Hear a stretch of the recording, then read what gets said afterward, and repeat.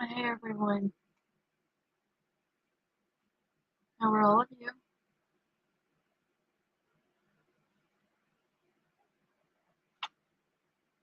You said Kate, how are you?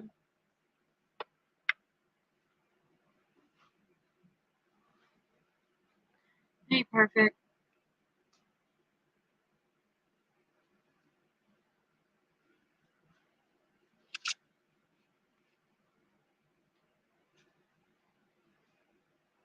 Dreamcatcher, how are you?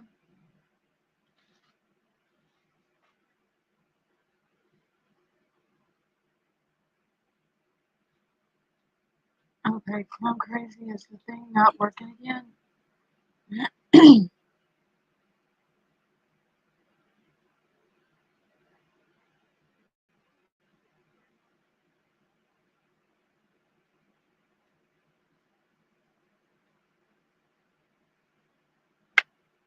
Okay, can y'all hear me okay? Hey, King Scarlet. Sound is weird. Okay, hold on one second.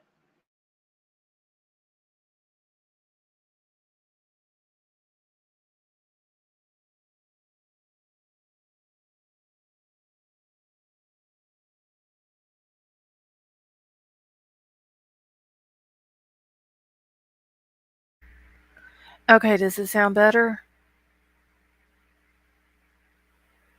Hey, Crane Kicks, how are you?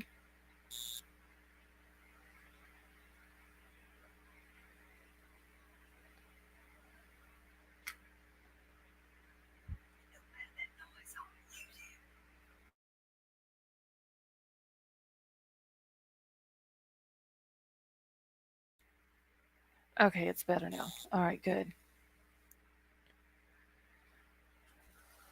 All right. Hey, Sifa. I need the one for the email so I can post the email. And it never did put it in the chat, did it?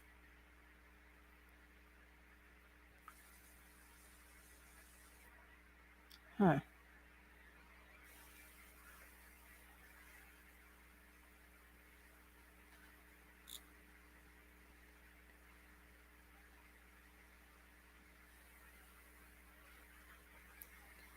Ah, thank you, Jeez.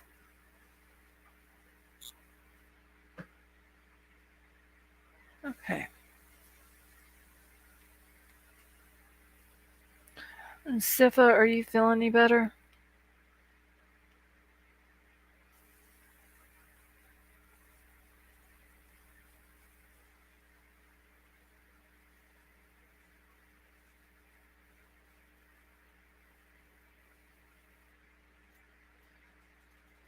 Hoping for answers. How are you?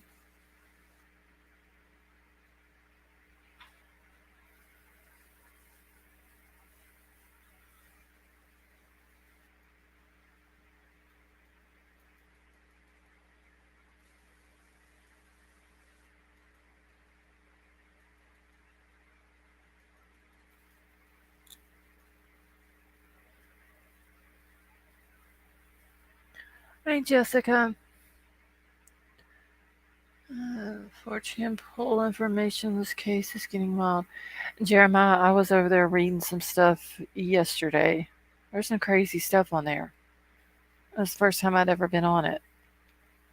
Some very, very, very crazy shit over there.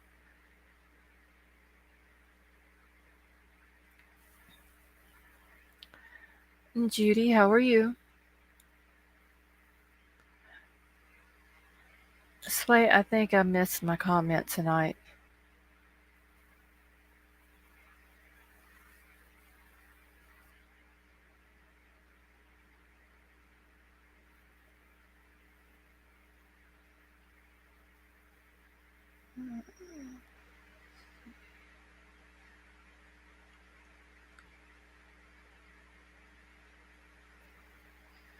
All right, give me just a second. Someone had sent me a picture of a K-bar knife that is their husband's.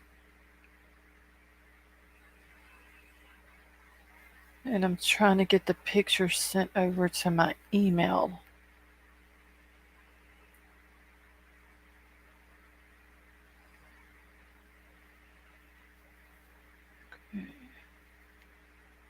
So that's going to take me 1 second. Okay. Hey, James, how are you?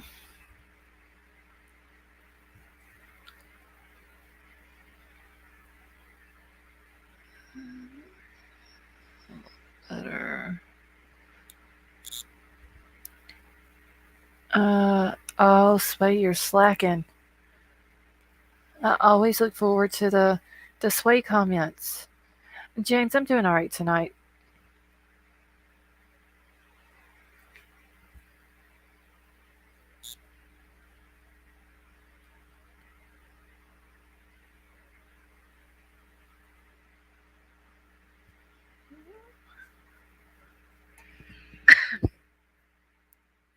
Princess Megan, how are you? Nina Park, how are you, honey? And it's not Jack D. I'm kind of leaning towards Jack S. Had a post from ex-coworker that Jack S worked at a bread shop. I'm kind of leaning towards Jack S a little bit.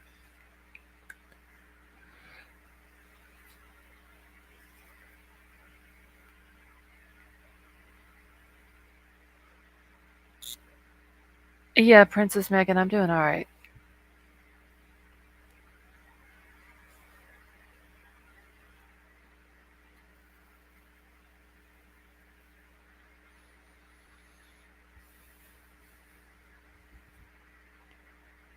Thinking Jack A. I don't know. I found some interesting things out about Jack S. And the people that his family is tied to.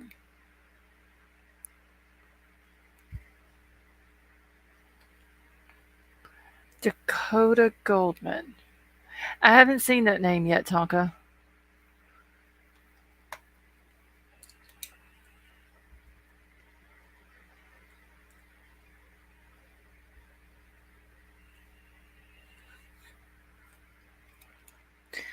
Hey, Queen.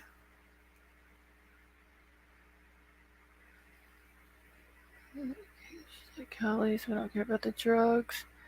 King Scarlet, yeah, I mean, I don't know, like Kaylee's dad especially, or her whole family. They don't think that they're getting the information that they need, which is crappy on law enforcement's part.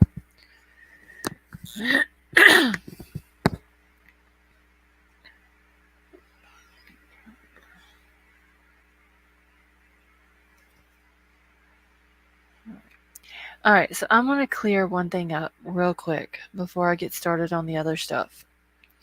Um, Last night when I was doing a live, okay, wait, let me. So, Nina, the place he worked at was called Flatbread. Hold on, I need to write that down.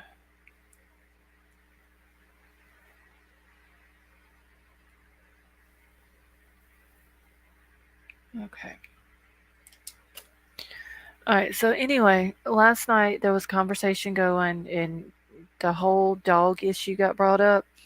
And I had said that I had heard that whenever the police got there, they found the dog in the bathroom. He was locked in the bathroom. There was someone in chat that kept saying no, that they said they found the dog outside. Hey, Andrew, how are you?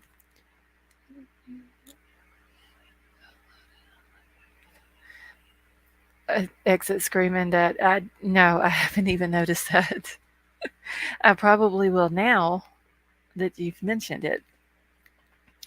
But anyway, so I was looking on the Moscow Police Department website today, and I found the information about the dog. So I'm gonna go ahead and share that real quick so I can clear the air on it.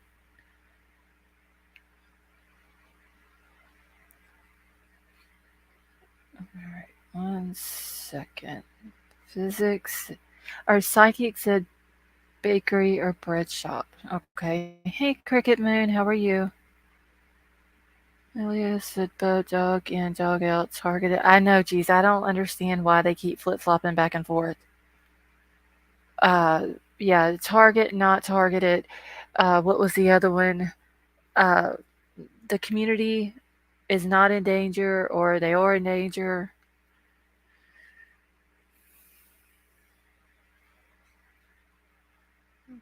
I saw a clip earlier that practically called Kaylee's dad a suspect because he was talking too much.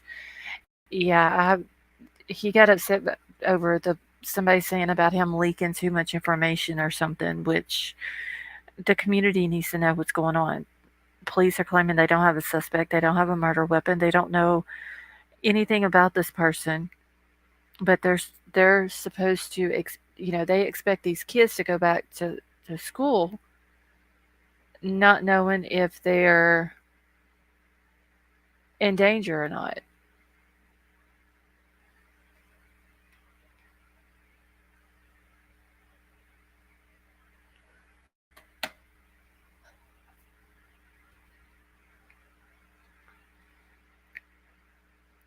All right, so can y'all see this up on the screen?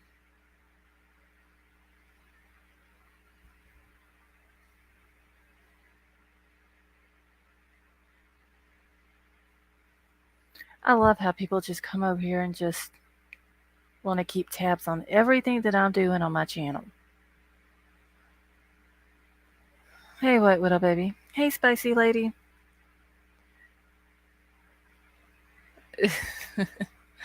All right, so I got this off of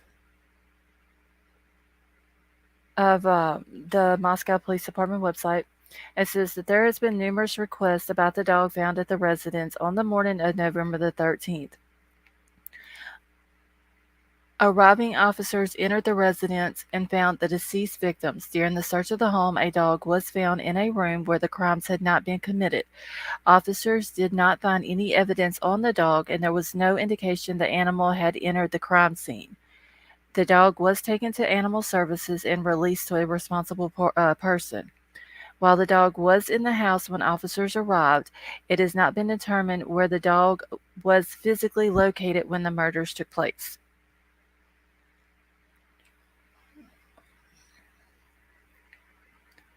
Yes, King Scarlet, I have to agree with you. I don't think the dad is involved whatsoever. Girly girl, how are you? The guy should be a comedian. So full of it. I haven't even got to watch it, Andrew. So I would like to believe in why I have faith and still after Kylie's case is a miracle that Ellie is purposely putting out misinformation. I wonder with Crane Cakes if they're doing that to try to like throw the person off who did this. Make that person think that they're going in an opposite direction. They're not looking at him when they possibly could be looking at him. And see, Jeremiah, that's what I had heard. I had read that not long ago, and that's what I kept saying last night. And someone in chat kept saying, no, that it was said that the dog was outside. So that's why I wanted to go ahead and bring this up because I did find this on the police department website.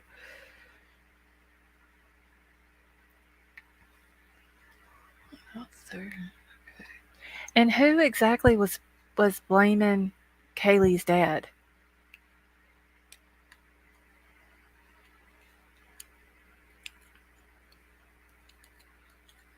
I think they're doing. Yes, I've thought about that. Crane kicks. Maybe that's what they're doing. Thinking that maybe he'll show up.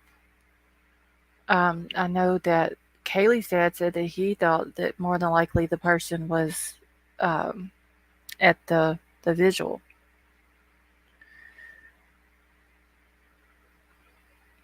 Hey, Jim J, is your foot feeling any better?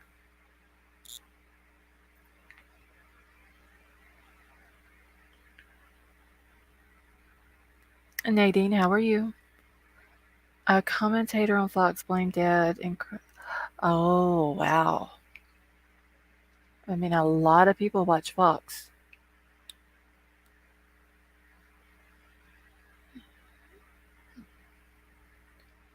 No, fell over again. Oh, Jim, I'm sorry. I hope he gets to feeling better.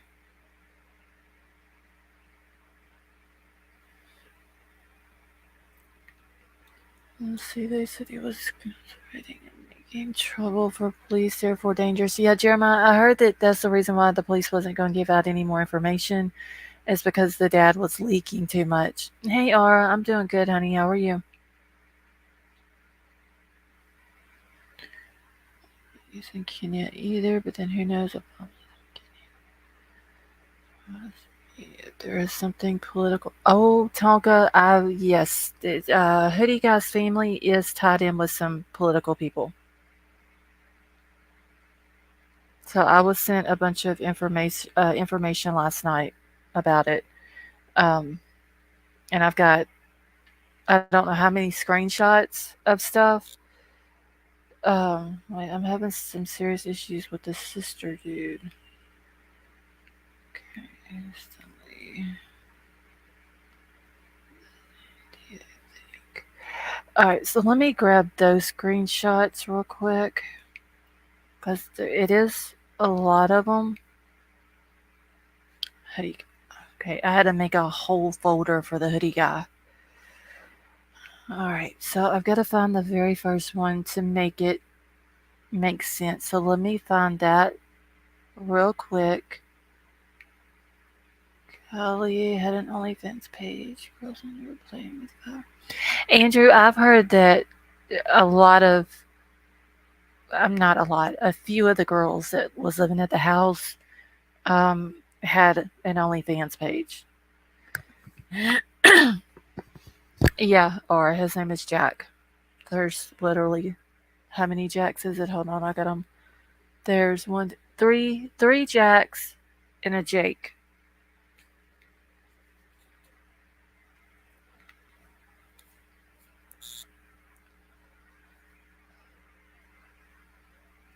Okay, let me make sure because I didn't crop this picture. I don't think it has anything. All right, and I read this. I think I read this one last night, but I didn't go through all of the screenshots that I have for it. But I'm gonna go ahead and read it over. Hey, C Star.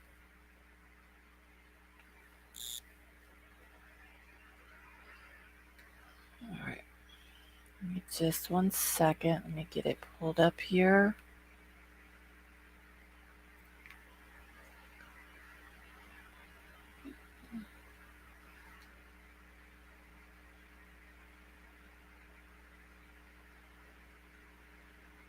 I don't know, Tonka. It's, I mean, like, um, Summer's case. Look how many Candaces there was.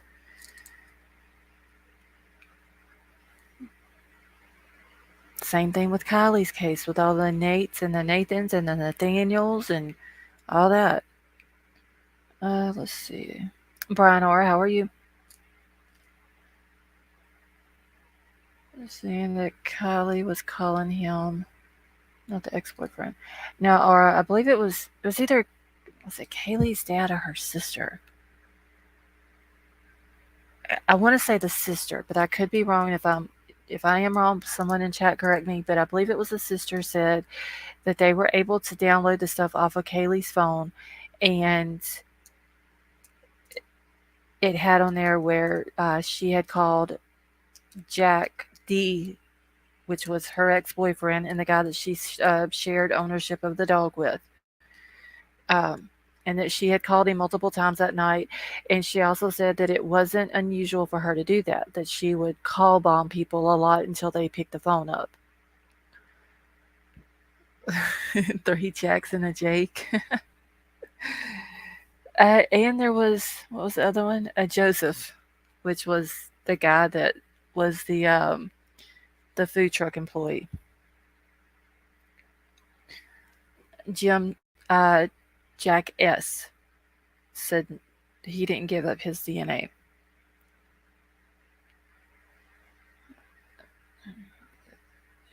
went to the same place in Africa.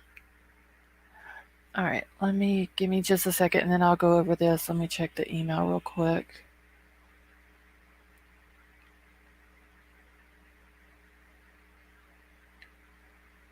Oh, wait, hold on.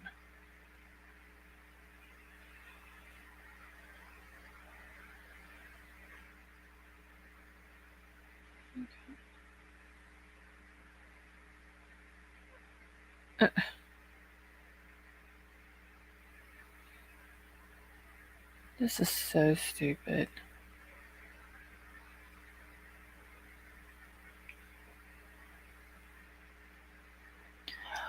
Thank you for that, White Widow Baby.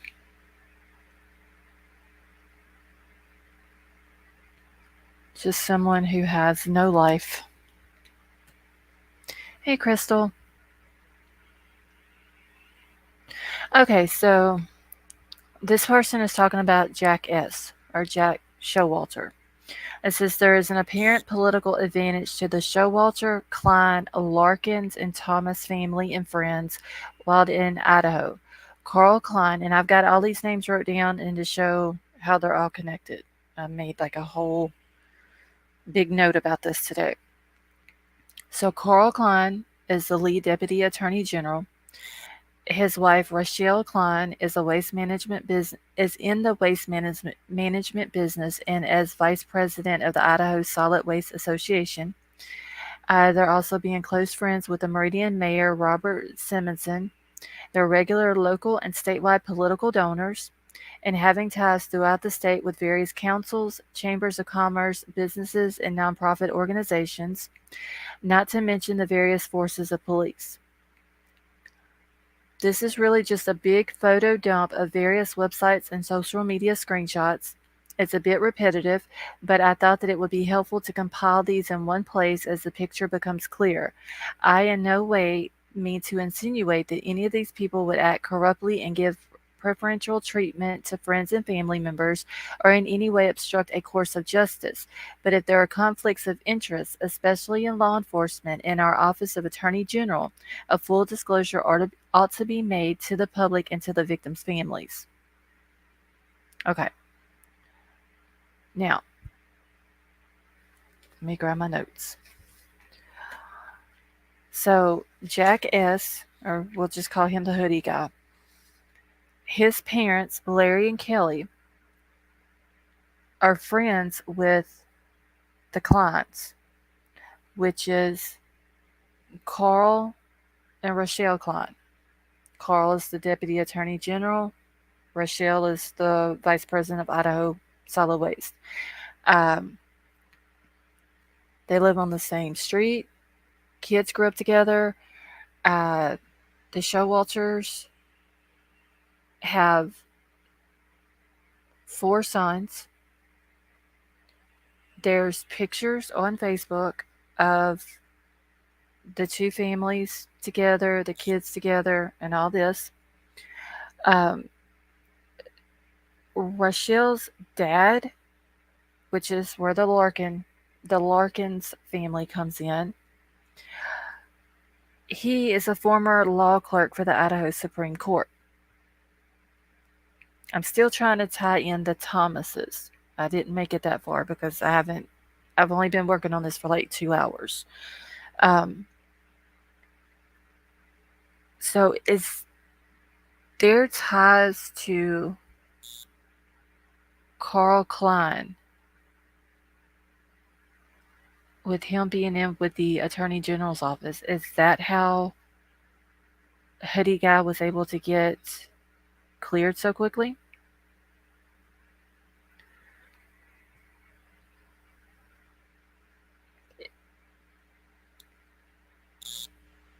I mean, it could be a possibility. And also, like I said, Rochelle's dad, John Larkins, is former law clerk for the Idaho Supreme Court.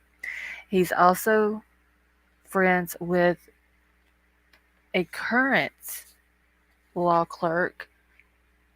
And where did I write? Sarah Clemens. She is a current law clerk for the Idaho Supreme Court.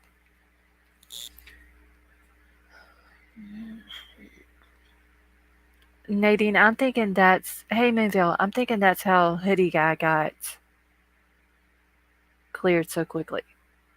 Like I said, they literally live just right down the road from each other. Hold on just a second, y'all.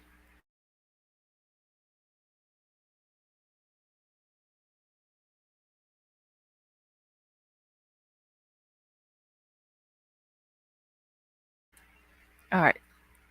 Moonville, how are you doing? Now, Hoodie Guy's dad is an orthopedic surgeon. His mother is a pediatrician. They do go to Africa. They go over there and someone in chat says like missionary work. They go over there, they use their uh, medical expertise, and they take care of these families and the people from, I guess, like the village over there. I don't know exactly what they're called. Um, but there's a lot of pictures on Kelly's, which is Hoodie Guy's mama. There's a lot of pictures on her Facebook where they're over there, they're, treating these kids, doctoring them, playing with the kids. She has two older sons that are twins.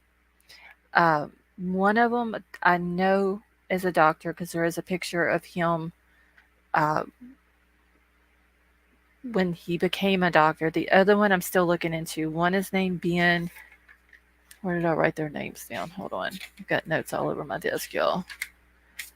So she's got Ben and Sam are the twins. Moondale, I hope you get better soon. Um, and then they've got Hank. I believe Hank, I'm sure they adopted. And then wouldn't surprise me if they adopted Jack as well. But Ben and Sam both graduated from the Texas Christian University. Uh, then you've got the Hoodie Guy that's going to the University of Idaho. Hank, I'm not real sure where he's going to college at. But there are pictures of Hank and Carl and Rochelle's kids were when Hank graduated from high school. There was pictures taken and all that. Yeah, geez, I think he's adopted because he doesn't look anything like the older two boys.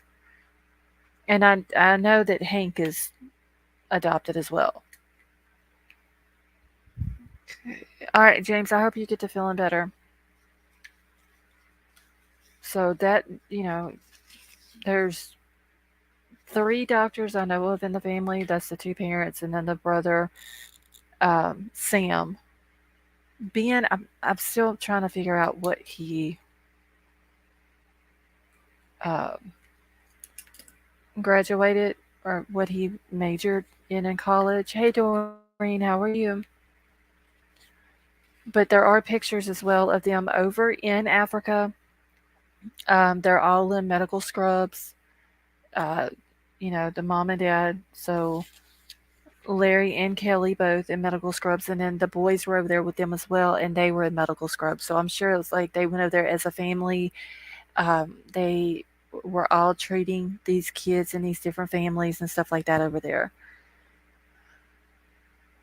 So that could be the reason why Jack was cleared so quickly. Is because of the who his parents are involved with. I do know that his parents. Let me grab some screenshots. Like I said, there's a lot of screenshots. I'm just gonna have to go through them and find them as I'm talking about them. Okay, all right. This is.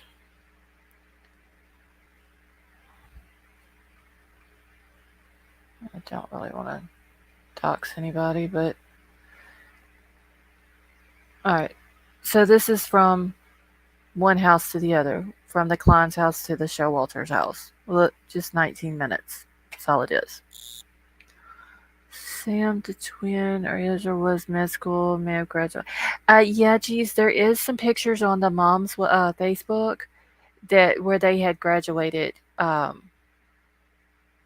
Sam and Ben had graduated from the Texas Christian University. I don't know if there was anything else that Sam did after that as far as like the medical schooling part of it. But there is also a picture on there of him when he in his white coat, and uh, Kelly is standing there with him, and it looked like he had literally just received it. Okay, all right, let me go through these. Uh,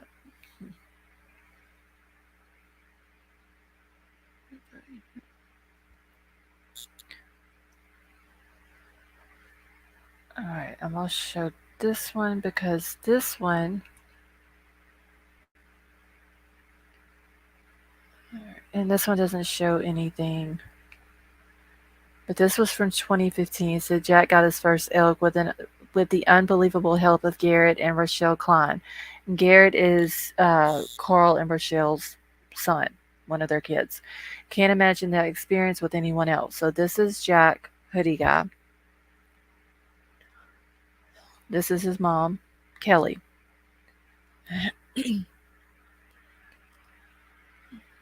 Hey, the citizen, how are you? Hey, Karen.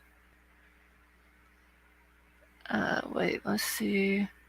I think the FBI is building a case before they can get Jack extradited. They don't want to lose him forever.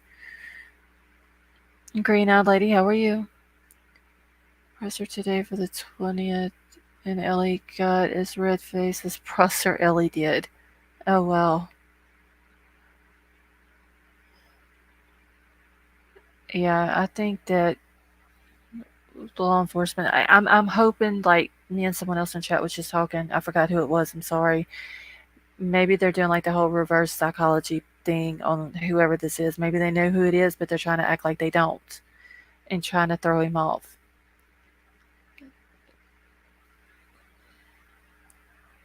All right. But there is one thing that I do want to show y'all. Okay, let me zoom it in a little bit. Okay. And yes, I know this was from 2015. And this is a little bit blurry, but there is a big knife down here. Now, I did ask someone just, I don't know, hour and a half, maybe 2 hours ago, if this is a K-bar knife. They said no, but similar. Now,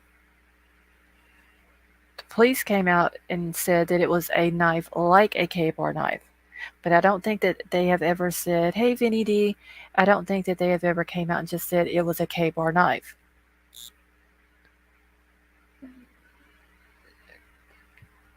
And Grumpy, how are you? Uh, Doreen, when did your dad pass away, honey?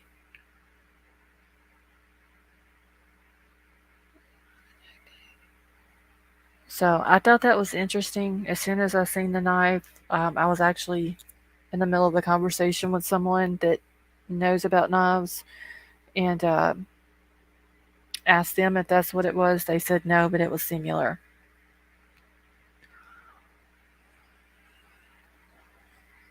Y'all keep Doreen in your prayers, please. She just put in chat that her dad passed away. I'm not sure when.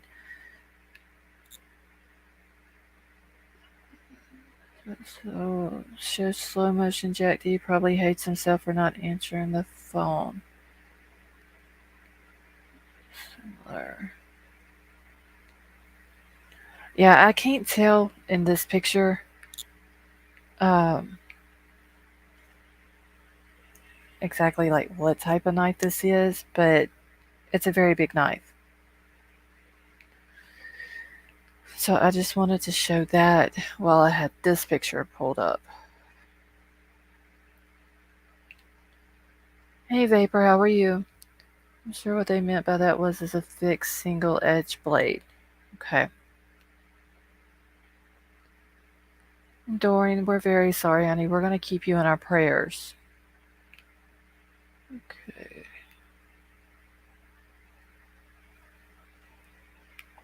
All right. So let me pull this one up. And this is where Rochelle Klein is saying happy birthday to the mayor, Mayor Simonson. So, all of these, Jack the hoodie guy, his parents are well connected to the Rochelle Klein and Carl Klein, and then Rochelle and Carl are very well connected to people. So I'm thinking that this is probably the way that he was cleared, as quick as he was. I mean, and he's even answering her back, telling her thank you and all that. The dog was in the bathroom. Right, so Jack D wasn't there to take the dog that morning. King Scarlet, not from what I have been able to find, no. Yeah, Princess Megan, they haven't found the knife either. They don't know who it is that did this. They, law enforcement has not put out any type of description of the person or anything like that. And they have not found the weapon either. K-Bar as a style knife as well as a brand. Okay. Dark Hub is not doing interviews. Sway, do you mean a certain retired cop or just any retired cop in general? Hey, Werewolf Queen, how are you? All right, let me get to my next one.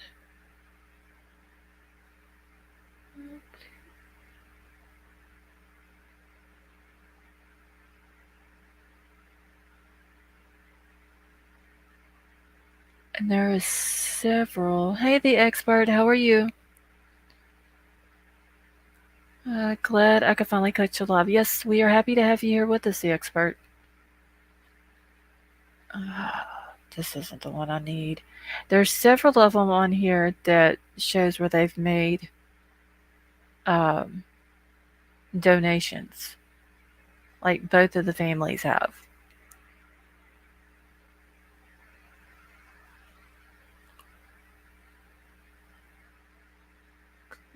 All right. And this is an old one, but this just again shows how Jack's family is tied in with the Klein family. They're telling Hank, which is the first little boy right here in the picture, happy birthday, Hank. You've always been the life of the party. Enjoy your special day. This little blonde headed boy right here, this is Jack. Vaughn, how are you? Oh, let's see, Minnie, you can get a K-Bar style in other name brands and also get the name K-Bar in small folding style. MS did go with Rambo style at one point. Okay, thank you for that, Brian. All right. Like I said, I just wanted to show that one as well. It just shows how they're tied in with the family. I gotta find just a second.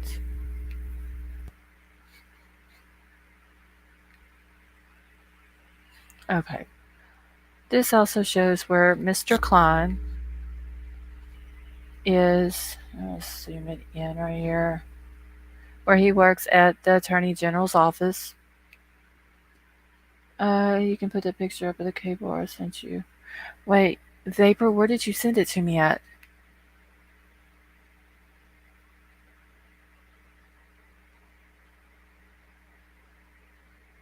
Because I know that somebody else sent me. I can't remember now who it was. Hey Lee, how are you? The email I sent you is Ramon. I'm Josh. Okay, I know that. I can't remember who the lady was now. Hold on. Okay, I see. I've got Josh's. Oh yes, Josh. Wait, it's not Josh. What's his name? Hold on. The Citizen. I'm sorry. I didn't mean to say your name on here. Um,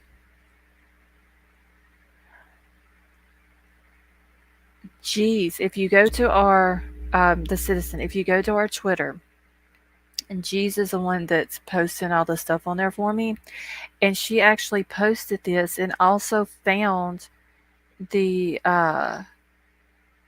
the person's social media that posted this picture that you sent to me.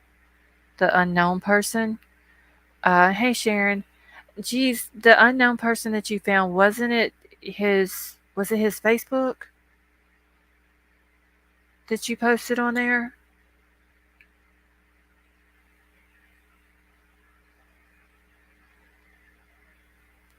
I know it was one of his social medias that she posted. Vapor, I'll go back and look in just a second on Facebook. So if y'all don't follow the Twitter account, the subs are dropping it in the chat. So grab that link and go follow. Like I said, Jesus one, she's on there. She's putting out a lot of good information on there. Twitter account now suspended. Mr. Unknown 101. Okay, cheese. Okay. Let's see. All right, and then I got the lady. I don't want to say her name, but she knows if she's in here. She knows who she is. She also sent me a picture of her husband's K-bar knife, and then I need to go look at my messages on Facebook for the one that. Oh yes, Vapor. I remember it now. Okay, I'll go get the one that Vapor also sent. All right, but anyway, I just wanted to show this as well, where Mr. Klein is in the Attorney General's office. But there had to be screams. Slay, there, yeah. I just don't. Especially when you got two people in the same room, he can't do what he did to two people at the same time. So while it's happening to one of them, and I'm trying to not be graphic here, y'all, I do apologize. But while he's doing what he's doing to one of them, actually don't show it. Okay, yeah, I won't worry about showing it. I do have another picture of one though. Um, but while he's doing what he did to one of them, the other one had to be awake or had to have gotten woken up. Um, in order, like in there had to be screams or and maybe, and I even heard this on News Nation today, maybe that's the reason why they're saying that Kaylee's injuries were worse than Maddie's, is because maybe she was fighting back. Maybe she was trying to make him stop or something like that, um and it made him mad. And so he like hers was worse. Like I'm trying to be respectful here while I'm trying to explain what I'm trying to say. No, King Scarlet. I haven't seen it.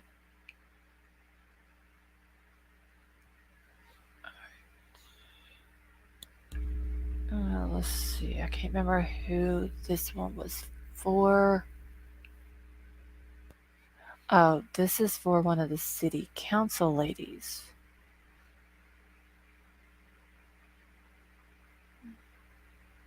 This lady was running for city council, and this is where Larry and Kelly Showalter made a $200 donation, and then Carl and Rochelle Klein made a $100 uh, donation. So they're making donations to people in office.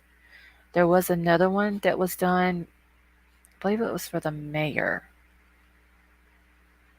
Let's see if I can find that one. I don't know if I have that screenshot. Let's see if I can find it. Where's this one? And none of these screenshots are in order, so that's why I have to keep going through them the way I am. Okay, that one. Let's see. That might have been all of them.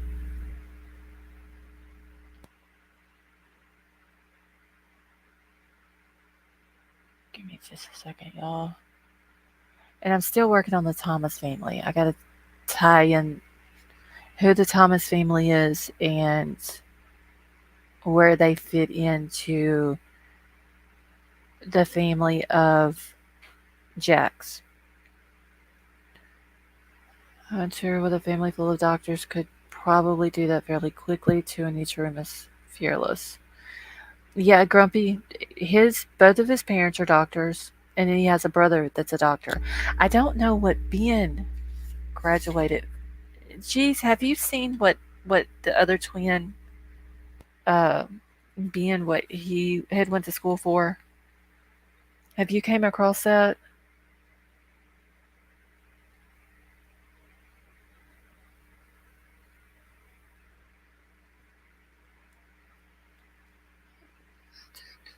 Yeah. Thank you, King Scarlet.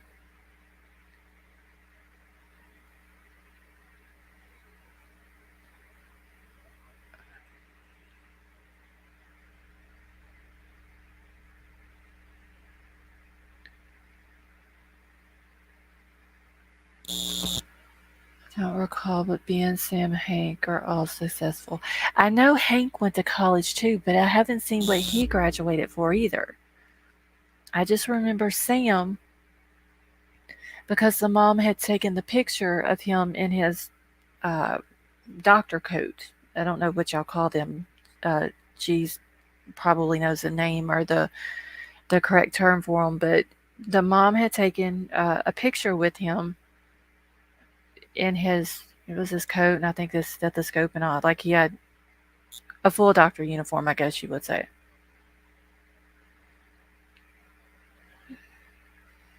But I don't believe that he's in Africa right now. I don't think he. I don't think he left the country. It was said that him and his family though do own. They own a house and a cabin in Boise, and it's supposed to be next to a military reserve. And I haven't got a chance to look up the military reserve either. Yeah, Queen of Hearts, or like a lab coat. Um, but yeah, it was the white coat, whatever they call it, whatever the doctors call it. Um, but there is a picture of him and his mama in his coat. So I made a sound. No OJ murders either. I stood on the steps Nicole died on 1 month to the day at midnight. It was one of the quietest places I'd been in the middle of LA. Oh wow. That had to be an eerie thing though, Vapor. 1 month after it happened? That yes, that had to be a very eerie thing. Dylan has an interesting gangster type boyfriend. Weird pics I posted on Twitter. Yeah, I need to go catch up with those Twitter pics too of Dylan's boyfriend.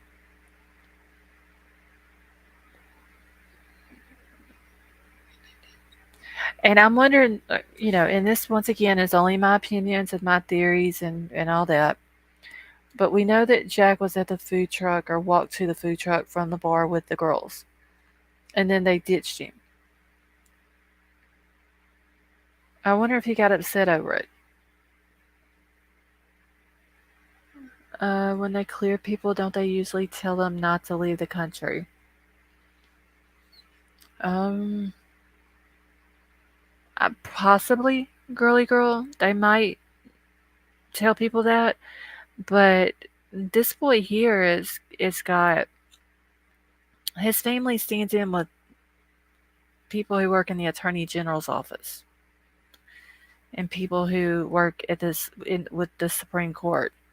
Like they very easily could have gotten him cleared, and I don't think there's any proof that he's even left the country. Also, um, I did watch Ashley Banfield, and she was saying that Kaylee's dad, is upset because he didn't give Jack didn't give his, and this is Jackass, didn't give his DNA and is possibly out of the country right now.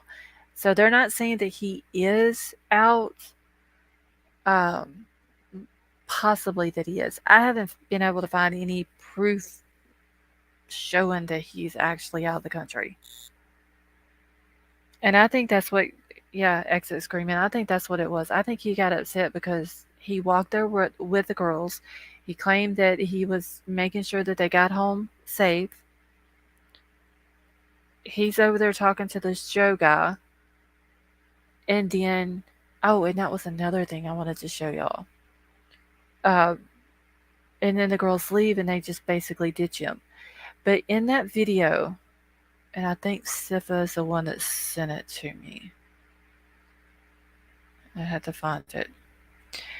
In the food truck video, do y'all remember the guy that he's standing there talking to him and the Joe guy's got the long hair, and I believe his girlfriend was with him?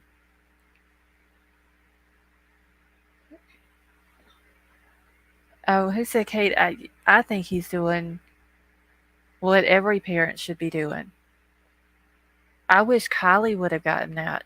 What what Kaylee's dad, Mr. Goncalves, is given right now, and him talking and him staying on the police to do their job and make sure everything's done right. I wish Kylie would have gotten that from her family. All right, so it's not the big guy, King Scarlet, but the that's Joe. But there was another guy that was there that had long hair that's in the video.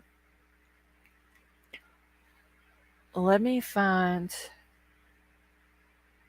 Mr. Larkin's uh, Facebook, because there is a guy that is on uh,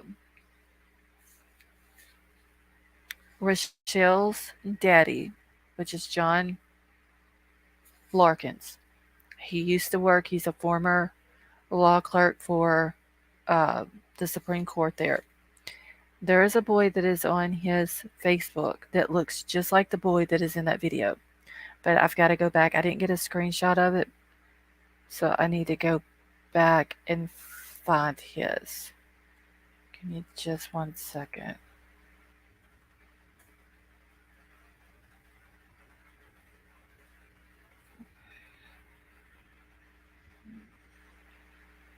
And it took me forever to find his Facebook earlier, so I gotta remember how I found it. Okay, so Grumpy, you know who I'm talking about. All right, so let me find Mr. Larkin's thing on here, and then I'm gonna pull up a picture of this guy, and I want you to tell me if he looks like the same person.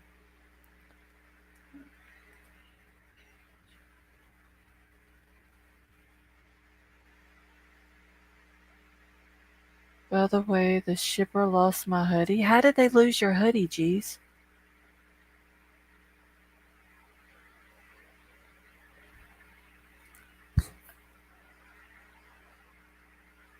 Like, what are they gonna do about it? Because there is a wait, that's not who I'm looking for. There is an email to Teesprings that you can email them.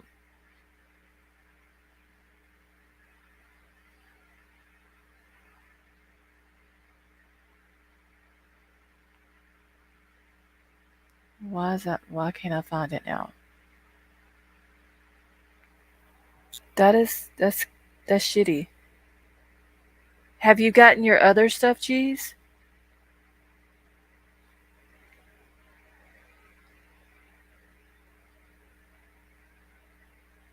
Okay. Shit. How did I find? All right, give me just 1 second, because I had to go through someone else's to find his. Just gotta remember. Yeah. Here we go. We ordered my kiddo a new phone for Christmas, and it was stolen in the shipment process. Now I emailed them. That's how I know it was lost. I filed a claim or something. A big yeah, yeah, but like you paid for that. They should send you another one. Is what they should do.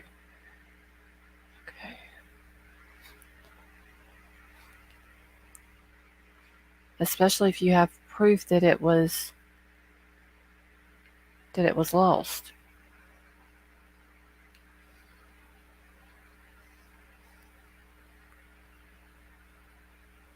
All right, give me a second.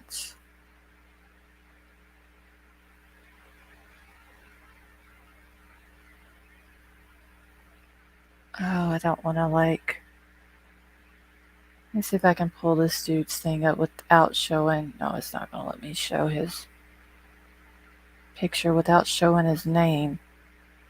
Because I don't want to dox him. But this dude here. I'm still waiting on my two Kate did it shirts. Well, hopefully they won't lose him.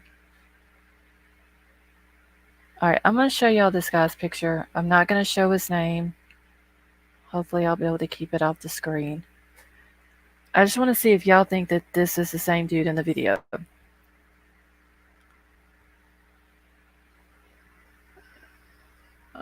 If you're interested, ask Lost to email you the pictures. Okay. We're at the food truck. Okay, so I forgot now who it was that said they knew who I was talking about.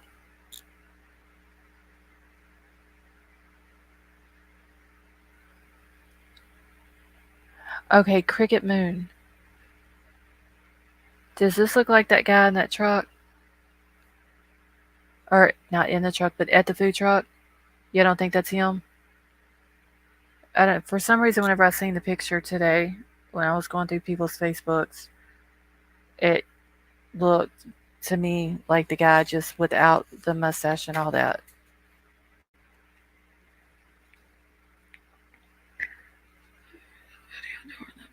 Hey, Mike, how are you? Yeah, I'd have to find the video. I think Sifa's the one that sent it to me. I'll have to go back and find it. All right, y'all. Kind of a face hair. Yeah, the other guy, I think, in the food truck video has facial hair.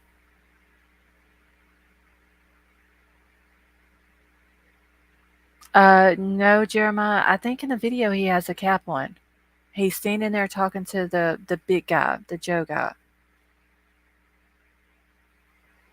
I don't know. I guess the hair, the way it was whenever I seen it today.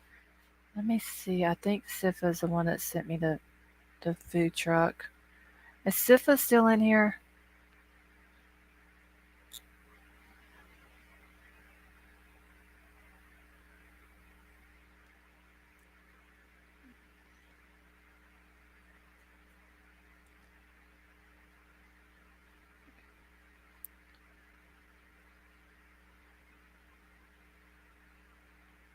All right. I've been watching this thread too. I need to I need to read all the comments on it that G's also posted on Twitter because I want to know what that person was holding in that picture. Let's see. Wait, little baby. I still can't believe I read .com. I got corn out of that.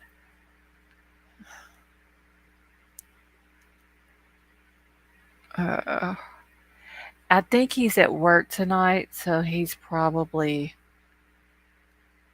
working right now. Oh god! And if he did send it to me on Twitter, I'm never gonna find it. Wait, is this it? No, that's not it.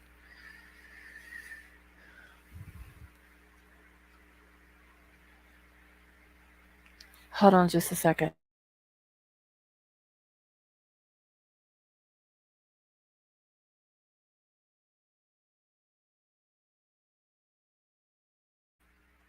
All right.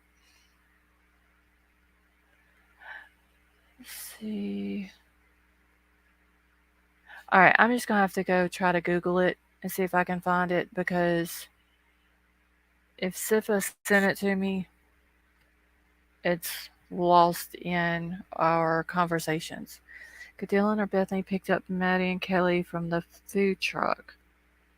Didn't somebody say that there was a guy that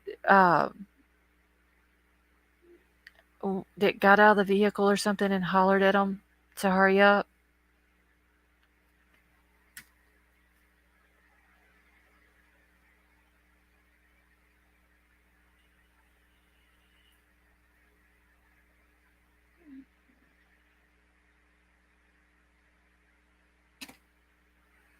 Let me check email.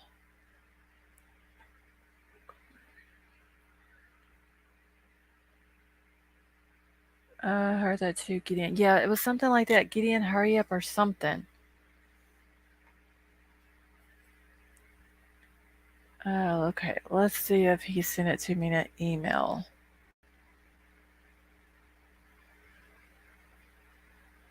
Yes, he did. All right, give me just a second. Let me download it.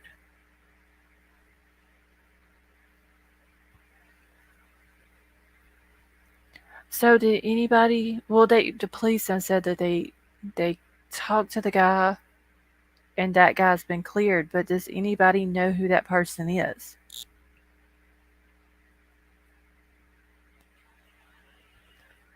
Suspicious reflections in his shade said this.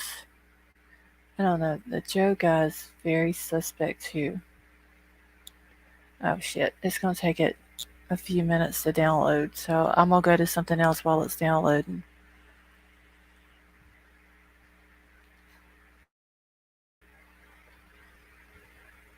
Let's see if this case goes. Sway, is that who you were talking about earlier? Because if you answered that question, I completely missed your answer.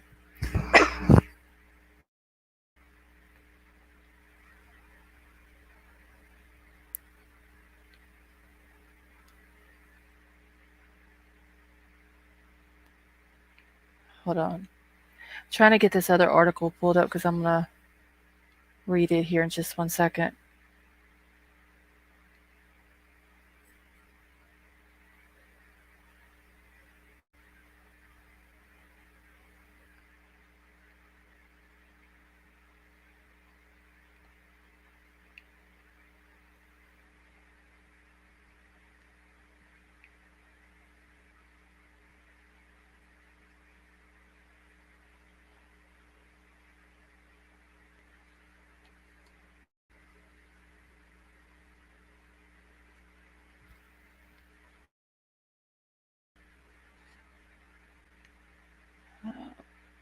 Stuck. Mike, thank you so much for the super sticker.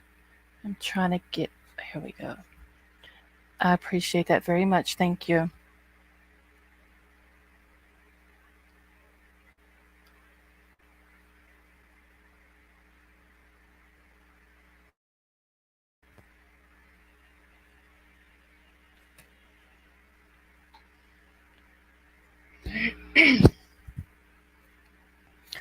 All right, so I'm gonna read this.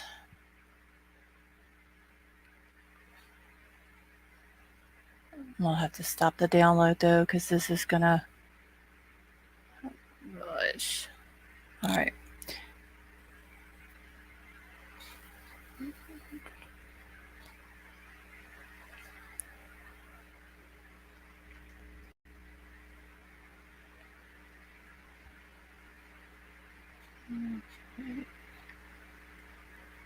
And this is about uh, Maddie's boyfriend.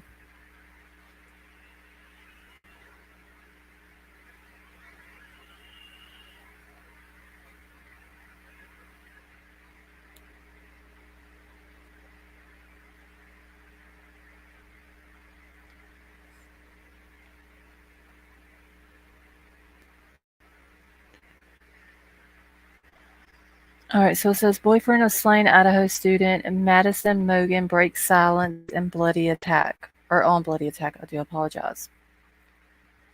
The grieving boyfriend of Madison Mogan, one of four murdered University of Idaho students, broke his weeks-long silence about the monstrous killings during a heartbreaking memorial in the town where one victim grew up. None of these people deserve this, Jake said at the Friday Vigil in Post Falls, hometown of the slain student Xana Kernodle, age 20.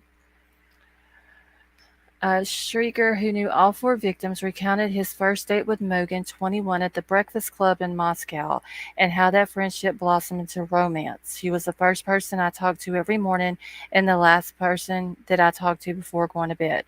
Can y'all imagine? Like, you talk to someone every night and then every morning. every single day you go to sleep or you wake up. And now that person is gone in a, a very horrendous way. And you never get to speak to them again. Can y'all just imagine that? Like, how sad that's got to be?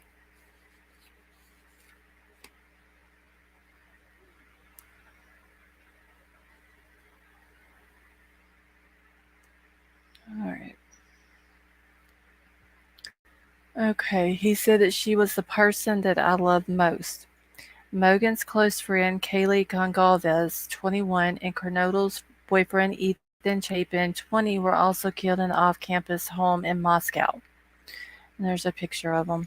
They were a cute couple. So we gotta catch. Yes, Lacey, that is true. Yeah, Vapor, I know your story too, which is very sad. Talk to BFF every AM and PM since we're an hour apart. Yeah, I couldn't imagine. That'd be like me and Troll. We've been together for 25 years. And then one day one of us aren't here anymore. It's I couldn't imagine that.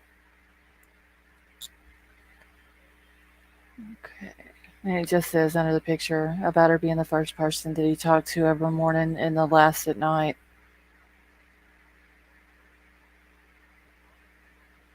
A very cute couple, though. All right, so Jake's mom had told the Post, Mogan and Jake went together like peanut butter and jelly. Nearly 3 weeks after the bodies were found, authorities have not yet named a suspect or found the large knife believed to have been used in the massacre. Kaylee's parents, Steve and Christy Goncalves, and their other four children, Mogan's father, Ben Mogan, and Kernodle's dad, Jeffrey Kernodle, also attended the vigil. On Sunday, Steve Goncalves told the Post that he's working with his own private investigators because he fears that local authorities are too inexperienced. So Kaylee's parents have now hired private investigators. So maybe with the private investigators and the local law enforcement, FBI, and all that, maybe they'll be able to figure this thing out. I mean, like, you have all these different people looking into this, should be able to figure out something. Who it was, some type of description on this person, something. Okay, the distraught dad sharply criticized Moscow police who backtracked on claims that the killer. Oh, what the heck? Okay, Alright, so claims that the killer appeared to be targeting at least one of the four victims and have yet to suggest a profile of the likely killer.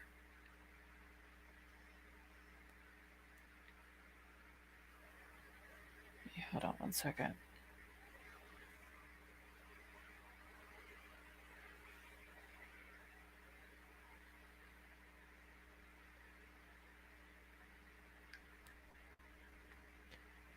Uh,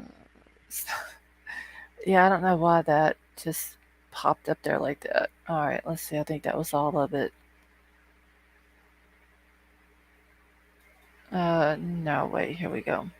So it says Kaylee and Maddie were brutally stabbed to death along with Kernodle and Chapin, who were in a bed on the second floor. They keep saying in a bed, but then they're saying that Ethan was found on the floor in the hallway. Hey, T Berries. Alright, so it says the two other roommates who were asleep on the ground floor likely slept through the bloodbath and were unharmed, police have said. So, wait, so police have said that they've likely slept through the bloodbath? Like, they're never consistent with anything that they're saying.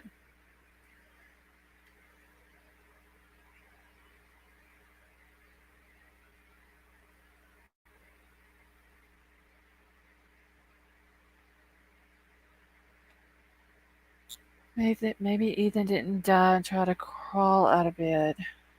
Well, yeah, lazy. I didn't think about that. Maybe he was trying to maybe warn the others. That could have been a possible. But hold on 1 second, y'all.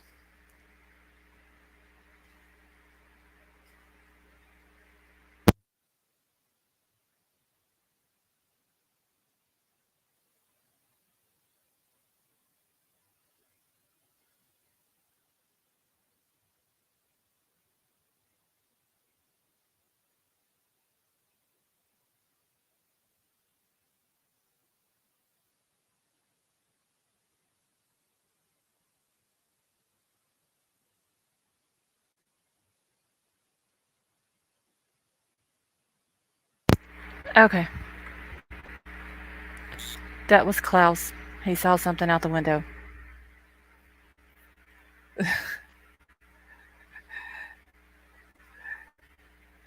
All right, so where was I at?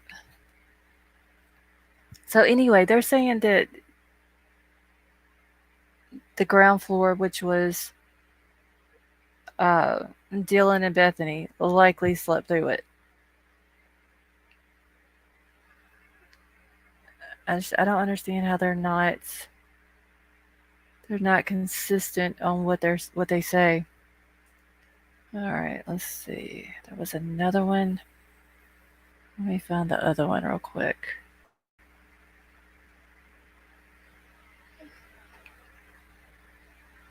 I don't know what he sees out there, but we have deer and everything that come in the yard too at night, so it might have been that. I think Ethan heard something and went to investigate. I've thought about that.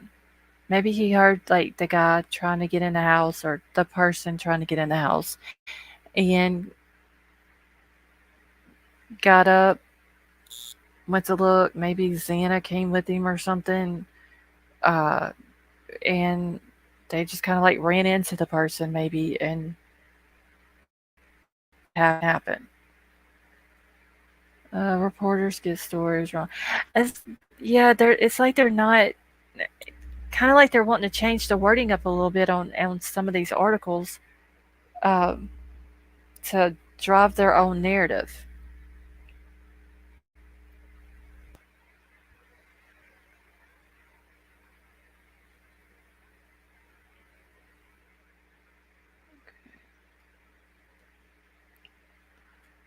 Let's see what this one is. Hold on, I got one other one here. Thank you for accepting me in chat. Green Eyed Lady, you're very welcome. We're happy to have you here with us. Okay, all the bedroom locks were touchpads. Who knew all? Somebody else had asked that about the locks. That it was an older guy that was being asked the questions, and he said he didn't know anything about them.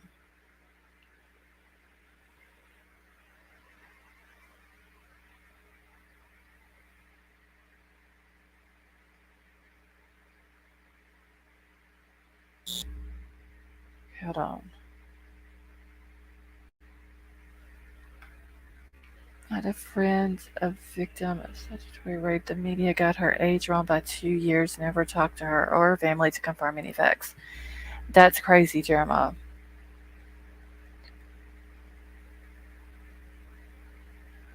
I just I don't understand. And a lot of them are basically getting their stories from each other. So why not just say it word for word, like verbatim what was said if you're going to get it from someone else? All right. I'm trying to see what day that. Okay, this one came out this morning. That was the reason why I had it pulled up.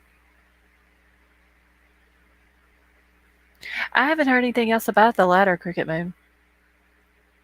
I seen where it was lit up against the house, but I haven't seen them say anything else about it.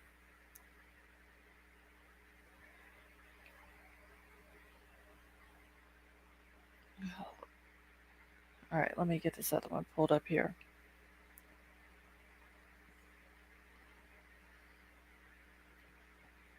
An expert said Santa was on the third floor. Well, then they ain't a very good expert then, C-Star. Okay, so we all know that Xana and Ethan were on the second floor, and Kaylee and Maddie were on third. That's just crazy.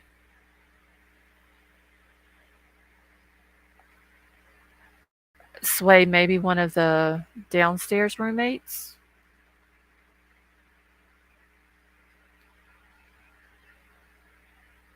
I still can't figure out what it is about the one roommate. I'm not saying she had anything to do with it, but she's just there's something about her.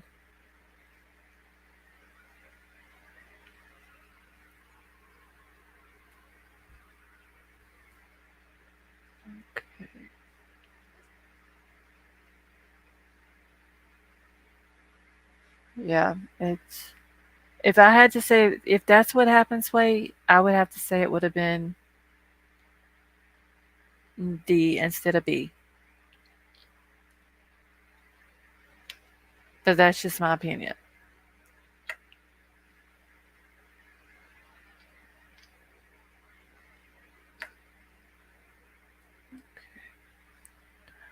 Oh, if this thing would hurry up, y'all. I'm trying to get it where I can scroll on it. Okay. So it says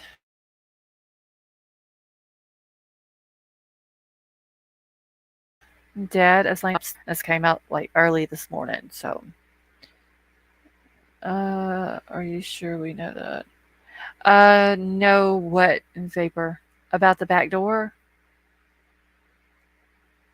No, I don't know if it was left open or unlocked.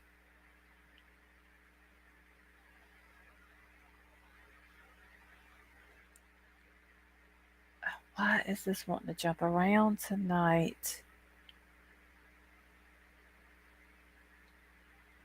Yeah, probably. I mean, at least I hope if he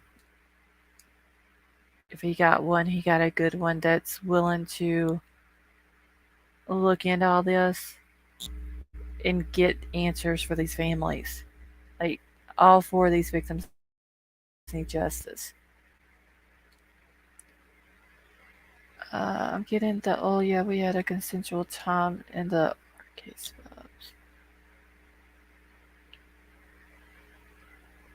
Is it true the dog was locked in a room? How did that even happen? Lacey, it was said that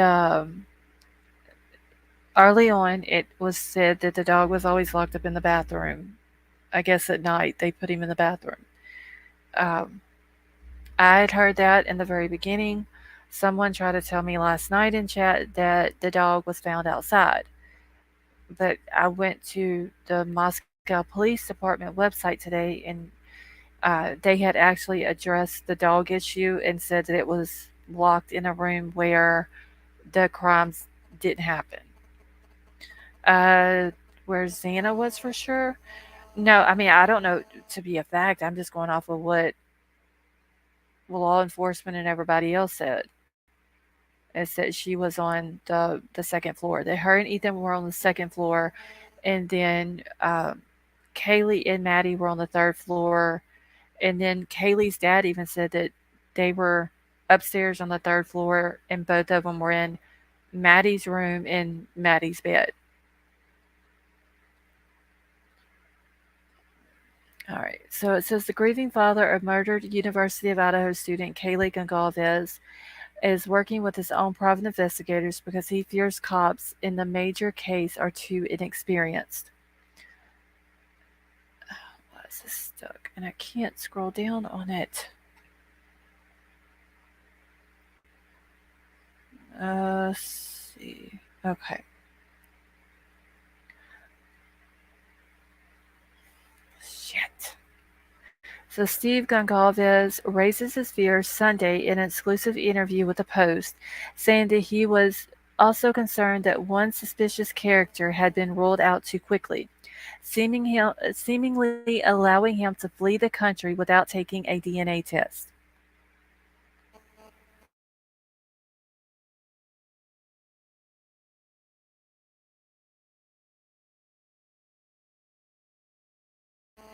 Now, see, so his name, why not just word it the way it said?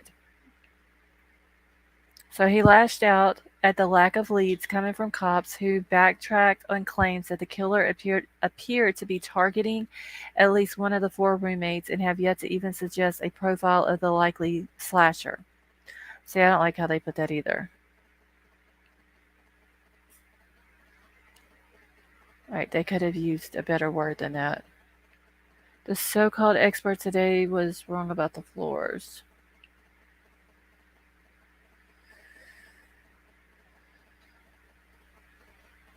Sleeping in the same bed, but they bled out on the floor. The blood is clearly seen on the kitchen floor, not splattered. Wait. See, not splattered, but drips from above, just like outside wall.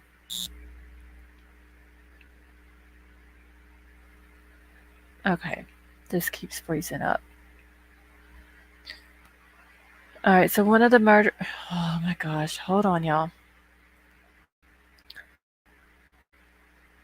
One of the murder squad officers is only 26, he complained, meaning that he was only 19 when the sleepy city of Moscow last had a slaying in 2015. They're just they're just inexperienced. And I don't want anyone making mistakes in my child's case, which, I mean, honestly, you can't blame him for that. So Goncalves told the Post, also blasting the officers as not exactly the most tech-savvy people. So that's him and his daughter, Kaylee. But I mean, honestly, you can't blame him. Like, if that was my child, I would want everything to be done correctly to make sure that the person was called. Okay, so as well as his own fears, Goncalves has started working with private investigators because there were enough insiders telling us that we should be concerned about the lack of any clear leads in the November 13th murders of his 21-year-old daughter and her three friends. I talked to detectives, he said, making clear he was keeping away from internet sleuths who he dismissed as Hollywood shit. One of the private detectives I talked to has 50 years in the game. And he said of his outside help. Okay, this keeps freezing up for some reason. Hey, Frisco Chick, how are you? All right, give me just a second, y'all, so I can get down. But it's entirely possible she.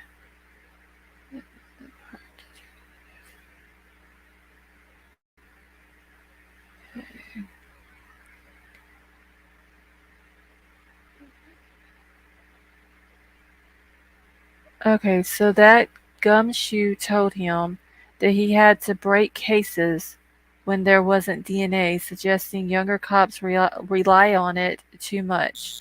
And we're trying to give them the benefit of the doubt, he said, of police investigators.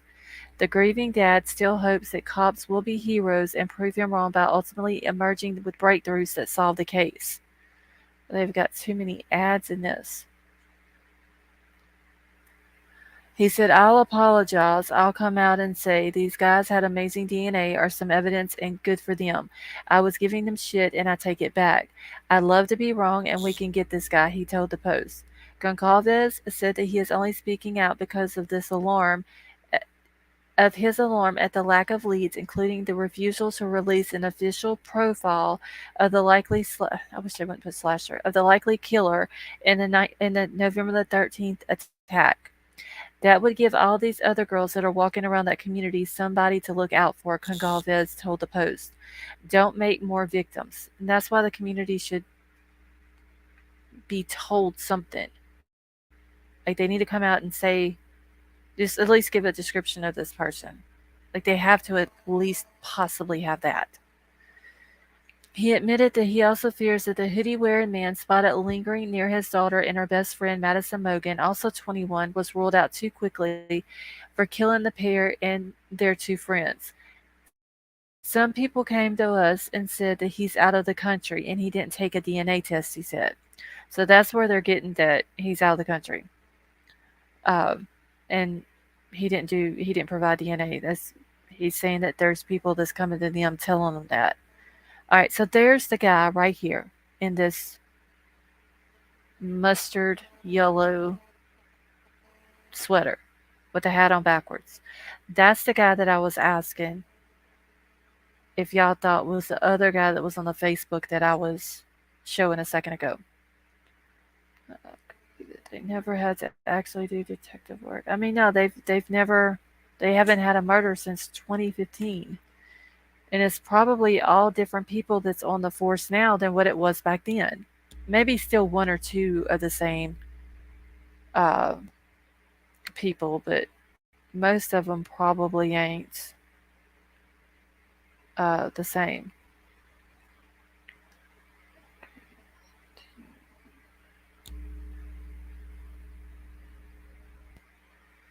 Hold on one second. I need to mute for a second if I can get it to mute.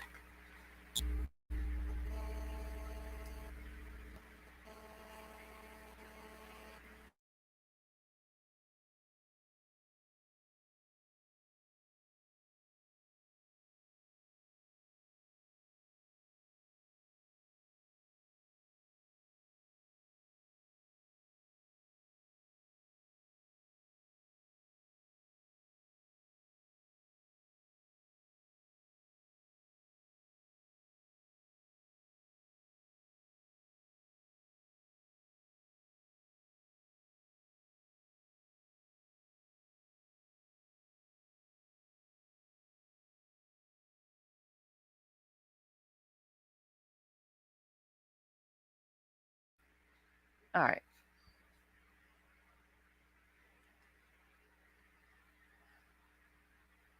Okay, so y'all think that this is a different guy, right? This mustard yellow sweater guy. Sifa, no, the Klein guy is the guy that works for the Attorney General or in the Attorney General's office.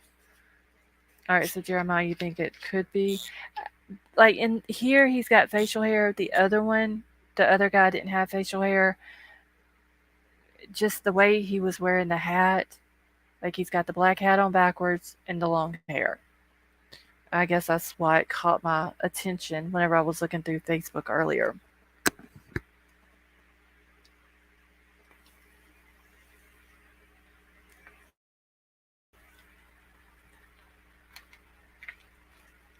Uh, 100% touch DNA in the house. There's got to be something in the house.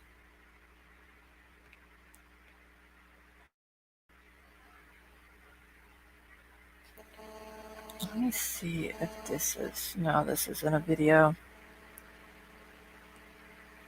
This is way worse. These kids suffered and some psycho. Oh, Lisa, and he's. I think that whoever did this is out watching all that's going on and he's enjoying what he's seeing.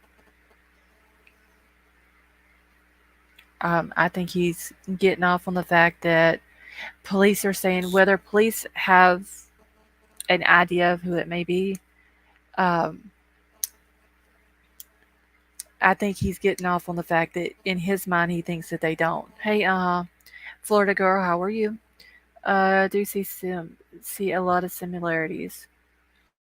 I don't know. I guess the long hair and the hat backwards. I guess that's why it caught my attention.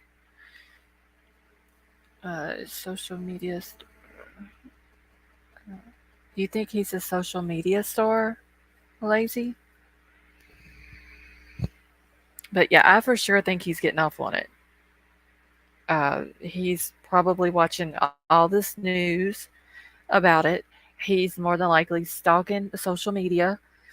Uh, I'm sure that every time that Kaylee's family has did an interview with someone, he's probably right there. He's literally, y'all, he's getting off on it. He's in his mind more than likely thinking he's probably gotten away with it. They're never going to find him. They're never going to find the murder weapon. And he's enjoying it. And the sad part about it is that if they don't catch this guy, there's a chance that he may do it again because he's going to think that he's gotten away with it. And there's no way, if he can get away with four of them in one night in one house, then what would make him think that he wouldn't be able to get away with it if it's just one person at a time?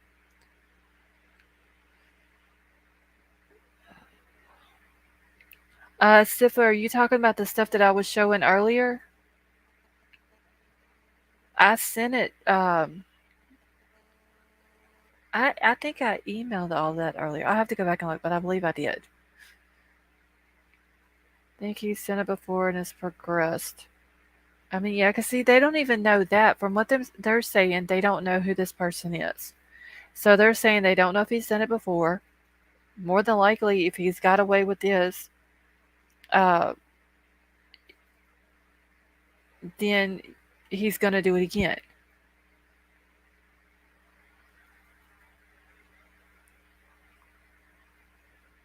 All right, let me go down, finish reading this real quick. Yeah, I'll go back and look because I've been working. Okay, that's fine, Sifa. Now I have a bunch of notes, Sifa, as well that I can send to you after the live about who's who and how they're connected and all that. Yeah, like dreaming that Ellie is not that smart in this case. They're essentially universal. I, I honestly, Vapor, I don't. I think they probably got a bunch of young officers, probably straight out of the University of Idaho school, that's probably just graduated in the last year or two.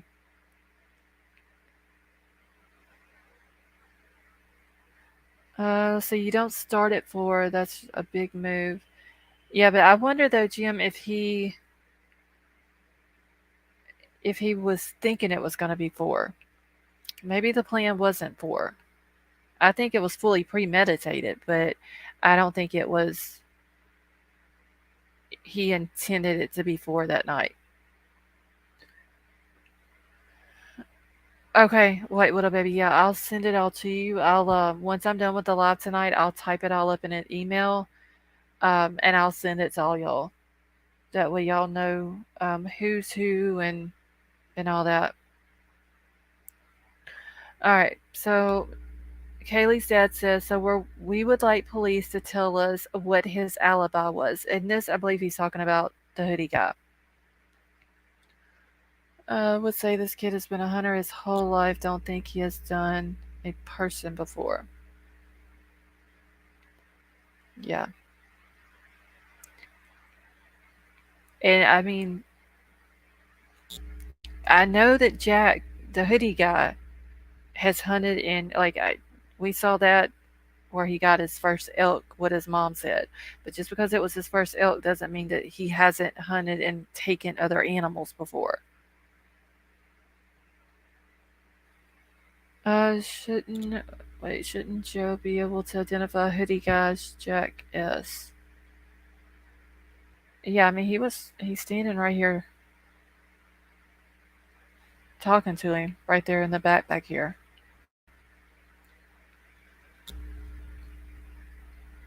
Okay.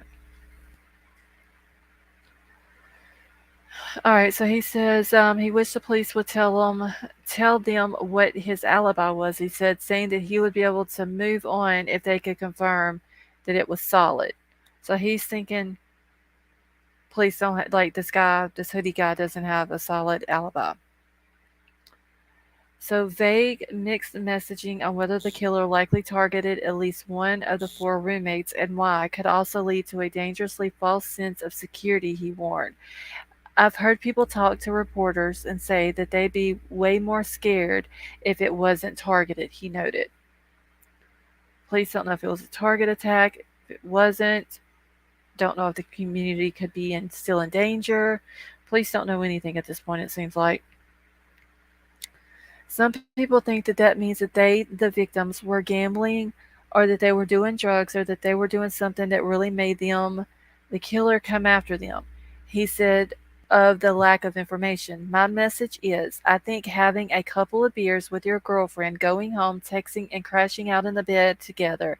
I think a lot of girls did that. He said of his daughter and Mogan, who were sleeping in the same bed in a third floor bedroom when they were killed. And a lot would be targeted if that's all they did, he said. Okay, that's just Maddie and Kaylee.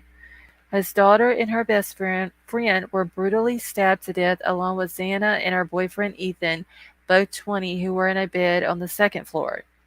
Two other roommates who were asleep on the ground floor of the Moscow home were unharmed and likely slept through the bloodbath, police have said. There it is again, like they likely slept through it. It almost sounds like they don't know for sure. Police don't if the two roommates were awake and heard anything or if they were really asleep and didn't hear anything. Hunters never kill humans. Okay. Alright, so Gonzalez bluntly admitted on Fox and Friends Sunday that he does not feel confident in the investigation. I did sit down with the lead investigator and I looked in his eyes and I got a sense that this guy was going to do everything in his power to figure something out, he said. But if the evidence isn't there, that isn't the part that I'm concerned about, he told the Fox show. He told the Fox show of the apparent lack of leads. And that's why I push the envelope and say a little bit more than police want him to air publicly on what he gets told, he said. I hate to be that guy, but everybody has a job and a role to play, and this is my role as a parent, he said. The Moscow Police Department, which is being held by the state police and the FBI, did not immediately respond to a request for comment early Monday. On Saturday, the force declared that it was working through around 6,500 tips submitted, and including more than 1,000 to the FBI. So that's what, 7,500 tips altogether is what they're saying they've gotten. Investigators also had 113 pieces of physical evidence as well as around 4,000 crime scene photos, the forces said. All right, so still at this time, no suspect has been identified, stating that only vetted information that does not hinder the investigation will be only vetted information that does not hinder the investigation will be released to the public because speculation without factual backing has been stoking community fears and spreading false information.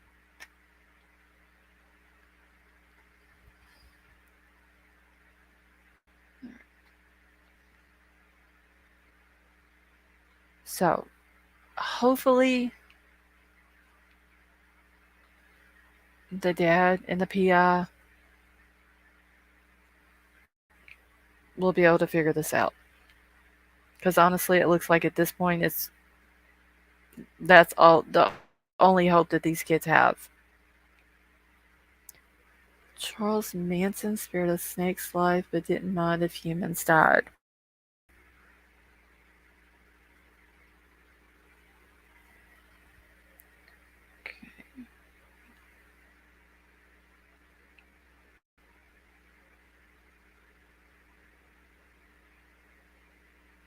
Okay, give me just a second.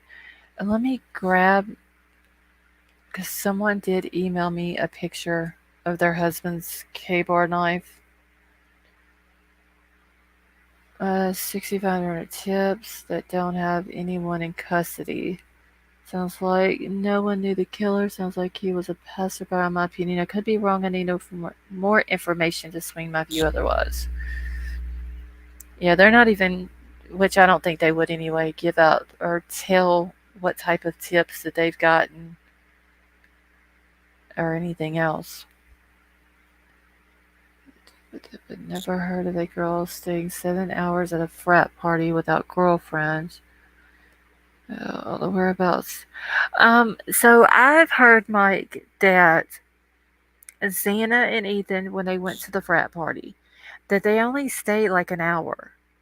And that there was from They were there from 8 to 9, then from 9 to 1:45 whenever police are claiming they got home.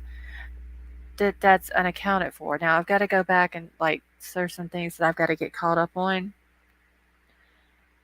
to see if maybe they have figured out where they were at. They're claiming that um, that Kaylee and Maddie they know were at the bar and then at the food truck and then they came home and then the two surviving victims or the two surviving roommates they said that they were out in the community but they wasn't together, they were separate, and that they got home around 1 o'clock.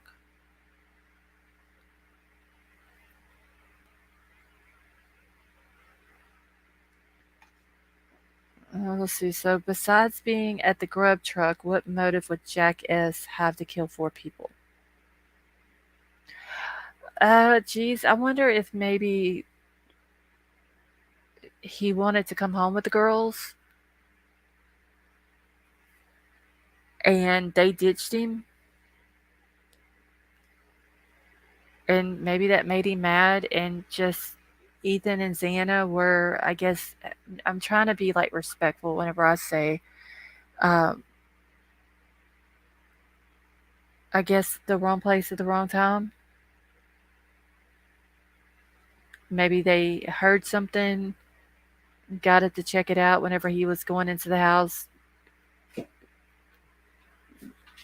something like that, maybe.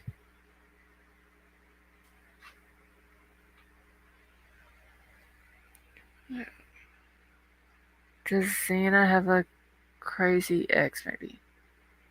I don't know, Karen, but I did hear something about that she had an issue with somebody several weeks ago, and then they were saying that Ethan got into a fight at the frat party and all that. And then there was something about, and I need to bring that up too. Hold on, I have to go to the police website for this about Kaylee having a stalker because I know that's been going around a lot too. Let's see. My theory is that Jackass was obsessed with Kaylee, so he dressed exactly like Jack the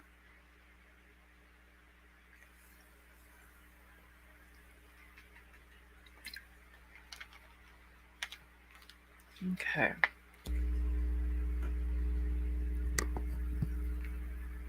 So the King Road, they literally have, whenever you go to the city of Moscow police department, if you look on the right side, they literally have a King Roads homicides tab on there. Have you watched The Expert? Yes, I have.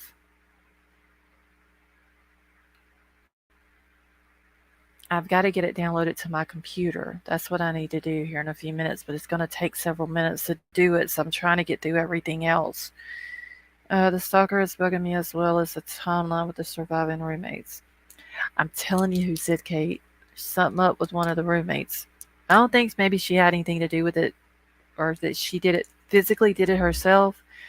Something about that one. Right. Oh, lazy. I saw that the other night. My husband showed me the picture of the guy with the mask on. Yeah, that was some freaky stuff. But I think they said that, wasn't it supposed to be a prank or something like that? Hey, Izzy, how are you?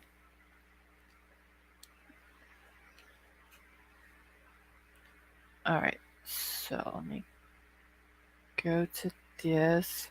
Now I gotta find the part in here because they did an update today. Okay. I'm just gonna read all of this because it was an update from today. So, let's see, I have some interesting pics of Dylan, but haven't posted them. Geez, I'm telling you, like every time I see the picture with all of them in it that was taken earlier that day, my eyes always go straight to her. Like there is something up with that girl.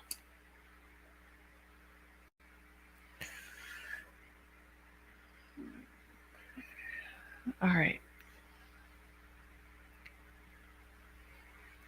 Geez, do you plan on posting those to Twitter?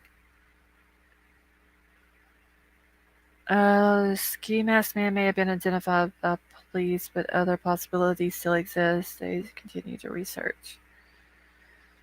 All right. Let's see. Well, shoot. Trying to get it where y'all can see it. So this was an update from December the 5th. So it was like earlier in the day. Granda was very quiet, calm person. Okay. All right, so there have been statements and speculations about the case of victim injuries, cause of death, evidence collection and processing, and investigative techniques. With the active criminal investigation, law enforcement has not released additional facts to the family or the public. We recognize the frustration that this causes and that speculations proliferates in the absence of facts. However, we firmly believe speculation and unvetted information is a disservice to the victims, their families, and our community. But they're not telling the families or the community anything. Let's see. I just learned about the people paying for cute girls' food from the Twitch stream. I promise I won't bother. No, you're not bothering me, the expert. Okay, so yeah, they're not telling their community or the families anything. They're claiming unvetted information, which I get that is a disservice, but they're not telling them anything at all. All right, so the Moscow Police Department is committed to providing information whenever possible, but not at the expense of compromising the investigation and prosecution. Detectives continue investigating what occurred from approximately 9 p.m. on November the 12th to 1:45 a.m. on November the 13th. So that is the time that I've even heard that Ethan and Xana, like, they don't know where they were at. They had done left the frat house. They were no longer at the party. And they're trying to figure out, what they were doing, who they were hanging out with, and all that. Don't tell anyone, but I think child. Really, geez?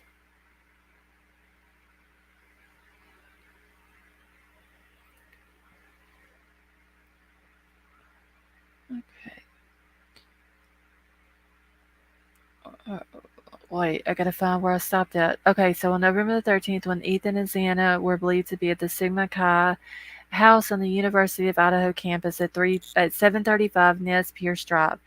Any interactions, contacts, directions, and method of travel, or anything abnormal could add context to what occurred. Detectives continue processing and working through more than 2,645 email tips, 2,770 phone tips, and 1,084 digital media submissions. We believe someone has information that will add context to the picture investigators are creating of what occurred that evening. Our focus is the investigation, not the activities. Your information, whether you believe it's significant or not, may be the one of the puzzle pieces that help solve these murders.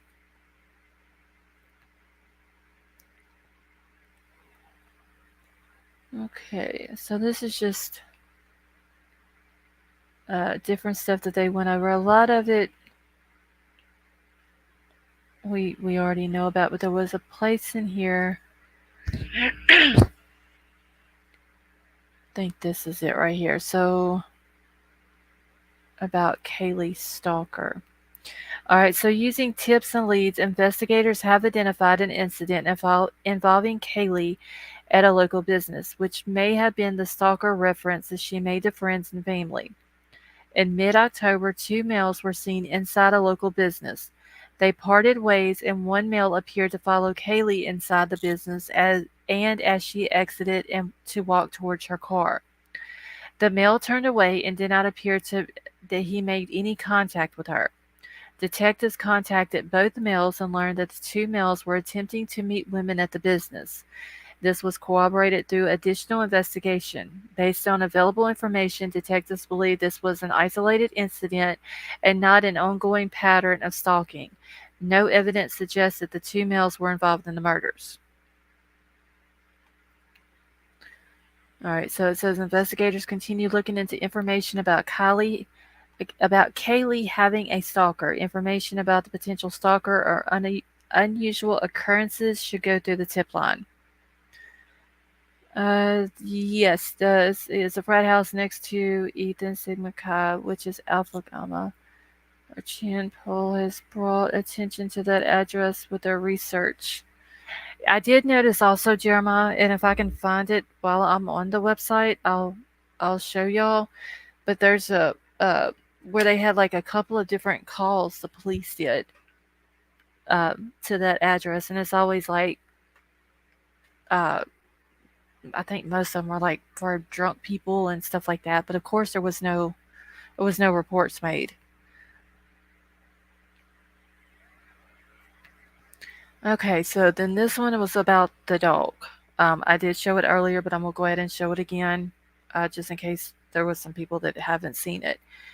So it says that there's been numerous requests about the dog found at the residence on the morning of November the 13th. Arriving officers entered the residence and found the deceased victims. During the search of the home, a dog was found in a room where the crimes had not been committed. Officers did not find any evidence on the dog, and there was no indication that the animal had entered the crime scene. The dog was taken to animal services and released to a responsible person.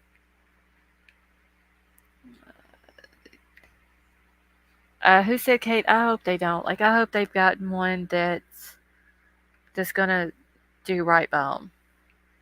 All right, so it says while the dog was in the house when officers arrived, it has not been determined where the dog was physically located when the murders took place. For frat boy annex in small college towns. Yeah, I mean, I just don't understand why they don't write reports up for anything.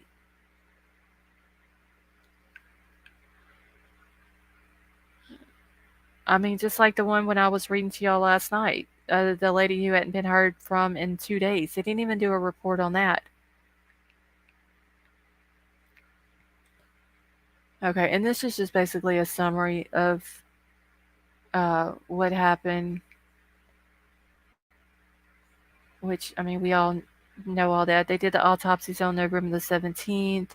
The Latah County coroner confirmed the identity of the four murdered individuals and their cause and manner of death as homicide by stabbing.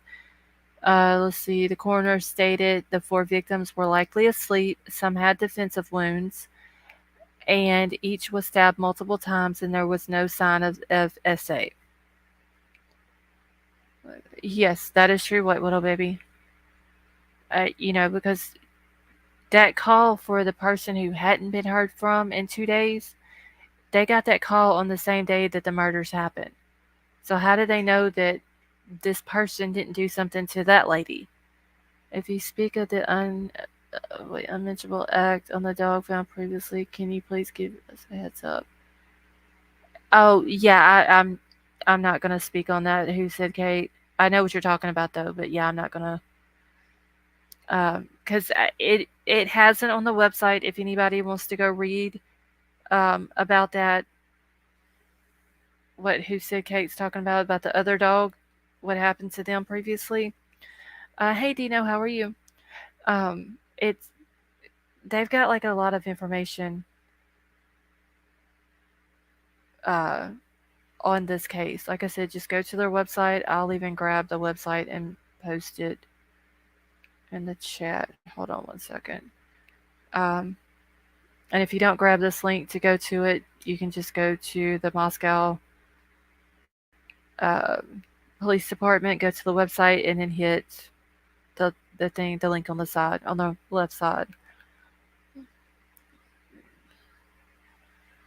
Let's see, the 200. So the Twitter account now has 274 followers. Jeez, we need to get that up to 300, y'all.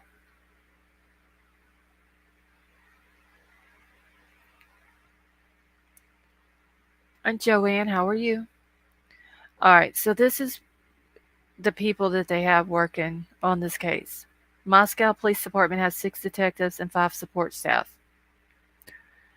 FBI's got 46 investigators located in Moscow and throughout the U.S. 2 behavioral analysis unit investigators, and then ISP, which Idaho State Police, 13 investigators in Moscow, 15 uniformed troopers assisting with community patrols, communications team, and an ISP forensic services. So that, and then Kaylee's dad's private investigator. So White Widow Baby says if we can get 300 followers on Twitter, she'll sprinkle you all with pickles. So there is the Twitter link that Nightbot just dropped. If y'all have Twitter, run over there and follow real quick. Like I said, Jeez is the one that's taking care of that for me, and she's literally on there. I've gotten notifications where she's put stuff on there like 3 or 4 o'clock in the morning. So y'all grab the link and go follow over there, please. Who said, Kate, thank you so much for the super sticker. I appreciate that.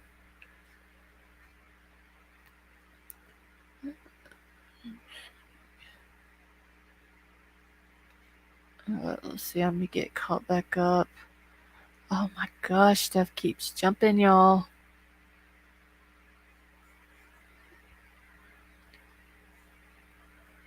Alright, there was something else that I was gonna show y'all. Let's see if I can find it on here real quick.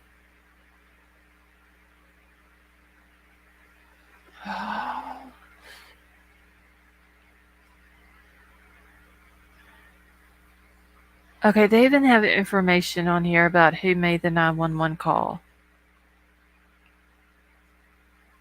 Do you think the case is going to go cold? Lazy? I hope not.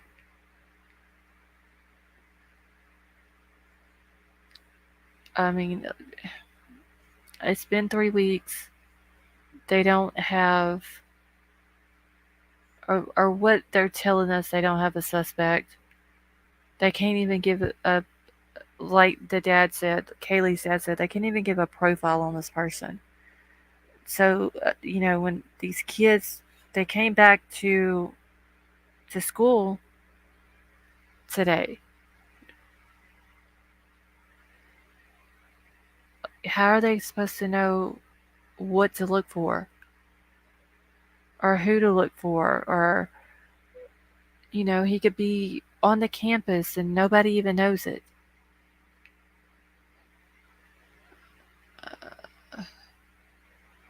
But I'll never... Wait, I will dip my toes in water for you, but I will never return to Facebook. Yeah, Cricket, yeah, go. If you've got Twitter, honey, run over there real quick and follow. The killer is on the move. And see, that's another dangerous thing, though, because if he's done left, he could be anywhere and do this again. Killer could have been an international student and gone home already. Does anybody know if the university up there, if they have a lot of international students?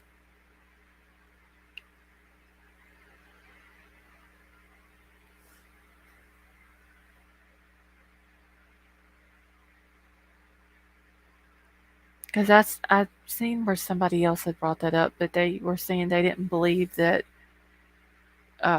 it was one of the students is studying abroad or how, whatever their term is for it. You sent me something on Facebook. Okay. Let me grab it real quick and look. There's lots of Asians, a lot. I mean, I don't live very far from a town that's got a college in it. And, I mean, nothing like this has happened. But there's not more of one, like there's not more Asians than there is um, Latinos or anything like that. It's all about the same. It's kind of I'm trying to think of the right way to say it. It's not more of one than the others.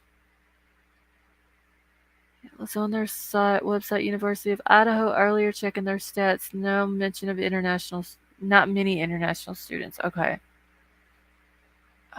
Wait, I never did zoom back out of this. All right, give me just a second. Vapor, let me look real quick. Saying I've seen a lot of Asians. I'm sure there are a lot of different students. Yeah.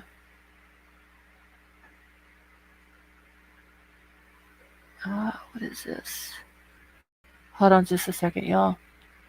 Be linked to Stebbin. Here. Oh, wait, where did this happen? Oh, in Salem. I want to say I read about this. Armed with a knife.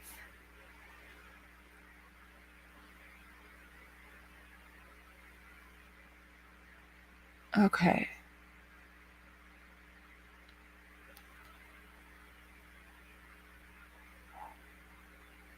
Let's see. August 13th, 2021, couple was attacked in their home in Salem, Oregon by a masked assailant who broke in armed with a knife. But didn't they? Okay, Sway, you have a good night. Um,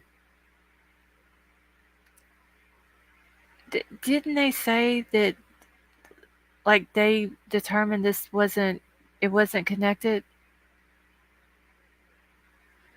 Because there was even one thing where it was brought up like an incident that's like, oh god, 40 something years ago.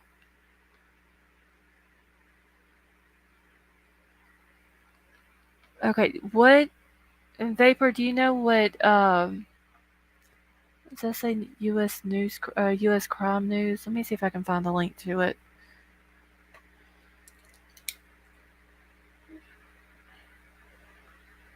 Hold on, let me write that down so I don't forget it. I think that's what it says. I can't.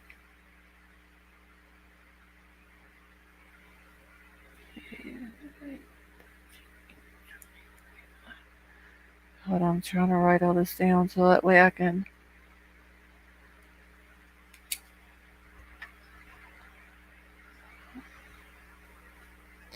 Alright, let me exit out of this now.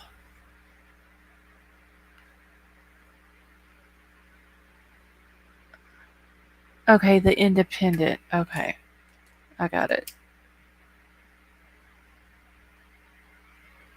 Alright, so that way I can look up the Independent. Let me see if I can find that real quick, y'all, and then I'll bring the article up.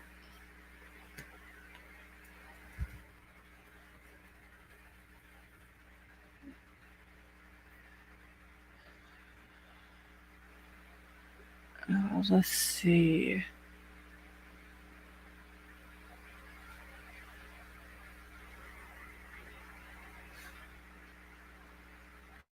Yeah, y'all run and hit the thumbs up for me as well if y'all don't mind while I'm grabbing this.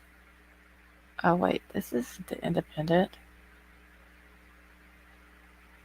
Okay, a knife. Roommates left unharmed while they slept 3 a.m. and so on. Okay, I'm trying to find it on here. I don't think this is the right Independent though.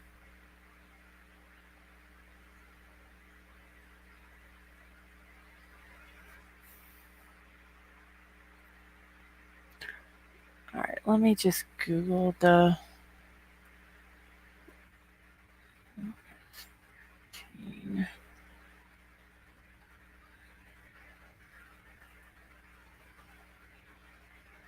Okay, hold on, y'all. I'm just trying to find that.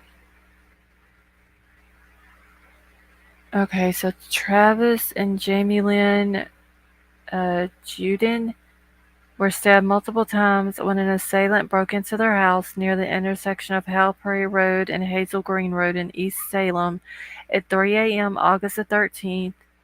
Travis was pronounced dead at the scene. Jamie Lynn was stabbed. Oh, I remember this.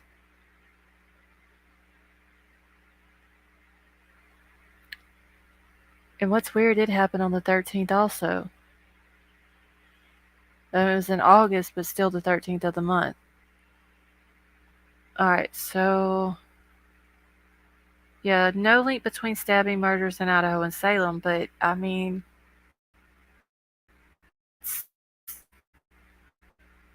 That's a little creepy though.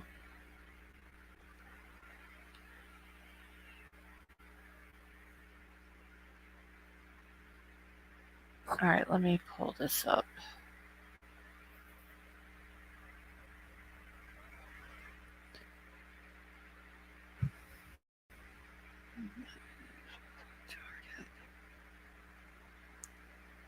Is Salem, Oregon, is it a college town?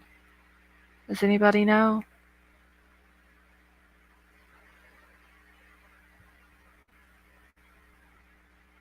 They wouldn't know. I never caught the killer. Family saying was written in Oregon. Sandra led. Also stabbed nearby. So yeah, I mean, how would they not know that they're, or how would they know that they're not related if they don't even know who did it? I wonder if they're just saying that they're not related to keep the community calm. So they haven't caught this person either, Vapor? Oh well. Okay.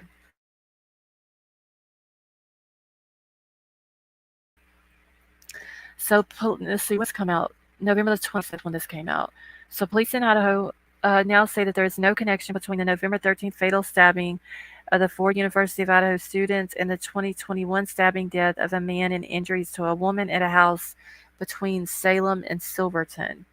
Travis and Jamie Lynn Jewton, I don't want to pronounce their name incorrectly, were stabbed multiple times when an assailant broke into their home near the intersection of Howell Prairie Road and Hazel Green Road in East Salem at about 3 a.m. August the 13th of 2021. Travis was pronounced dead at the scene and Jamie Lynn was stabbed multiple times but survived. The case is still unsolved. Marion County Sheriff's Office spokesperson Don Praise said that he declined to say if there were any suspects that had been identified. The thing I can say is that it's still under investigation, he said. And then it goes on to tell about Kaylee and Maddie and all them, which police have said they don't have a suspect in the case. I mean, if you look at it, on the 13th of the month, around the same time in the morning, the same way, people asleep in their bed. Yeah, it happened. It was around 3. What did they say? Between 3 and 5 or something like that? Let's see, for Ellie to say that, they must have a suspect in mind. Yeah, I don't understand why they're putting it out there that they're not connected, like they know for a fact when they don't even know who the hell did it. So yeah, 3 and 4. So this happened about 3 a.m. The ones in Idaho happened about 3 a.m. I probably ain't gonna be able to get I'm just gonna map this real quick. Let me grab my phone. Hold on, y'all, because this is some weird shit. Moscow, Idaho, Salem,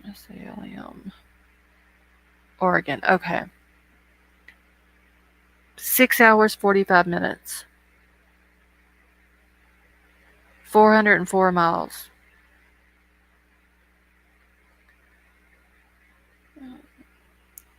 Yeah, the most authentic.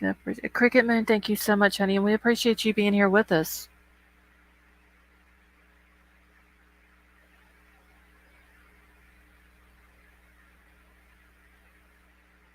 Okay, did anybody say if Salem, Oregon is a college town?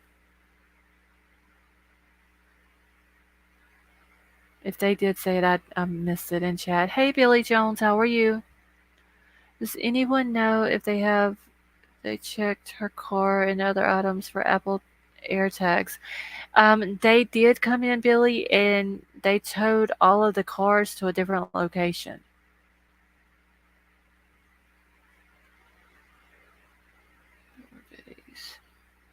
A couple of colleges area. Okay.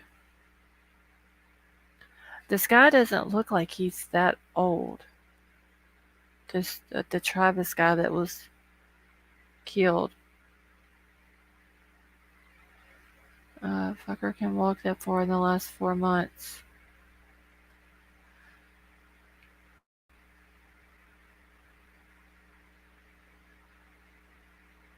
Okay, so there's two different ways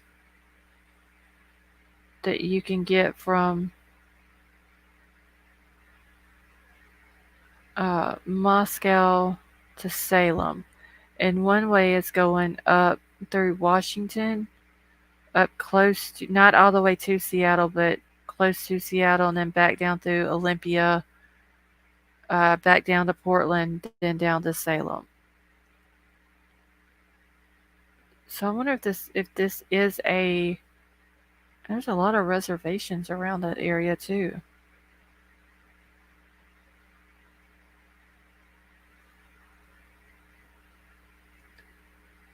I wonder if there's been any other crimes like this in those areas. Okay, thank you, Jim J.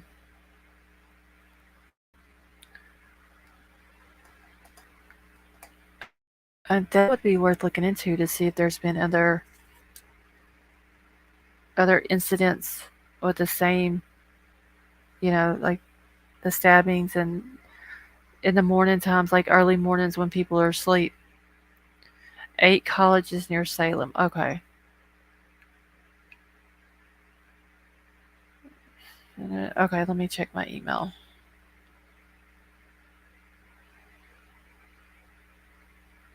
Moscow police rollout link. Okay, let me grab.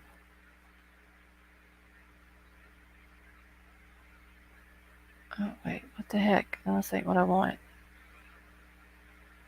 There was one woman who was stabbed in her bed in 2020 on the 13th of the month. HBG, do you remember where that was at?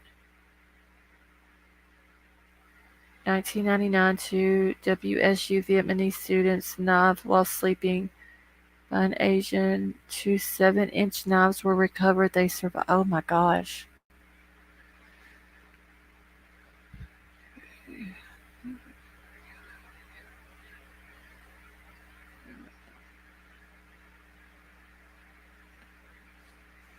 Jansen Horton. Very creepy. Is Cindy in here? I don't know if Cindy's in here or not. I got her email though. And I will I'll see what I can find on that name that she put in there. Alright, so let me grab this link here real quick.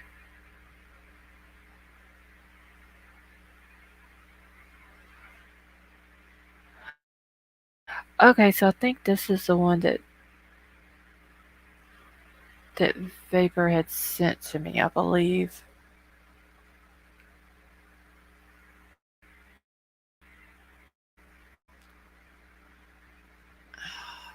Oh my god, all this stuff. Okay, Cindy, I did get your email, honey. With the oh wait, why is this playing? With the name in it. So I'll have to look into that. Where's it?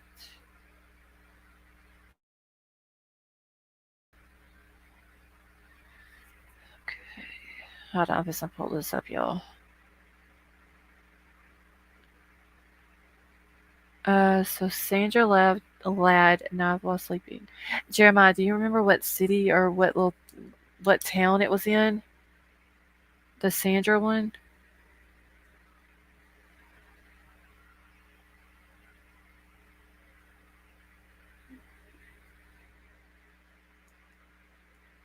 All right, I'm writing this down real quick because if not, I'll be done forgot.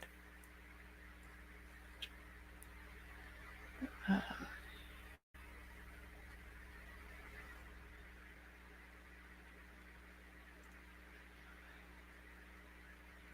Give me just 1 second. Okay. Wait, Jeremiah, I don't know what the. You don't. Do you know the name of the town? I don't need coordinates. I need somebody who knows how to do coordinates.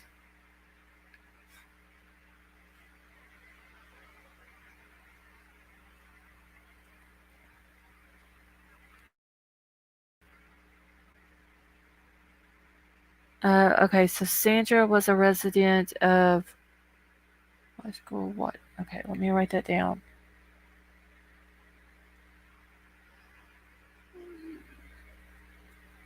Oh, Washington. Okay. All right. Thank y'all. So northeast of it. Okay. So do I need the coordinates in Jeremiah since it's? Oh Lord, I'm just gonna copy them and paste them in Google. I don't know what Google can do with them, but I'm gonna do it.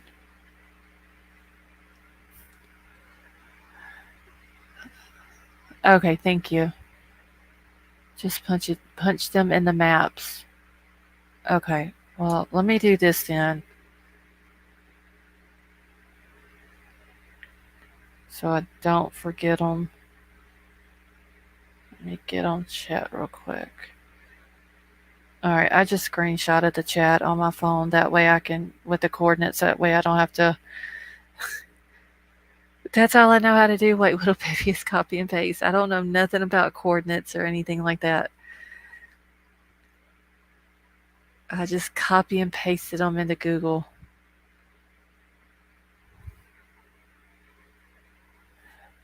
Give me just a second, y'all.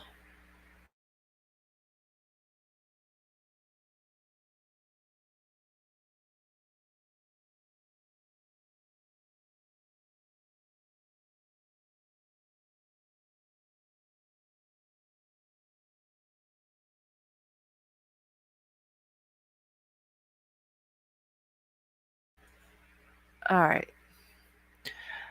Yeah, I just dropped them in Google, and then it when I searched it, it pulled the map up for it. So, all right. So it says Moscow police rule out link between University of Idaho murders and 2021 stabbing in Oregon. Police investigating the murders of the four University of Idaho students ruled out a possible connection to a similar stabbing a year before.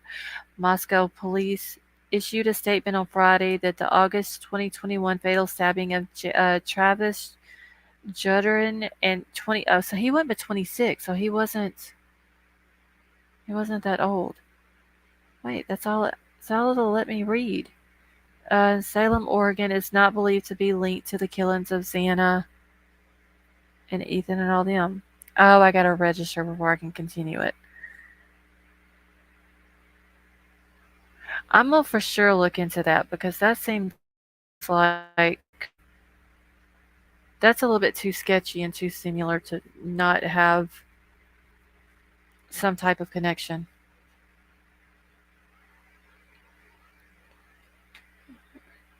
All right, does anybody want to come up for a little bit and just give me their opinion on all this? Okay, so she was found June the 14th of 20. All right, so let's see, 6/14/2020 was when she was found.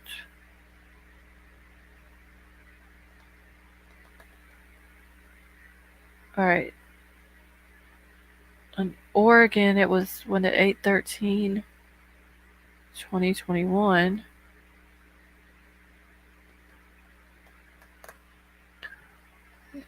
Okay, no, it's not the same one. Okay. I went to the Independent and I couldn't find the one that you had sent.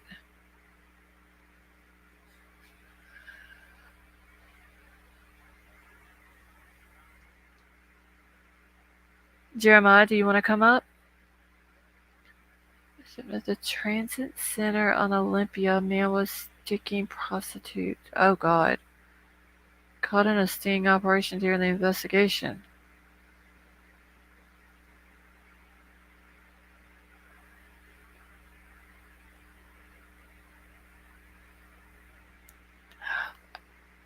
Guess who else lived in Washington? Joe died. Wait, is that 185 miles from Sandra?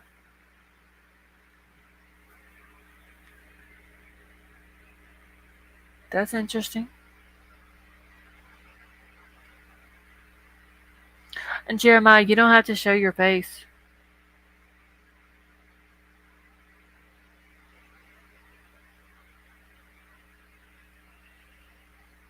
Do you have all of the Joe guy's information, G's?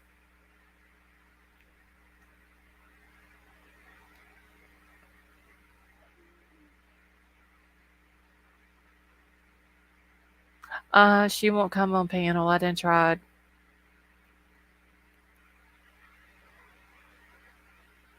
Okay.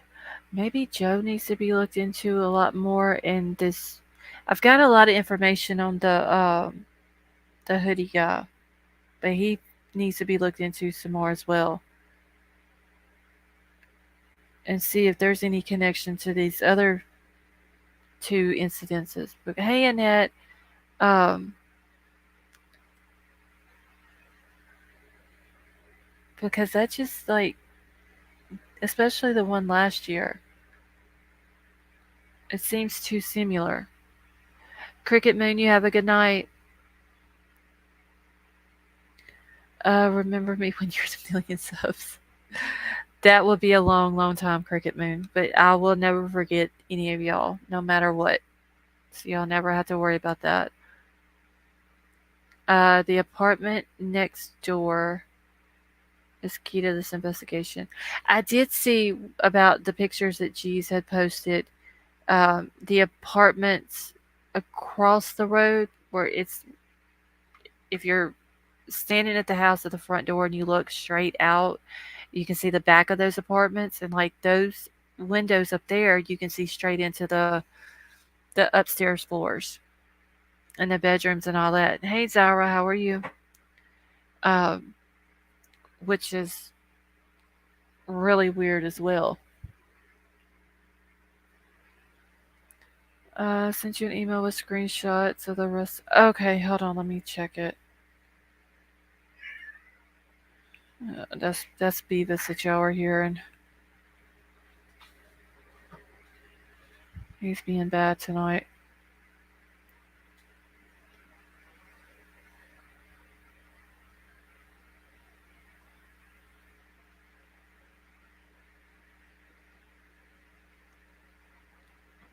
Alright, let's see. Beware the 13th.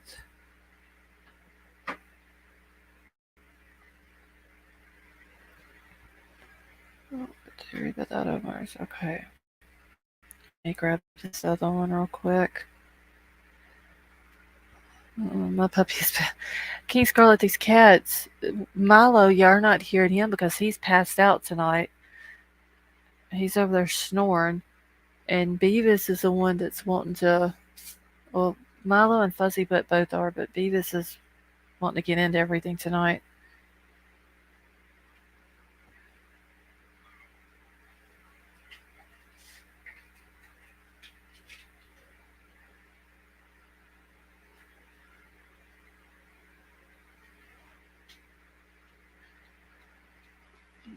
Olivia's been sick, ended up with a blood clot. Oh, Annette, I'm so sorry, honey. All right, Vapor, you have a good night.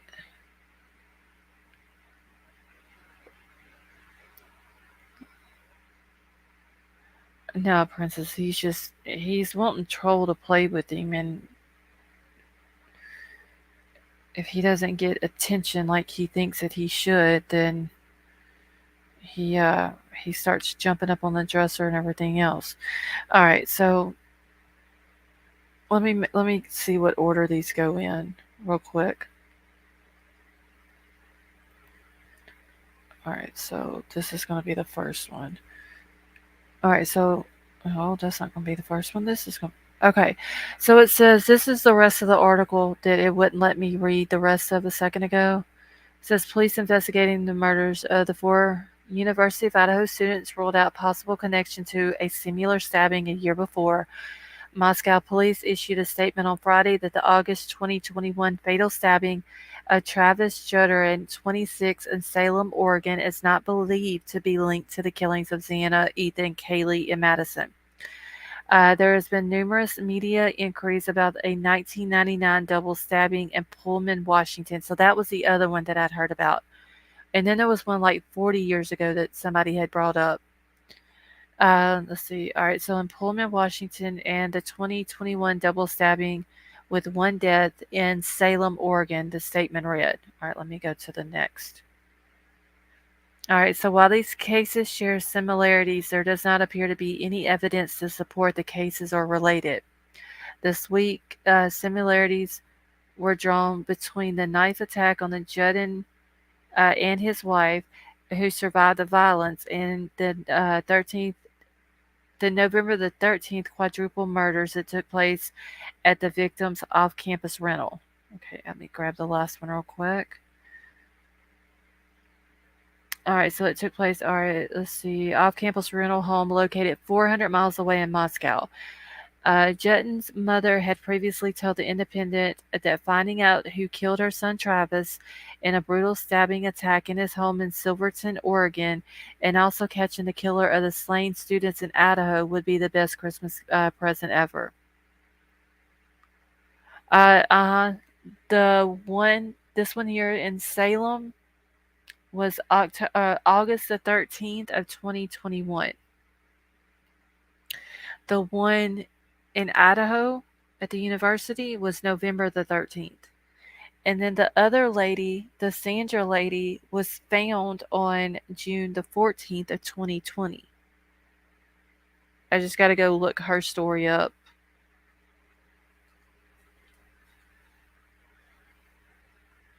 Let's see. And if anybody wants to come up on panel, just the mods can get my attention. And I'll drop a link.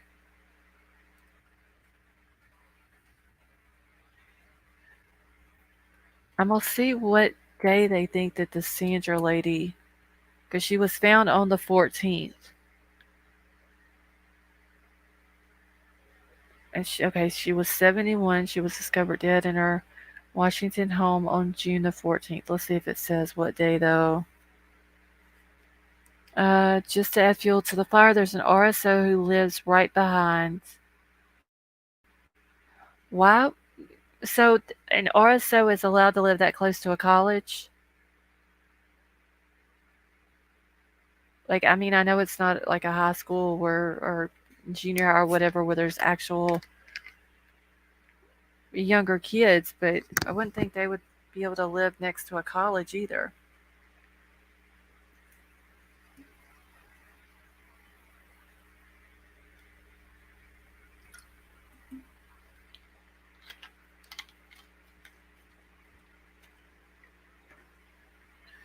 All right, let's see. Third unsolved murder.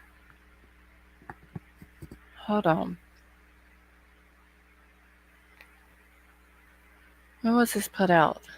November the 25th. I'm going to pull this up on screen.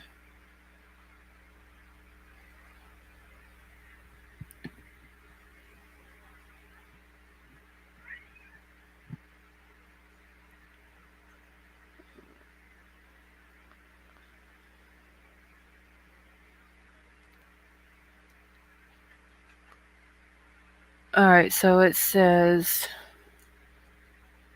hold on, I can't see if it's pulled up or not. Give me a second, y'all.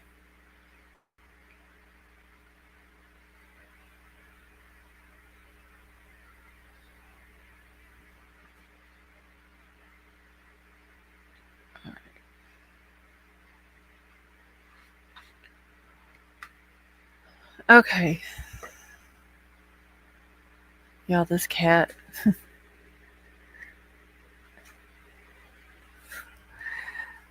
he's getting in trouble tonight, y'all. Okay, so third unsolved murder with eerie similarities to Idaho killings emerges amid investigation.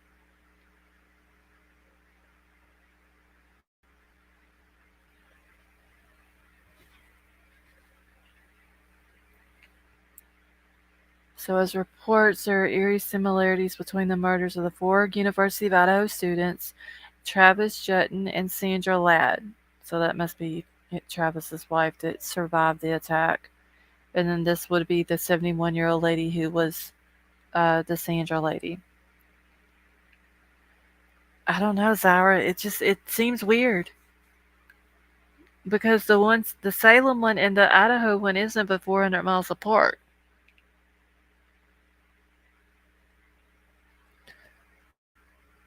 Let's see. So, a third fatal stabbing that had uncanny similarities to the unsolved killings of the four University of Idaho students has surfaced as investigators continue their hunt for the killer suspect in the quadruple murders. At a news conference on Wednesday, November 23rd, journalists questioned Moscow police about a potential link between the student killings and the murder of Travis Jutton, and during which his wife, Jamie Lynn, was critically injured in Oregon. According to authorities, on August the 13th, 2021, about 3 a.m., a burglar attacked the couple as they slept in their home. Jutton, 26, resisted, but he eventually died from his wounds. His wife, now 26, managed to survive despite being stabbed 19 times. Oh my gosh. Okay, nobody cares about Casey Anthony. We're looking at every avenue as we have other agencies reaching out to us with other cases, stuff that we are going to follow up on. So if they have other agencies reaching out to them, I wonder if it's these agencies from these towns who think that there may be a, something going on with them, like a connection. Wait, let me see. There's 33 RSOs within a 5-mile radius of Moscow. The city makes money from the state for housing. Oh my god. Why the dad kept saying he didn't have to use the stairs. He had me wondering if he body surfed down the stairs with the body. Okay. Let me see. I done lost my spot. Alright, so he said that his office knew about the case and was looking into alleged similarities, but no official connection has been made between the two cases. The Idaho Tribune reported that a third attack had a similar profile. According to Oregon Crime Stoppers, Sandra Ladd, 71, was discovered dead in her Washington home on June the 14th of 2020. The medical examiners discovered many stab wounds in her torso, leading police to declare her death a homicide at the time. The two incidents took place 70 miles apart within 14 months in between. The location is about a 5-hour trip west from Moscow, Idaho.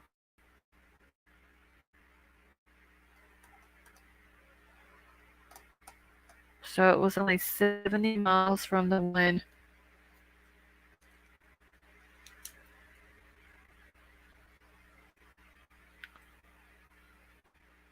Wow. I might have to map all those.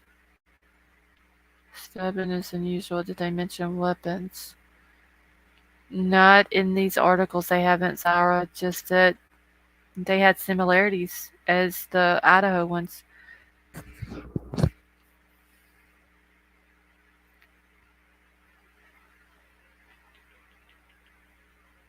Jack would have been a youngster, so then eliminate him.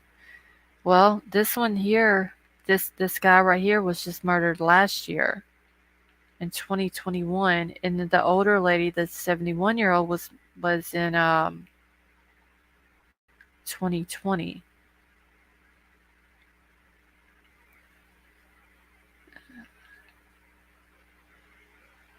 And the Joe guy, so he would have lived not far from these people here, this couple here, and the older lady, the Sandra lady.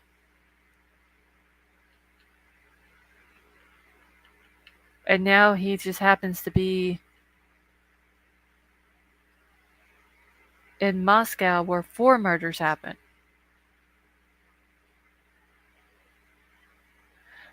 All right, so Washington. It's just north of Portland, Salem and Portland.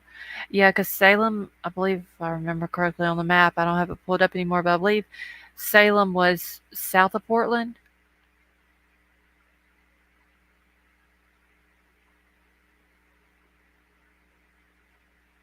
That's what KCGs. That is weird,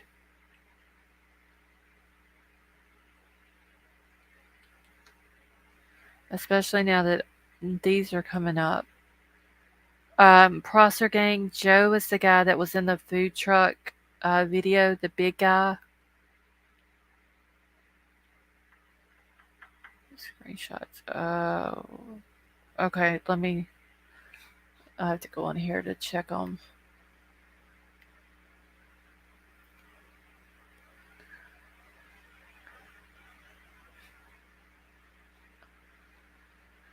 Give me just a second, y'all, so I can look at the screenshots. It's got me thinking and wondering. Look up. Okay, so this is very weird, y'all. I'm sorry, but it's weird how this Joe guy is close to these other ones. So, geez, when did he move to the Moscow area? To map all these cases we find that are similar compared to the maps. Sifa, you can if you feel like it. Or I can map them, it doesn't matter. Either one.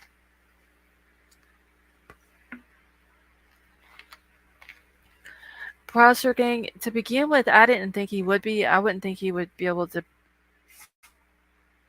be able to maneuver um, and be quiet. But I'm hearing that people are saying that are his friends that he's very like I figure he would give out, I guess would be the easiest way to put it, that he would give out easy. Um, he wouldn't have the energy to do that. All right, let me see what the screenshots are here.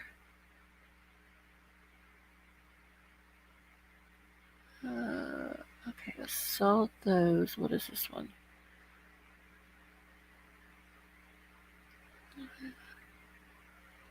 Oh wait, when was this put out? Vapor, this one that you sent to me, this article.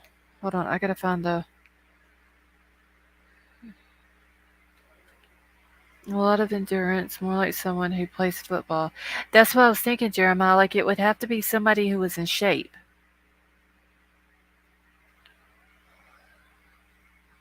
Wait, I need to know when this article came out that he just sent. I need to find a date because on that it's saying.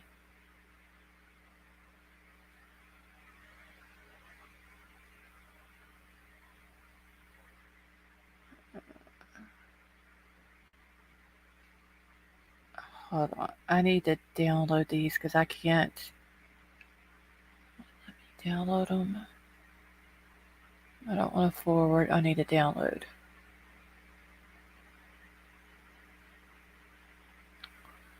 It's just screenshots, Sifa. That's all I've got, and I can't share my screen from here because it's going to show uh, people's personal information. But I do believe. Let me make sure they're downloading to my folders here real quick.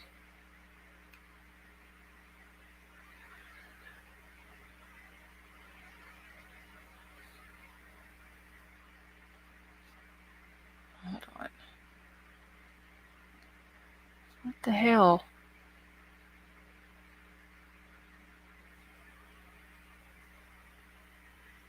think Joe. Okay, so wait. I think Joe lived there before, moved to Kennewick, but is back. His fam went to school there and worked in the hospital.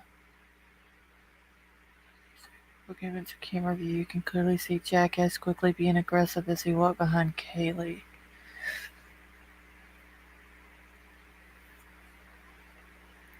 And Jack and Joe know each other, right?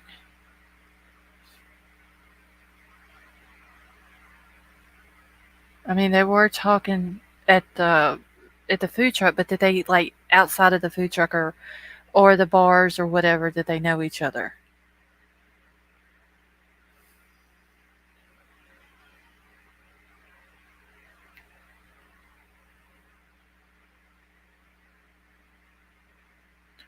All right, I'm just seeing where it's putting my screenshots real quick.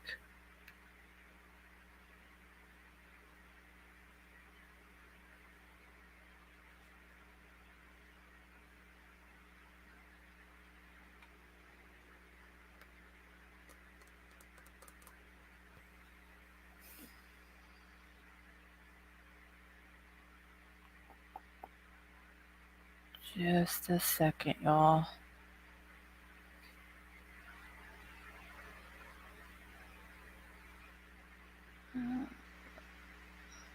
Hmm. It's got to be put them somewhere. I just got to find them.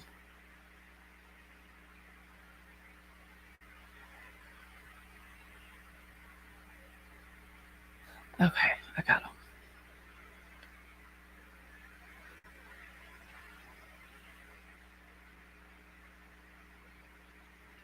Let's see when these three people. All right.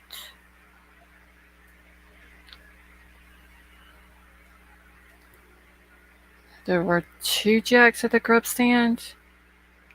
I think it was just the one Jack. It was a Jack and then the big guy was Joe. And then Jack is the one everybody's calling the hoodie guy.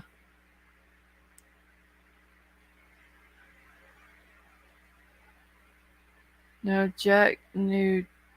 Wait, no, Joe knew Jack S for 4 minutes. Okay.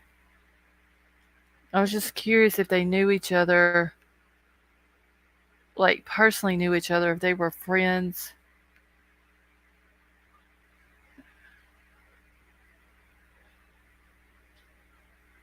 Because that could have been, if it was two people, it could have been them two.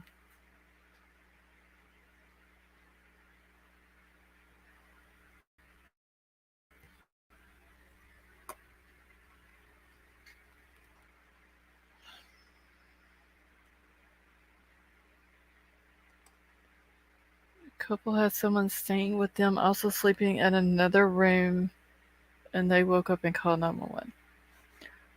Oh my gosh. Alright, so November the 24th is when this came out. So let me finish. This shit would start acting right. I could get it downloaded and then read it to y'all.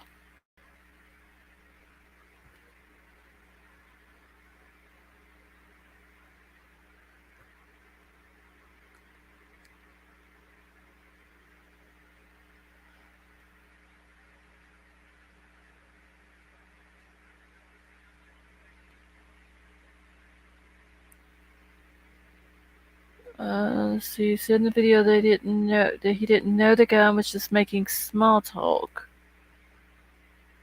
Okay, so wait. Jack K was the guy that did the Venmo payment, or that Ethan sent the Venmo payment to.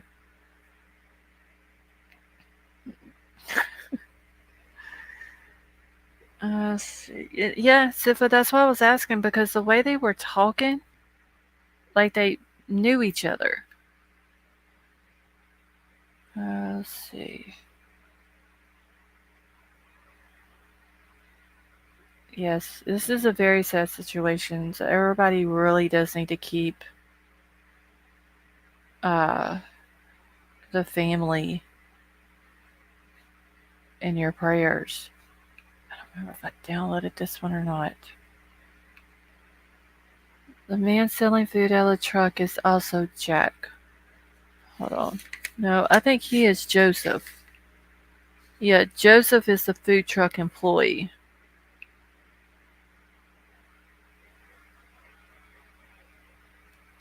See, we found out Jack's parents donate lots of money to the university. Yeah, they donate money to the university. They donate money to the campaign of the mayor, and one of the city council people that was running. They donate money to them as well. They're also very good friends with the attorney general there, or the guy that works in the attorney general's office. Um, Friends with people who are, what are they, the law clerks for the Supreme Court. So they're tied in with a lot of high up people.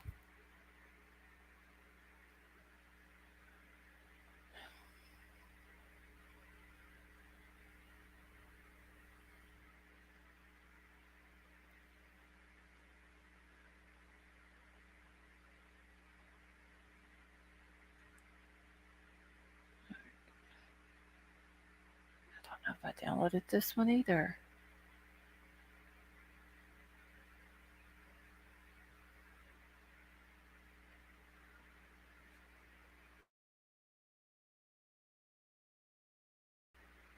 All right, it's going to take me a few seconds to get all these screenshots downloaded.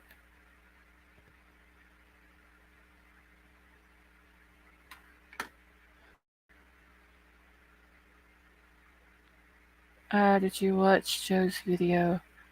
I watched a little bit of it, Sifa. Not a whole lot. Three Jacks, one Jake, a Joe. Wait, hold on. I got them all wrote down over here. So we got, yes, three Jacks, a Jake, a Joe, and a Joseph. Joseph is the food truck guy. Joe is the heavy set guy. We got Jack D, Jack K, Jack S, and then Jake.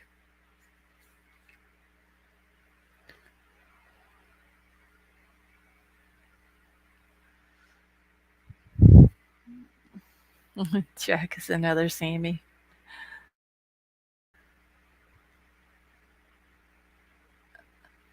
And a Jacob as well as a Jake. Yeah, Jake is yeah, I done lost. I don't know which ones I've downloaded and which ones I haven't now. Jake is Maddie's boyfriend. All right, so that was all of them.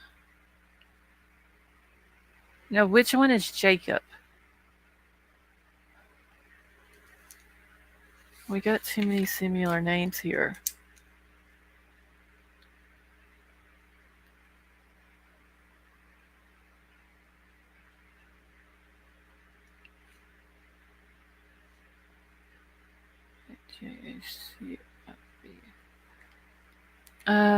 See, I myself find a little creepy live stream in the grub check. I wonder why they do that. Six has been identified and she graduated in October and left, so not a factor. Okay.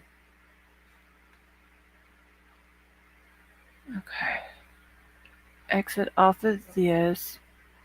Oh, Annette, there's six now with Jacob. Might be the one they are talking about, but maybe another Jacob. Yeah, I have that last name for Jacob, but where does he come into play at?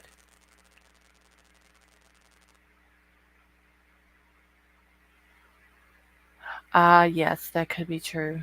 Zara. It does kind of look creepy, but then again, yeah, if somebody orders food, don't pay for it or something, and snatch and run, they got them on camera. So that does make sense. Alright. Holy shit, I downloaded this one 3 times, y'all. I was sitting here talking and wasn't paying attention to what I was doing.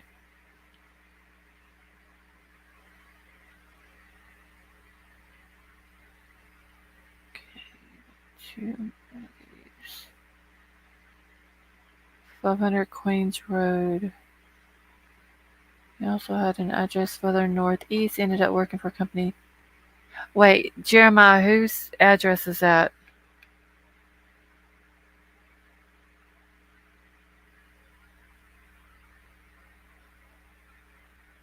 Huh? We'll be making, if anyone cares. Yeah, Zara, I was talking, and when I would hit the download button, I wasn't paying attention if it downloaded because I was chatting, watching the chat and talking. All right, so let me get all these put into a folder. I don't know what the hell to even name my folder.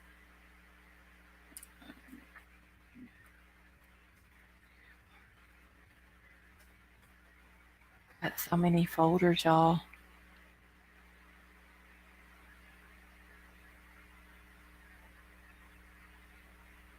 I don't even know if I'm putting these in order. Vapor, when you sent those to me, were they in order? The screenshots?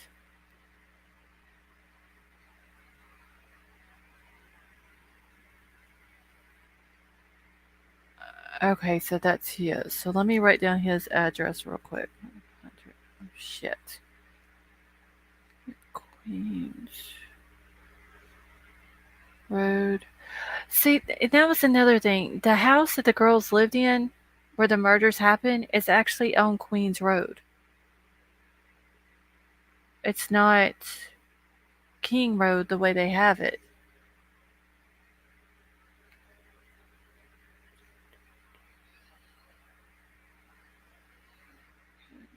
Okay.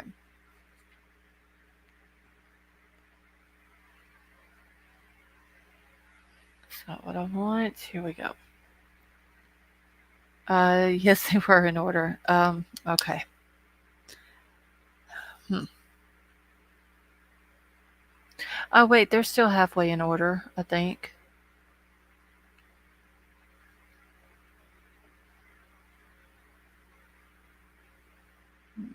Did you put some in your external hard drive or get? What, Zara? I haven't got a new computer yet. I've still got to get the PO box to get the external hard drive.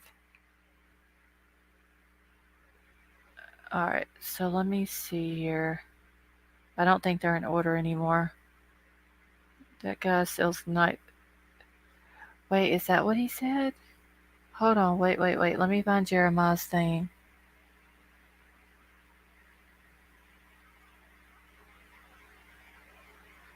He also had an address further northeast, ended up working for a company that sells night vision goggles. Holy shit. Do you know the name of the company, Jeremiah?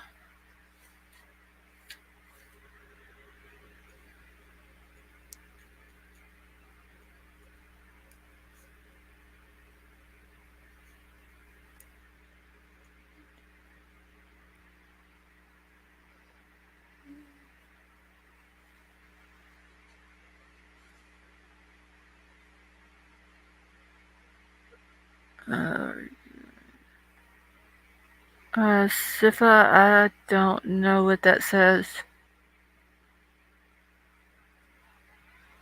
What happens if I was sleeping?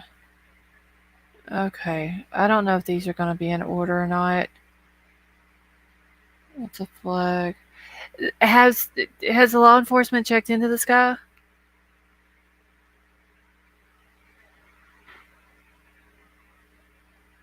Oh, okay, Sifa, that's fine.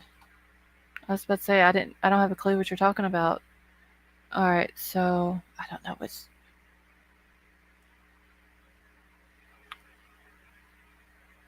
Ben Hal Optics and Night Vision Division.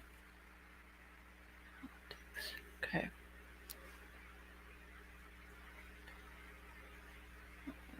Shit. Alright.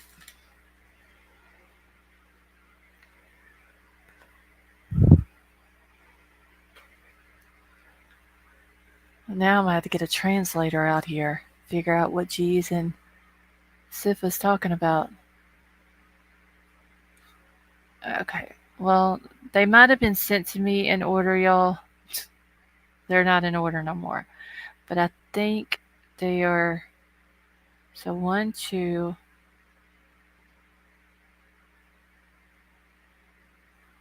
I think I'm missing one somewhere.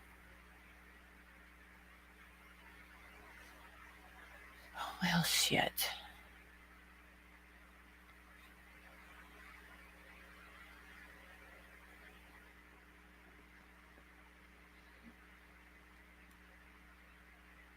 Y'all just over here just talking up a storm in a whole nother language.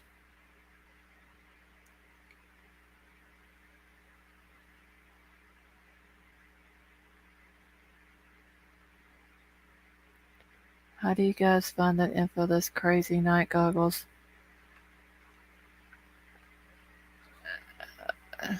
I've noticed Jeremiah does have a lot of good info. I don't know where he's getting it from, but he's got a lot. Alright, I gotta go back to this real quick, y'all, because I gotta figure out which one of these I have missed. That's not part of it. Speak foreign language, so it's harder to exact things. 4chan. Okay. I went on there the other day. There was some weird shit on 4chan. Okay, I'll get this one. Y'all give me 2 seconds. I just gotta make sure that I have all of these screenshots that was sent.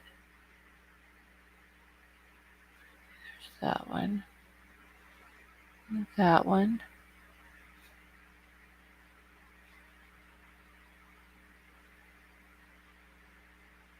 No, I got them all. They're like half-ass order, numbered.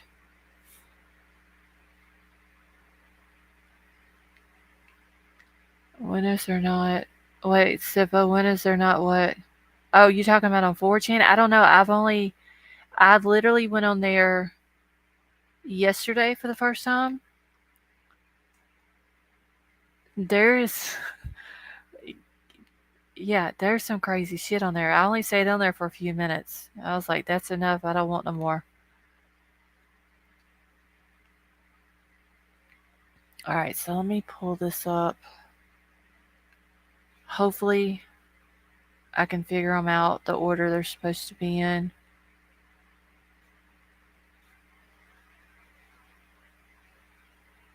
See, I do not know, but done, I'd imagine for the street cleaner. Oh, that's something else. Okay, Dylan is friends with Jack S. He met Xana that way. I've seen that somewhere else, Cindy, about Jack S. and Dylan being friends. I think somebody in chat said that last night. I still think something's up with Dylan.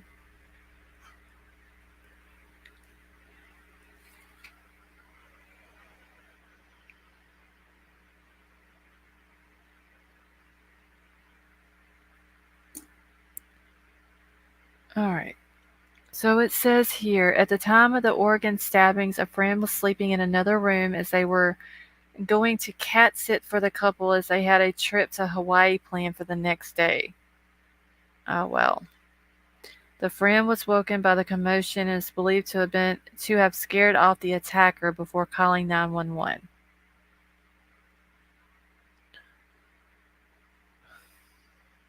Alright, let's see if I can. I don't know which order these are supposed to be in, y'all. Okay, let's see. Let me go to this other one.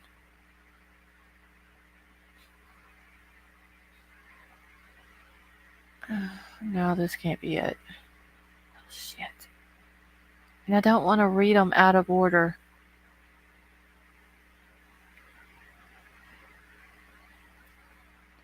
Okay, so but this is what I did want to read. I think you said this came out on the 24th of November. Now, Sifa, she's probably doing something, but she's probably listening though. All right, so it says investigators are exploring the possibility that the quadruple murders of the 4 University of Idaho students may be connected to a 2021 unsolved stabbing murder 400 miles away in Oregon. Back on August the 13th of 2021, a couple was attacked in their home in Salem, Oregon by a masked assailant who broke in armed with a knife, the Marion County Sheriff's Office said at the time. Travis uh, Juten, 26, and Jamie Lynn, 24, were woken at around 3 a.m. in the morning when the mystery attacker entered their bedroom and stabbed both of them multiple times. Mr. Juten tried to fight off the attacker but was stabbed to death. Mrs. Juten was stabbed 19 times in the attack but miraculously survived. Can y'all imagine? Golly, that is.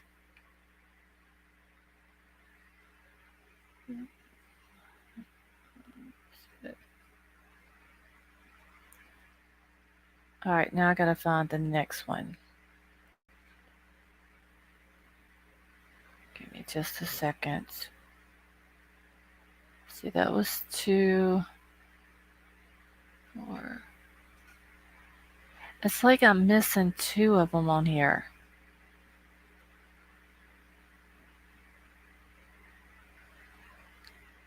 Aren't the dogs that follow blood trails, have they been used to maybe follow the killer?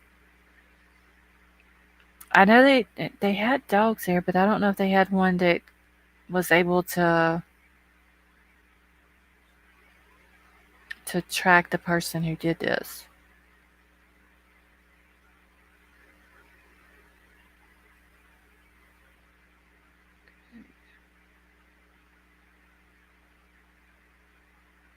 Alright, let's see.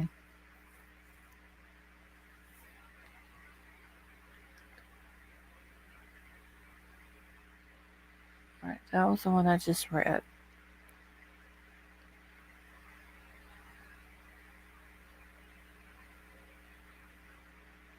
Oh my gosh, y'all.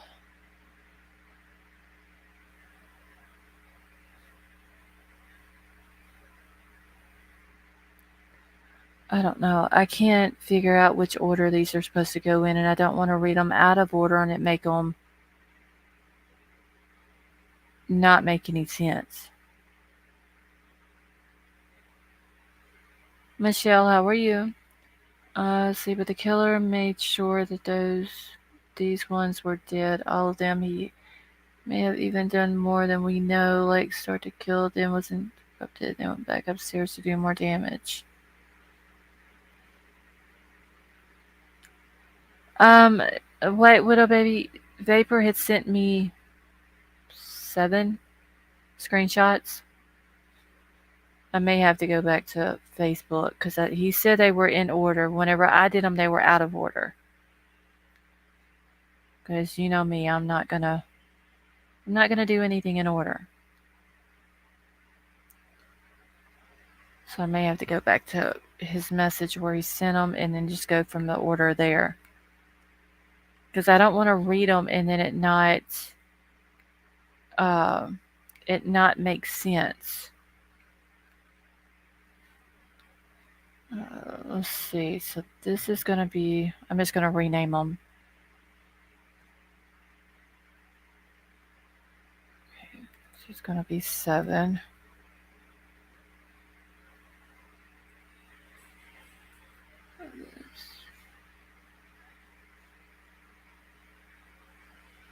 Yeah, give me just 1 second.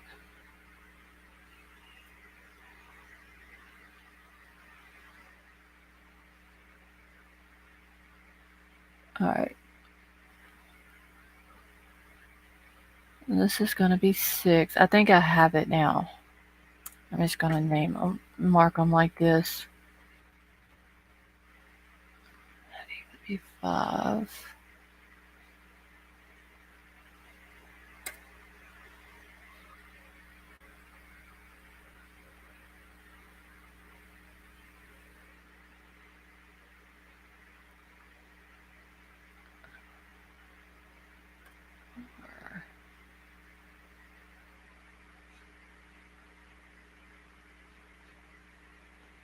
Okay, I think I got it. 3 and then 2 and then 1. I think I got it now, y'all.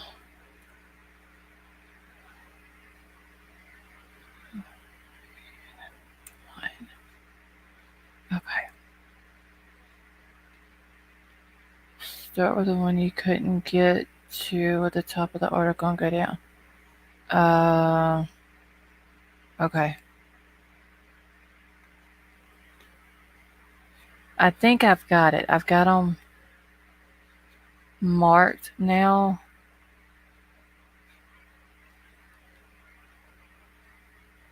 All right, so the one I just read was 1. Okay, here we go. Where is my percentage? I think I got it, y'all. Now it should make sense. All right, thank you, White Little Baby. I think I got it, though. Oh, shit, that ain't what I wanted to do. I hope, anyway.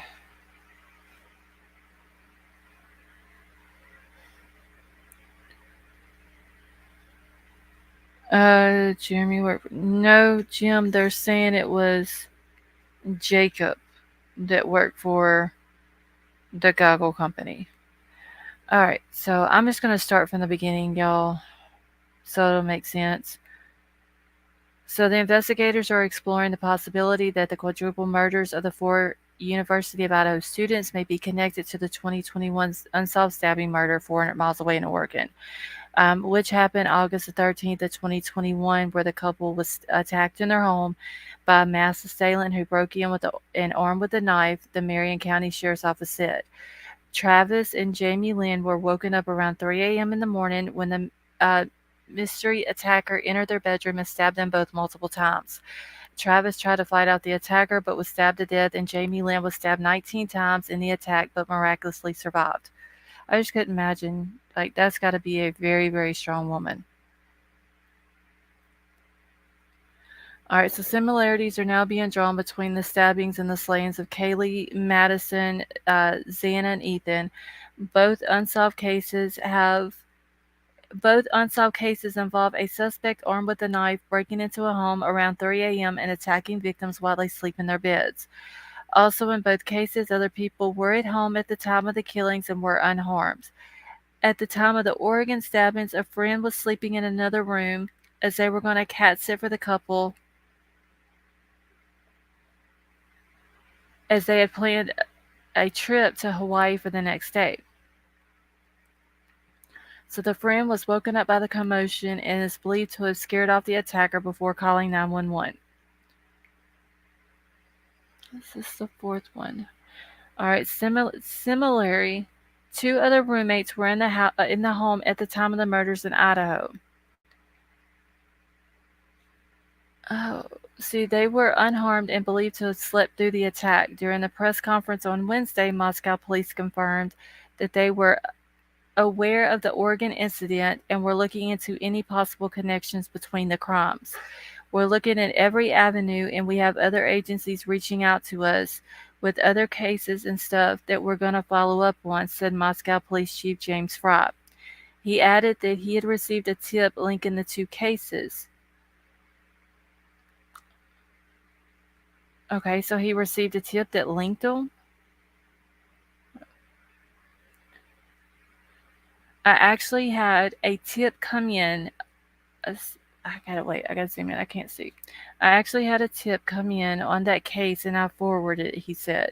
The possible connections come as 11 days on from the quadruple murder. No suspect has been named and no arrest made. Officials gave few details about the case in Wednesday's press conference, refusing to say why they believe the murders were targeted, instead simply telling the terrified community to trust us. I mean, it's kind of hard to trust the police when they're not being transparent with the community. All right, wait, I went the wrong way. I gotta find this one. All right.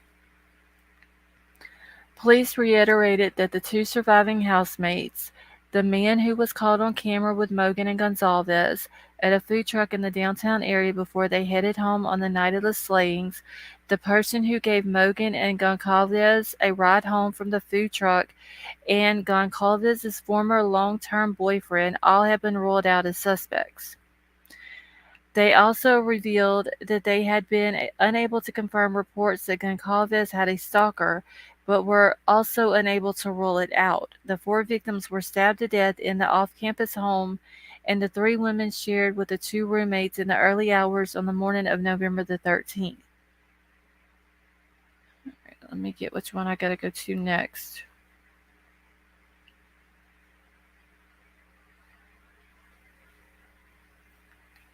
All right. Goncalves and Mogan had spent Saturday night at the Corner Club bar in downtown Moscow before stopping by the food truck and then getting a ride home from an unnamed private party. Kernodle and Chapin, who were at a sorority party at the Sigma Chi house together. Wait, I thought they were at a frat party.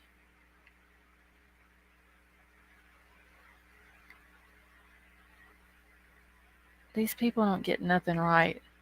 All four victims are believed to have returned to the student's home at around 1:45 a.m. Multiple calls were then made from the phones of Goncalves and Mogan to the phone of Kaylee's former longtime boyfriend between 2:26 a.m. and 2:52 a.m. None of the calls were answered. The time of death of the victims is believed to be around 3 to 4 a.m., officials said last week. Two victims were killed on the second floor and two on the third floor of the home. The two surviving roommates were asleep on the first floor and weren't unharmed. The horrific crime scene went unnoticed for several more hours, with police receiving a 911 call at 11:58 a.m. on Sunday, reporting an unconscious individual at the home. Police arrived and found the four victims dead. All right, let me go to the last one here. The coroner has revealed that all four victims were stabbed multiple times with a large knife while in their beds.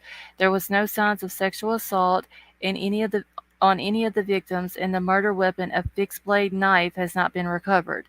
Investigators are asking anyone who observed notable behavior, has video surveillance, or can provide relevant information about the murders to call the tip line at 208-883-7180 or email the tip line at ci.moscow.id.us. All right, so I finally got them all in order, so they made sense for y'all, but it sounds like that at one time they were thinking that maybe this case in Idaho and the Oregon uh, case were possibly connected.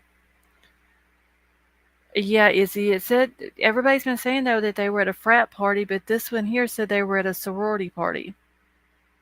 Hey Meg, how are you?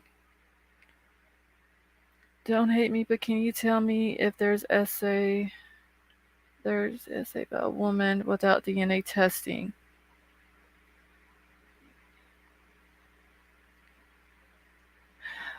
Okay, wait. So Meg, are you asking if they could tell if someone had been essayed without doing DNA testing?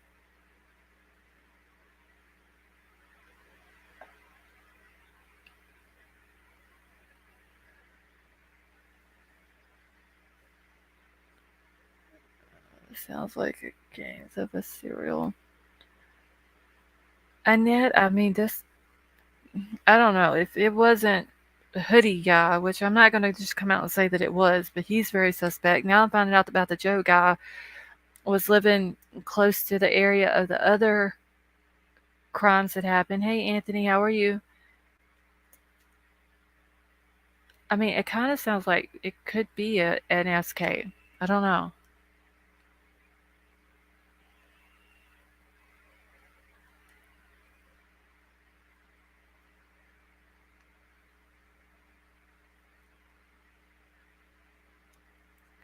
Okay, it's not possible to rule out SA, just no obvious signs of it.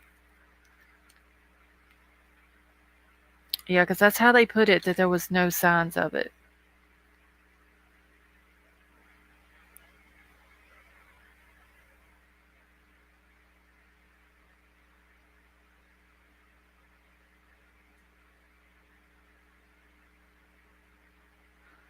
Give me just a second, y'all.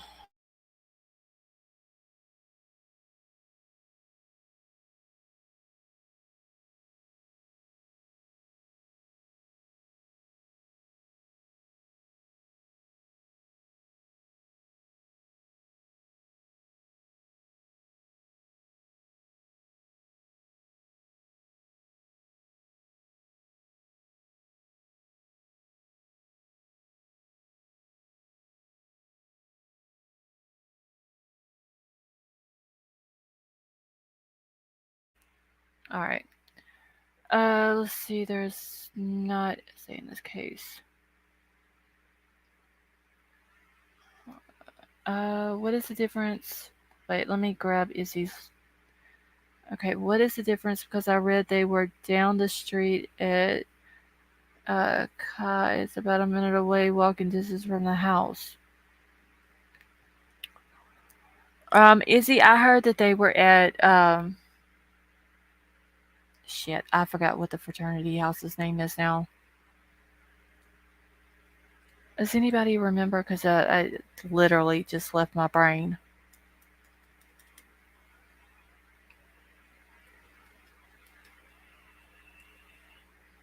Sigma Chi. Thank you, Jeremiah. Which is where they said in the article, but they said a sorority. Hold on. It's like whenever you read an article, you have to Google.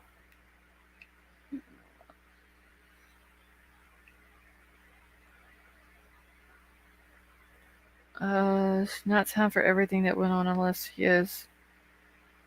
Yeah. But then again, I mean, do we really know what time this guy left the house?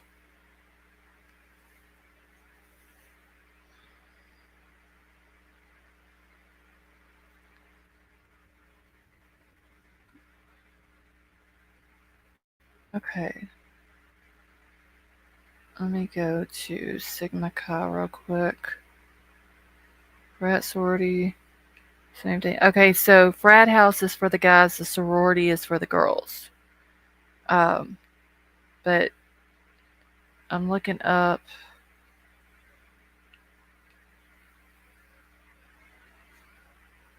Let's see. Sigma Chi University of Idaho, sorority and fraternity. Let's see. Because right now we're one of the best college fraternities amongst any five fraternities. They're like number one, is what it's saying.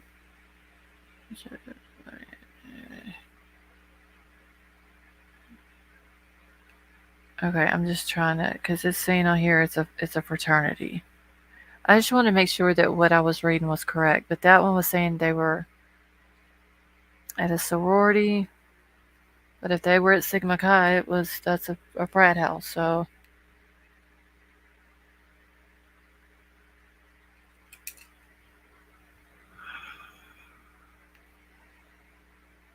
wait, but they were definitely dead before he would have had a chance. I think it was just he went in. He had already planned on doing what he was going to do, which would make it premeditated. He went in, he did what he did, and he left. He might have cleaned up a little bit, maybe cleaned himself up in some way that he wouldn't track anything outside. Um,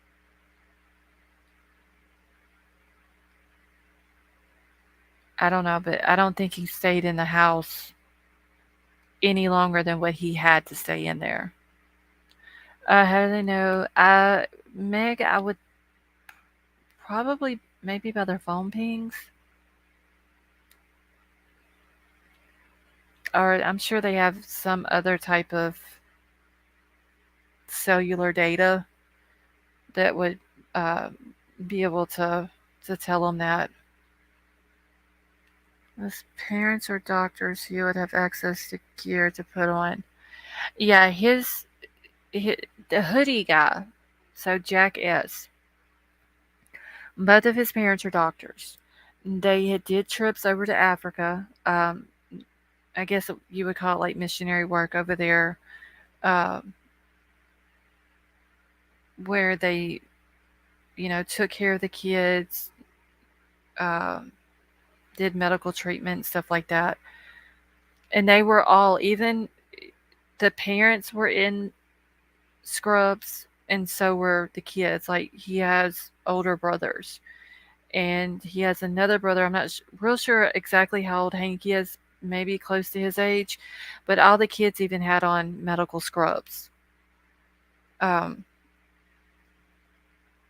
so if they had all that, I'm sure they have all types of medical equipment, um, or anything like that that they would, what a person would need. But if that was the case, he walks with them from the bar to the food truck, and he didn't have anything with him in his hands. So he would have had to have went back to wherever the stuff would be located, and then grab it and then go back to where the girls were at, or where the murders happened at.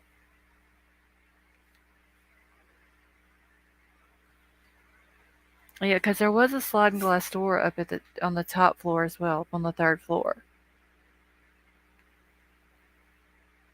He lives across the street at those apartments. Now I know that, what's his name? Jeremy Reagan was a neighbor, but he wasn't like right next door neighbor. He was kind of like down the street a little bit. They said. I don't know exactly, because the hoodie guy, he didn't live on the same street as him. Was it for sure, Michelle, the apartments across the street from where the house was?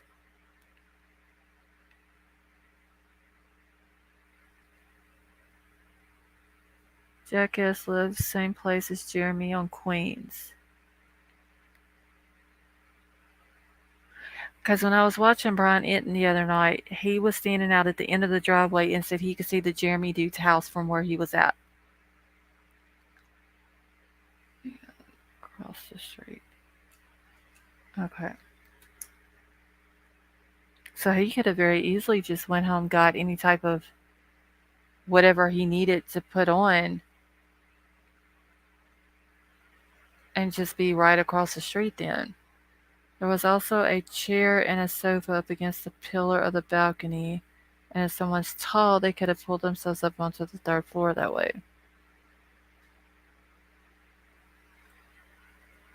Yeah, and then there was also the ladder, but the ladder was lit up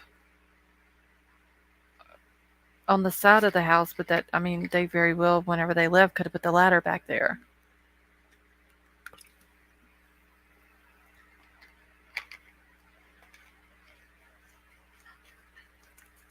All right, so yellow apartments number 32. Okay.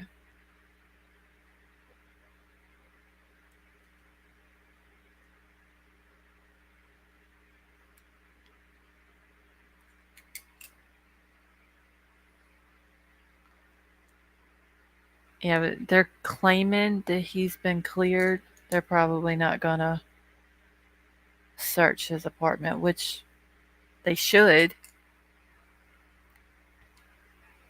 The ledge with the ladder puts the person right outside. Yes, that. Yeah, if he was to climb where the ladder was up to that ledge, that was right outside Xana's window.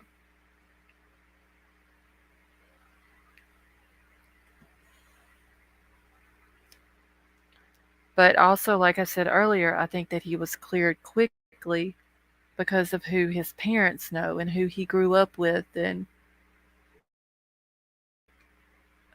all that. I mean, his parents are connected to attorney generals and mayors and city councilmen and uh, all this and that. So they could have easily helped him, get cleared of all of this. Let's see. Yeah, Jeremy even said that he called the sheriff's department or the police department and they wouldn't listen to him. So he went down there and gave them his DNA. I don't think, unless he was just like, he would have to be completely 1000% sure, which I don't think you can be in a case like this, that there was absolutely none of his DNA in there for him to be able to do it and then go voluntarily give his DNA. Like, you would have to be top notch, whatever, and very, very brave person to do it.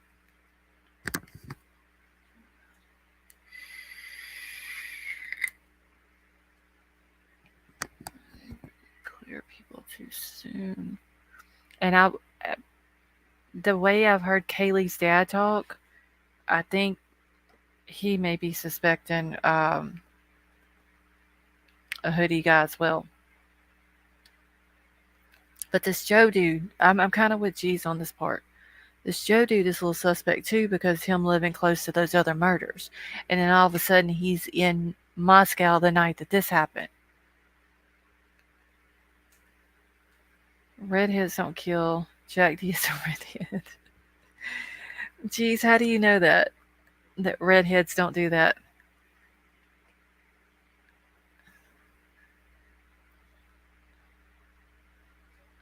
Let's see. Wonder if person entered third floor first, then made enough noise for Ethan and Xana to hear.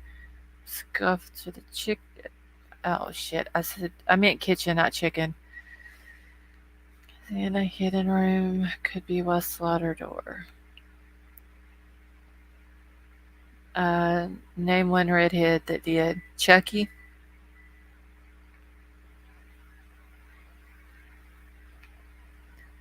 Trees. Never seen a redhead. I don't know. The only one I can think of is Chucky. Oh, I know. White Widow baby, I'm getting bad here. The amazing Tiff, how are you?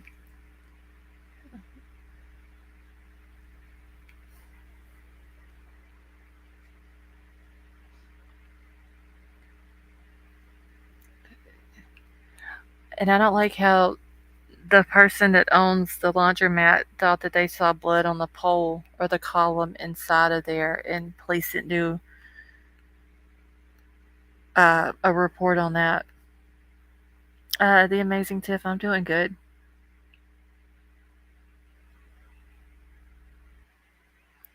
I'll take all with a grain of salt, but at this stage, listening to some people is all we can do. I found it interesting though. I tried to ask more questions, but the stream went to bed. Let's see. Yeah, Prosser Gang. I had a. That was like my first thing whenever it was brought up about him. He doesn't look like the stealthy type. Uh, but then again, I mean, he's. It seems like he's big enough that he could overpower all of them with no problem. Also, let's see. We both struggling. Did what I say make any sense with such chicken? It's if I don't even remember what you said now. I have to go back and read it.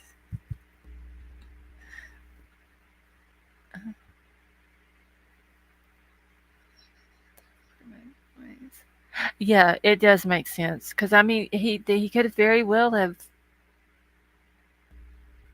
climbed up there on the balcony of the third floor, went through the third floor sliding glass door because that's where Kaylee's room was.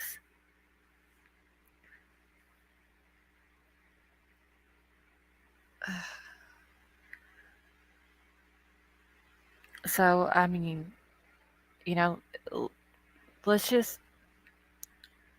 think of it like this. Let's say Kaylee was the target. She has a sliding glass door in her room. We don't know if this person's been watching her or watching the house or anything like that. There was a picture, I believe G's posted it on Twitter, where the apartment buildings, the back windows of the apartment buildings across the street from the house has no blocked view to the house uh, where this happened.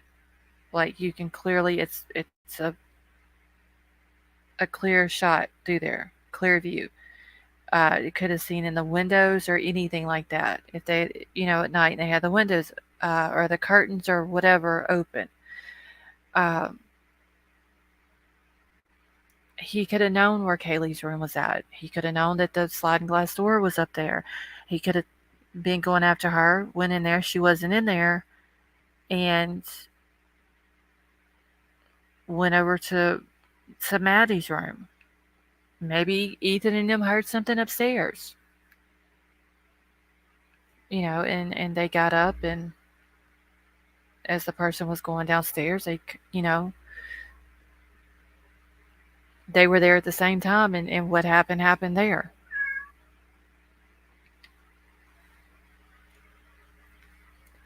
Oh shoot, I keep clicking on stuff. Let's see.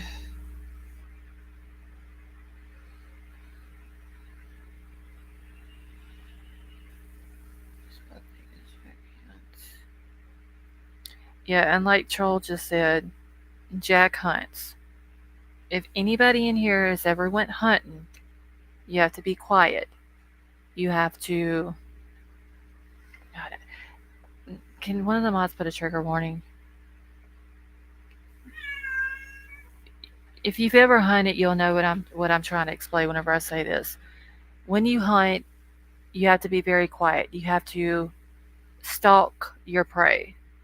Okay, I hate saying it like that, but you know what I'm saying. Um, Jack hunts. The picture has a big ass knife in it where he kills this elk. There was a hatchet in the picture. Like he's familiar with all these different things, is what I'm trying to say. Um, if you're a hunter, you have to have patience. That's a lot of hunting. You have to have patience. So I wouldn't rule him out. I think the police need to look into him. Also, a person who has been in combat or a military person. Hunting, not, let's see, climbing a tree for. I don't know, Prosser Gang. They're saying that this Joe guy's in pretty good shape, so I don't know. Hey T Rev, how are you? I just hope that the dad is able to figure something out, that he's able to, him and the PI, like maybe them together, the dad seems like he's not going to give up, which I'm glad. Um, like maybe they can figure this out. Maybe they can figure it out before the police do. If he's got a good private investigator. Let's see, sociopaths don't have empathy. Now that is true, Jason. Good, stopping by to say hi and give you a light listen. Thank you, T Rev. I appreciate that. All right, let me get back into my chat here. Let's see. All right, does anybody want to come up now before I end it here in a little while? So what's with Joe and the connections? Michelle, so G said that Joe lived close to them, to the other two, the one in Salem and the other one in Washington. I don't know how to pronounce the town that it's in, but the one in Washington, where was she 71? The Sandra lad. Um, so G said that Joe lived there, and then all of a sudden now he's in Moscow the night that these happened. Seems very strange.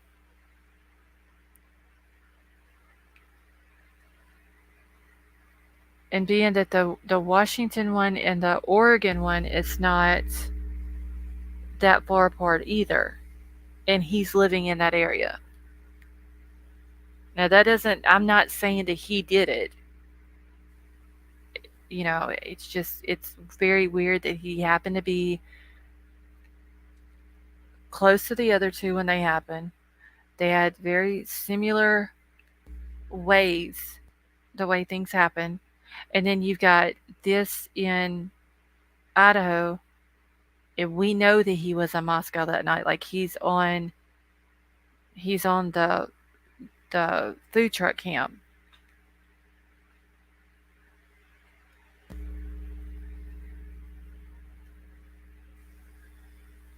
Did everybody in here see the picture of that I showed a little while ago of the knife that is in the picture with Jack? Annette, I don't know. I haven't seen either one of them tonight. Joe was about 5 hours from the other two, now in Moscow, but could mean nothing. Okay, see if you didn't see it. Let me grab it real quick. Is there a cat in there? Yes. Well, he was in here earlier. His name is Milo. I think my husband let him out. That's why he was whining. Alright, let me find the other.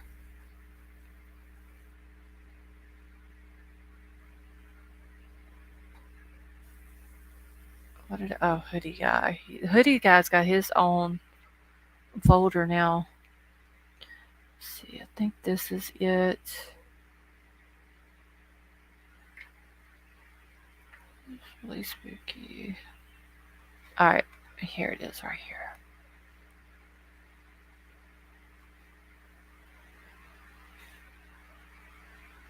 Give me just 1 second. I'm gonna pull it up here. Oh shit. It's not what I wanted. Right here.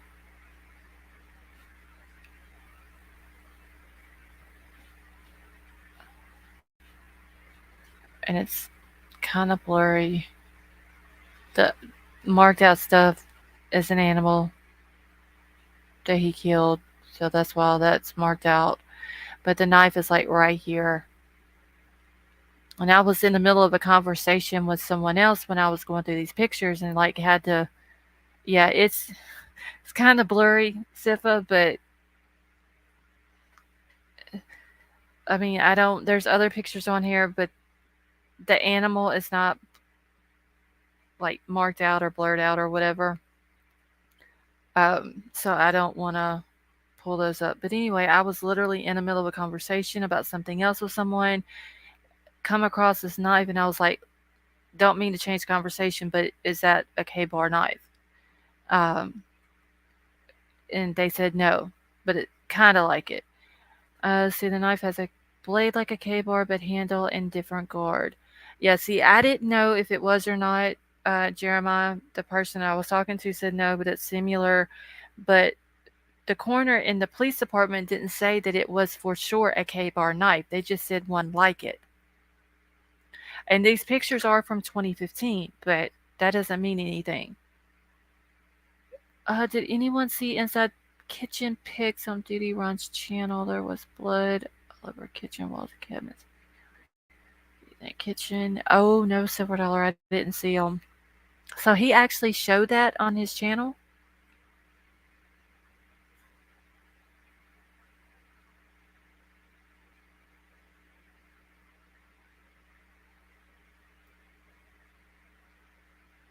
I definitely needed a guard, or the killer could have done all four.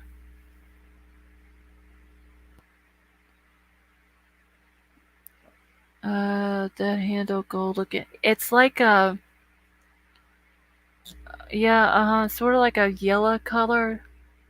Like I said, there's other pictures, but the other pictures don't have the animal. You know how some people that like, there's some people who don't like to see stuff like that. So I don't want to show the other pictures, but the handle is, yeah, like a yellow or gold color. A silver dollar, I'll have to go check that out. Ethan would have been yelling and screaming if it was running.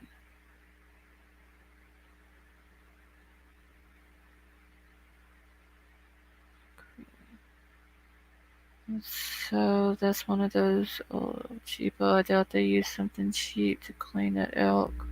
Well, they had that one there, that knife there, and then over where it's all marked out, there's like a big hatchet there as well.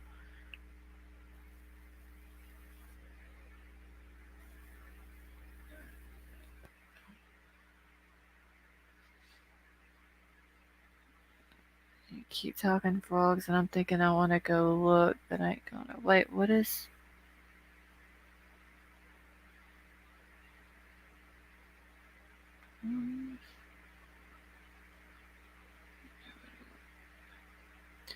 Alright. Yes, Meg, they do.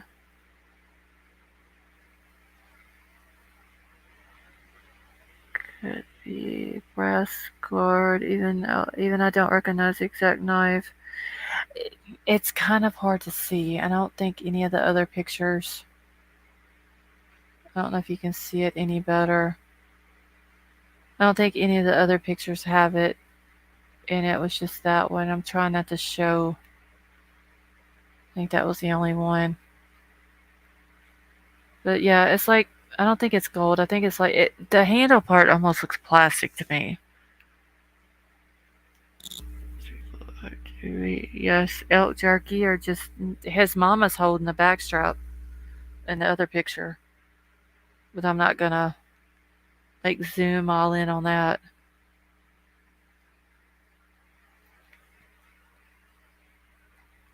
Okay, let me see, there was another one.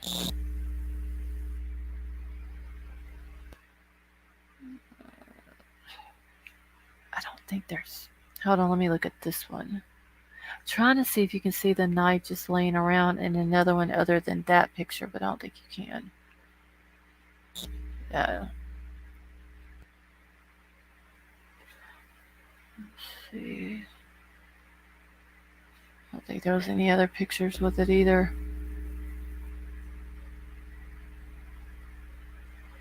No. I'm jealous of that line. Damn, I could cook that up so good. Oh, that backstrap did look good, didn't it, geez? Sure, if anyone makes sense. This wall. I'll have to go check out Judy Ron's channel.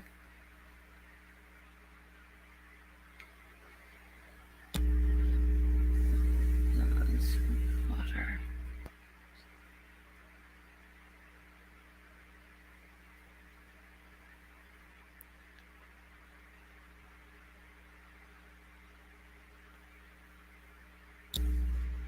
Give me just a second, y'all.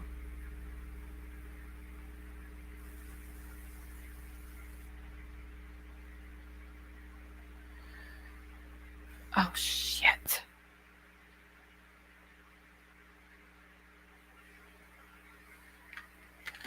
I'll make some sea salt, garlic, herb, baked potatoes on the side for that. Wait, what is she? Would you eat something like that, White Widow baby? Like an elk backstrap?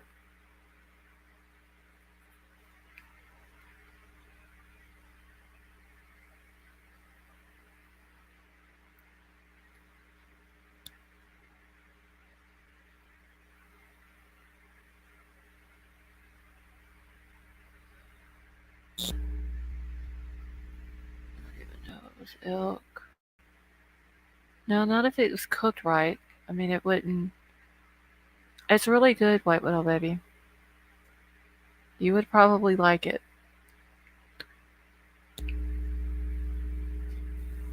Jay, do you want me to pull the pickup that I had? Hold on, let me go back to my thing and find it. Give me just a second.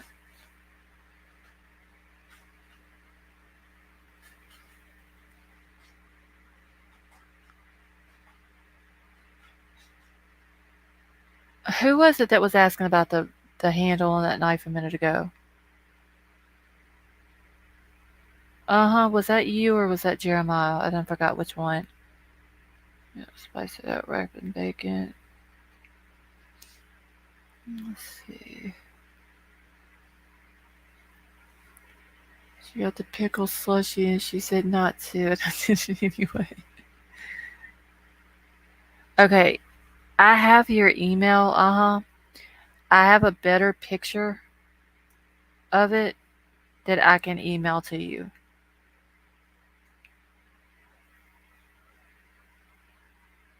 Knife in left hand.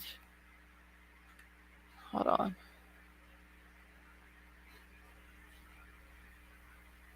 Oh, wait, let's see.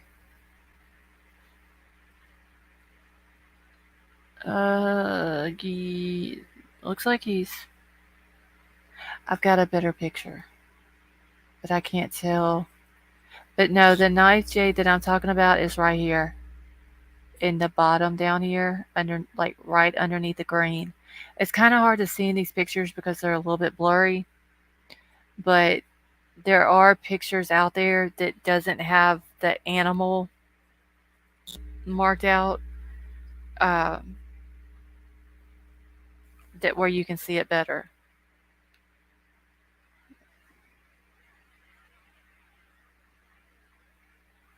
But yes, up here, that does look like a knife in his hand. Right there.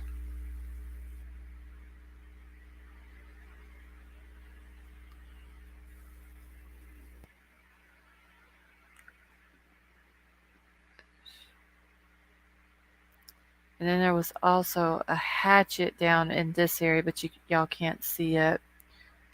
Yeah, I just noticed that because when I was going through them, I seen the one on the ground, but I didn't see this one. I didn't pay attention to it. But when I was talking to the other person earlier and showed them the picture, they was like, "There's two knives in the picture," and I didn't even see this one.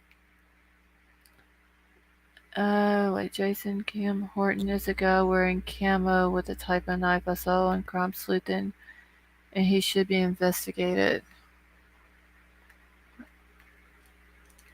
Oh Lord, that's another J name. I have no more room to write down the J names. Wait.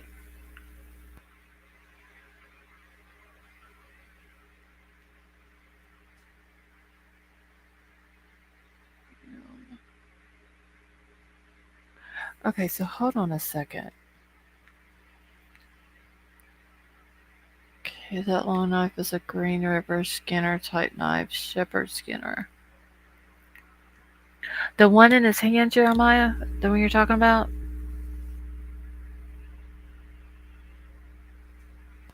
I have to find the better picture. There's something I want to look at real quick. I gotta find the other. Shit, I don't want to go that way.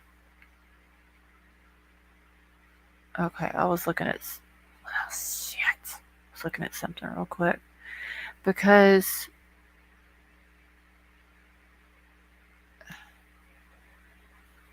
Jack's mama's the one that posted this.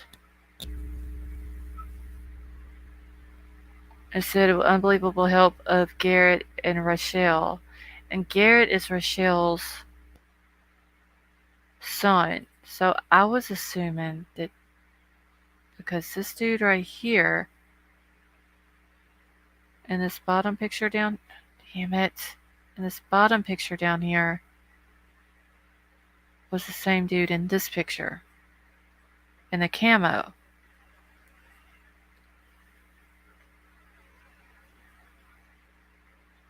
trying to look at their hats though to see. Like it's hard to tell. I'll have to get the better picture and see if I can get maybe see if I can blur the other part out for me. But yeah, that does look like a big knife there as well.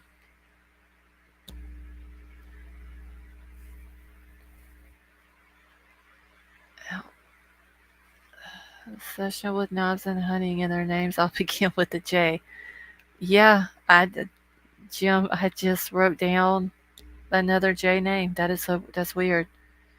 Yeah, see, that's what I'll do. I'll send Sifa the other picture, get him to blur out the animal, and then uh, show it where it's not so blurry and you can see it better. Illy either needs someone who's seen him at the crime scene or at the time of the offense, or they need family member. They need something. Pocket knife has always worked for me. What stay until all the time. My husband can't keep a pocket knife this sharp either. Always got to cut something with it.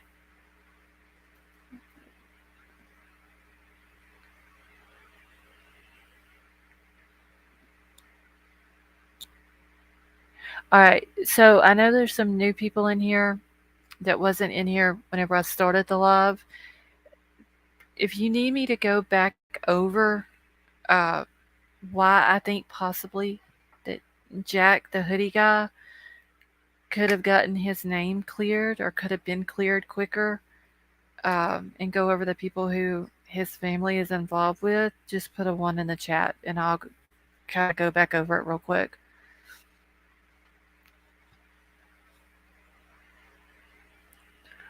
That would be a great Christmas gift, by the way, a new knife or a quality sharpened. Do you know how many knives we have around here? That he's either lost them and I'd go get him another one, and then 2 months later he finds it. Hey, Darren. See, Jack, how are you? Jeannie, how are you? Yeah, he's got so many. He does need a good sharpener, though. TFF 476, yes. He has a lot. All right, so I'm going to go over this real quick for the ones who uh, put a one in the chat. Now, none of these screenshots are in order. I'm just going to say that. There was no way for me to put them in order, but there is one that I need to read first for it to make sense. Let's see. Jason Horton TikTok has these pictures with knife. However, I believe that he removed those pictures, but Debbie has them, and she seemed more possible with committing crimes. Is crazy, as she took pictures. Okay, easy. I'll have to go over to TikTok and see if I can find his account.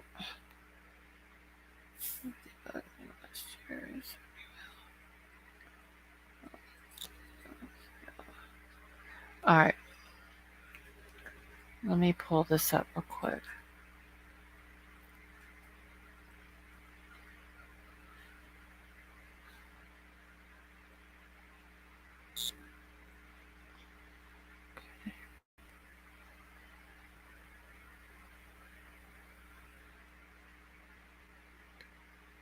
Struggle. Let's see. All right. So this person posted that there is an apparent political advantage to the Showalter, Klein, Larkin, and Thomas family and friends while in Idaho. Now, I've got the Showalters, the Kleins, the Larkins.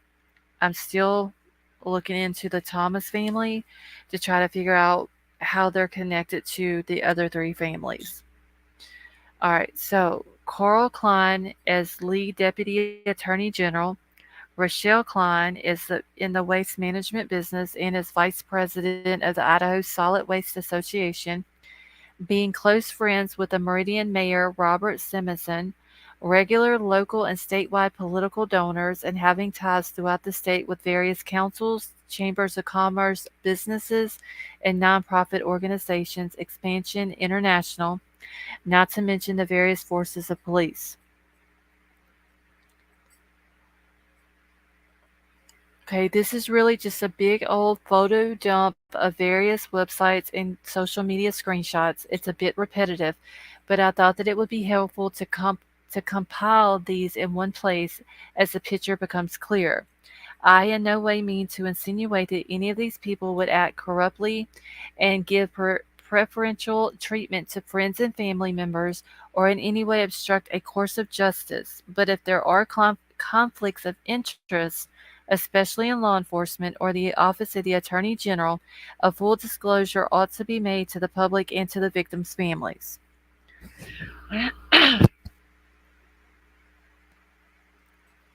All right, so let me go back here. All right, so Jack Showalter, which is the hoodie guy, and I'll just call him Jack S. It's just easier to keep up with it like that. So Jack S.'s parents is Larry and Kelly Showalter. They're pretty much best friends with Carl and Rochelle Klein, which is right here, the lead deputy attorney general, and then she's the vice president of the Solid Waste Association. Okay. They live on the same road. Both families, very close friends. Their kids grew up together, are still friends today. They are all, and I'll have to see if I can find it, if I can get it to pull up. Let me just do it like this. Okay, that's the house. I try not to dox anyone if I can help it. This is Kelly, which is Jack S.'s mom. And then this is Rochelle Klein. So they're always tagging each other in social media. This is Rochelle's dad. His name is John Larkins. He is a former law clerk for the Idaho Supreme Court. He is also very good friends with the current, or one of the current ladies that work for the Idaho Supreme Court by the name of, and where did I write her name down? Sarah Clemens. And Mr. Larkins is also very good friends with Jackass's parents. And I need to quit saying Jackass because it does sound like I'm saying Jackass. So I'm just going to say hoodie guy.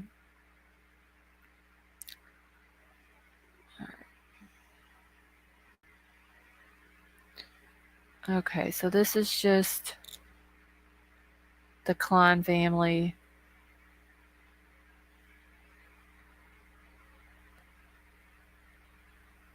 All their kids.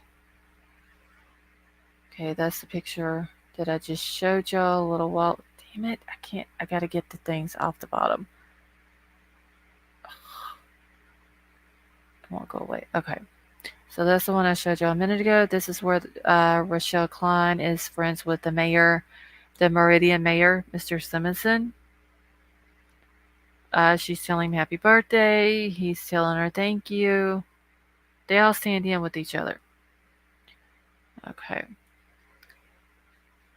This is a campaign financial disclosure report for the Boise City council seat. Okay, why is this not zooming out so I can see? All right, and this is just where people were telling her dad to get well. He's Mr. Larkins. He was in the hospital sick. That's one of their kids. I don't think this is the one that shows. This is just where they're showing where they have donated money to that campaign. The little blonde-headed boy right here is the hoodie guy. This is his brother over here, and then the Klein family son, Garrett. I gotta find the one, though, that has their... And that's Sarah Clemens. Says she's, judicial law clerk at the Idaho Supreme Court, which is also where Mr. Larkins used to work. Here we go. This is for the candidate of committee, Karen Danley, for the Boise City Council seat. You can see where Larry and Kelly Showalter donated $200, and then Carl and Rochelle Klein donated $100. They clearly stand in together. They're on. Okay, this is the same one. Some of them are multiple screenshots. There's Mr. Hoodie himself. And it was actually taken by Xana. Or Xana posted it, I should say. Let's see, that's Rochelle, that's Mr. Larkins. This is the guy I was asking about that was on the food truck video. The Greek life was a mandatory in choosing a college for the triplets. Alright, so that's the one that I was asking about. Some people are saying it was him, some are not. Same type of hat, wearing it the same way, long hair. This guy here doesn't have facial hair. Let's see. I believe that was, yeah, that was Sarah Clemens stuff. This is the lady. I can't now remember her name. Rochelle Klein and her husband. And I want to say that this looks like Hank, Kelly, and them son. That's who it looks like. Okay, there's nothing to that. That's Carl's. Shows he's a lead deputy attorney general. And then here's another thing right here as well, showing he's a deputy attorney general with his address, email, and all that. And then here again is Jack, the hoodie guy, where he kills his first elk. Like somebody's like got all the pictures all um, blurred out where you can't see all the stuff. But once again, it's with Garrett, which is the Klein family, son, and then Rochelle Klein. Okay, let's see. Where's the other one? That's Rochelle. So they basically his family, his parents are both doctors. His dad's an orthopedic surgeon. His mama is a pediatrician. He's got two older brothers that are twins. One of those brothers is a doctor. Very successful family. They've went over to Africa. They've went over there to medically treat families and the kids and stuff like that over there. They're best friends with the deputy attorney general. Like that's the reason why he was cleared so fast. Why Hoodie guy was cleared so fast. Um, Kaylee's daddy is upset about that he was cleared fast. Um, Rightfully so. Like I think that he needs to be looked into more. All right, and then that's just Garrett and Annika, which is their other daughter. And then there is the Thomas. Like I said, the Thomas family I'm still looking into. Okay, I think that was all of them. That's just showing where they're friends with John, Rochelle's dad, who was a former law clerk with the Supreme Court, Idaho Supreme Court. So they're all tied in together. Very easy to get your son's name cleared. And then there's the hoodie guy.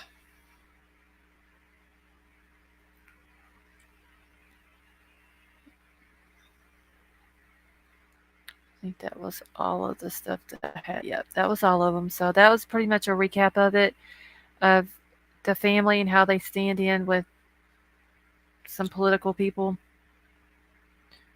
I'm sure Kaylee's dad knows about all these people and how who their family stands in with and all that. If they don't, I'm sure the PI will be able to find it. Hopefully, anyway. I think that this dude needs to be looked into more. He hunts. He knows how to use, he's experienced with weapons. I'm not going to say he knows how to use them, but he's got knowledge of them. He's seen in a video with the girls, lives across the road from them. And then let's not forget the Joe guy. So I think those are the two probably that needs to be looked into the most.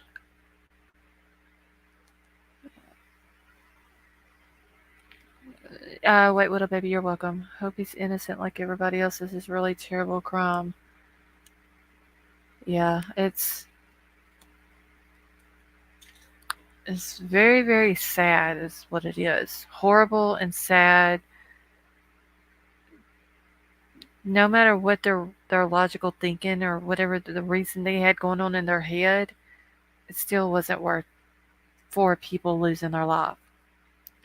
Okay, I wanted to know where the hoodie guy went when he went rushing off after the girls took off. He was clearly reacting to them leaving.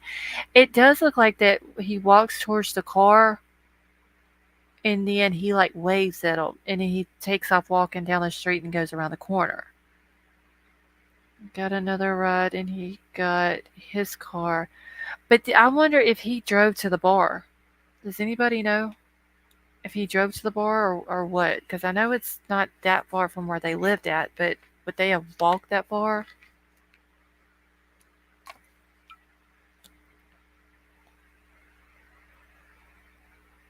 Melissa, didn't they end up getting the Murdoch dad for being the one that killed the wife and son?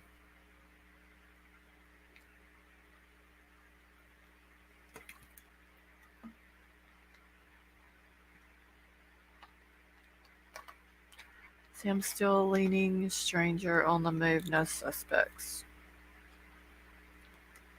I don't know. Them other cases, though, are weird. I don't know. Maybe they took an Uber or a private car or something like Kaylee and him took home from the food truck because they were going to be drinking. So maybe they didn't. Maybe that's the reason why Kaylee and Maddie didn't drive there because they knew they were going to be drinking and all that. And it was just safer to get someone to drive them. Let's see.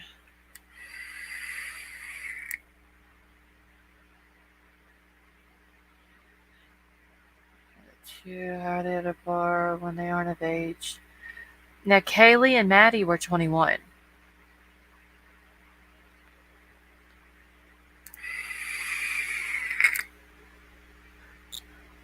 Ethan and Xana were both only 20. But they were at a frat party. You know, there's alcohol there. So, geez, did you find you one that you were looking for?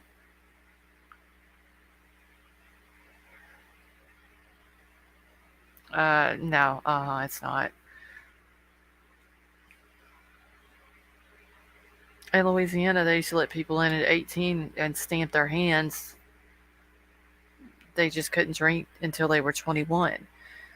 These kids are military age. I think we forgot that part. They are in their prime physicality. No, Sifa, I didn't. I was with my mother-in-law today, y'all. I didn't have time to stop for a P.O. box. I really do need to get it though.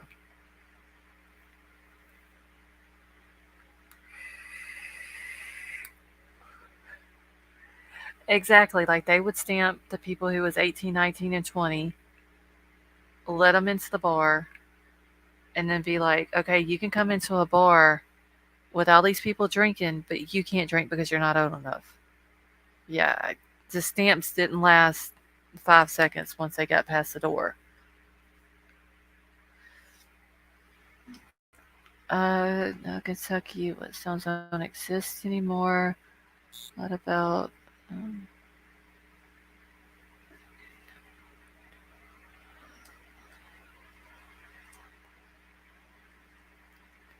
I know, Sifa. I need to get one like here soon. Betty raced him home. Got there first. He bolted when they left.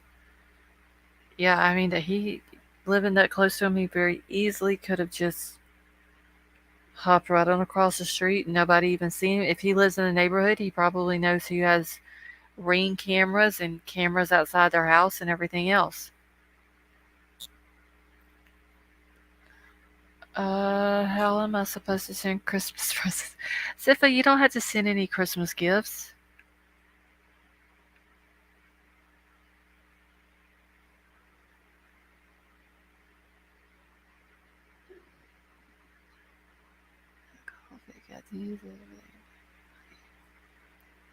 But I am gonna get it. I've been telling that I'm gonna get the PO box. I was gonna do it last week, didn't do it. Hadn't done it this week. But like I said, I was kind of in a hurry today though, because I was with my mother-in-law. She wasn't feeling good and all that. So don't tell me how to live my life. Sifa, I can do that if I'm your mom. Does Hoodie guy live next door in Brick? They, Jeannie, am I saying your, or is it Janine? I don't want to say your name wrong, but it's the, hold on, I wrote it down because Jeremiah told me even the house, the apartment number, Yellow Apartments number 32 on Queens Street or Road.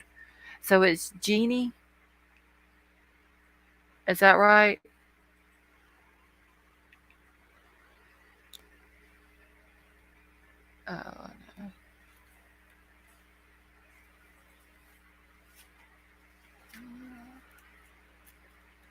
Oh, let's see.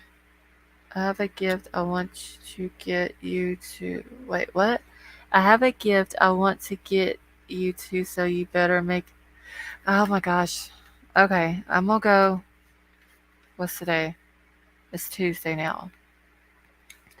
We're gonna go see the Christmas lights one night, so I may just grab it on the way to see the Christmas lights. Wait, I wrote down 500 Queen Road, didn't I? Who gave me that address earlier? Because I remember writing that down. Somewhere I wrote it down. Where did I write it down? Hold on, y'all.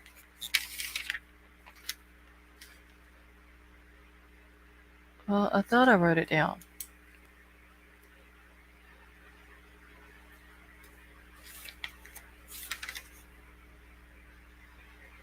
Oh, no, I wrote it down for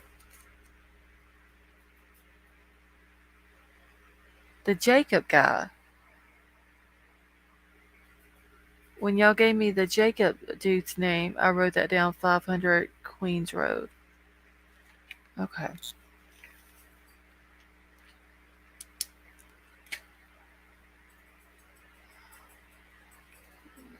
Probably just send you, but I think I'll keep it simple. Annette, it was White Widow Baby. She's the one that said it.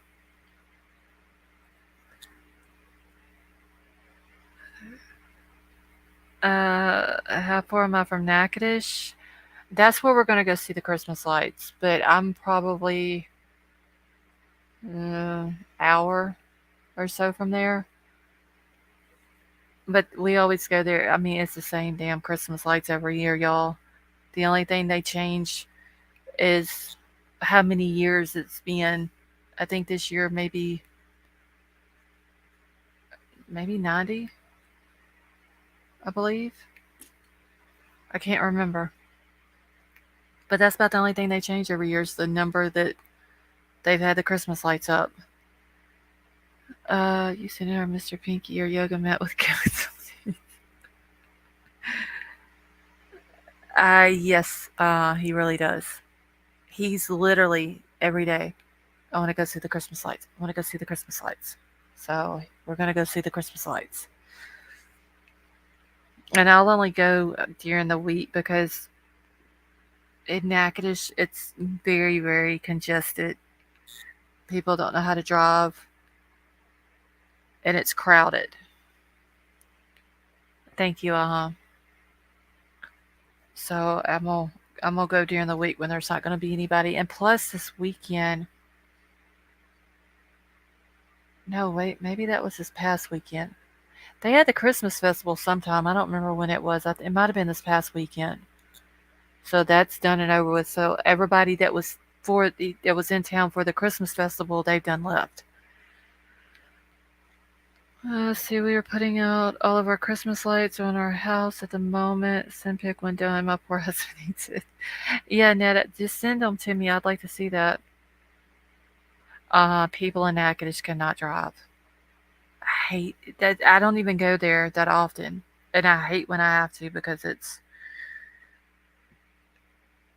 ridiculous.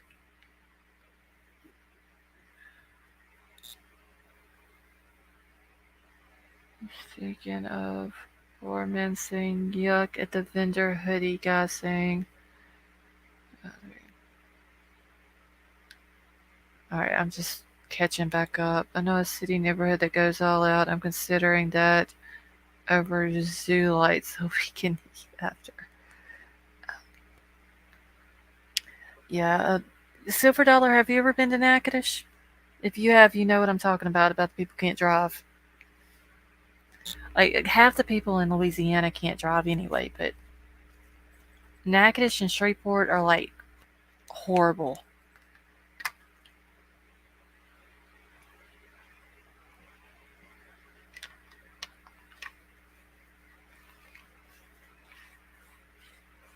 Queen took the king.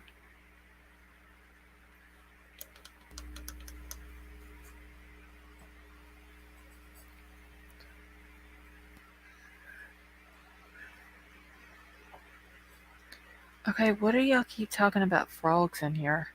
I seen somebody else talking about them. I must have missed something.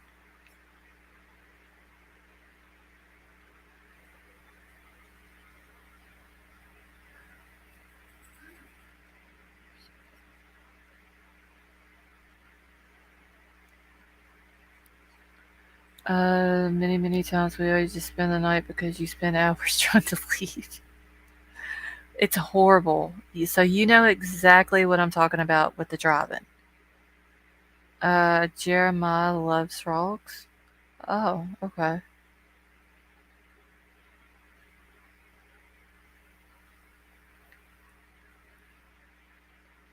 I made frog eyes and they were. Wait, you made frog eyes? What is frog eyes, cheese? Like the actual eyes of a frog? Oh, 4chan is frogs. Yeah, I'm not going back to 4chan. That's some crazy shit over there that I read.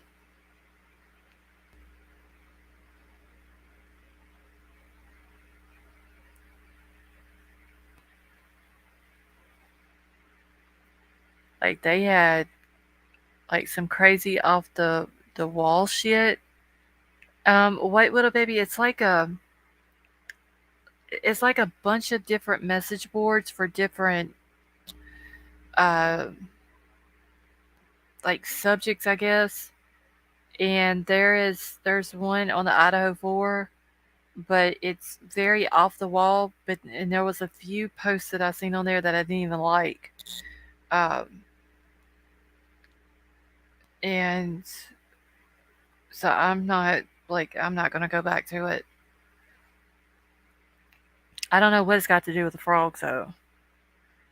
Like cream cheese spread on sliced ham with a pickle rolled up in the middle, sliced and served is great. Hmm.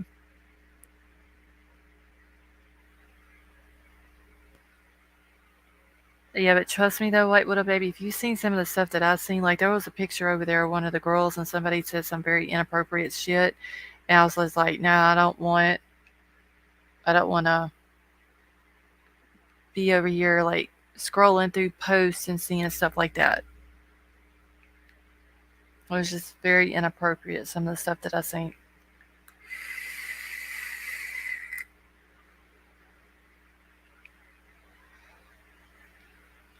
And I realized it was Chase the White Rabbit, motorized, and never conclude anything.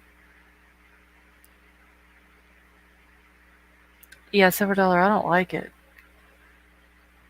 It's horrible over there.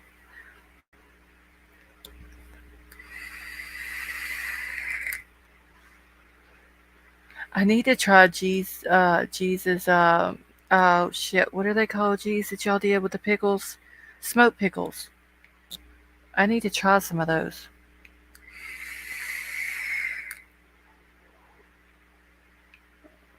Down a rabbit hole.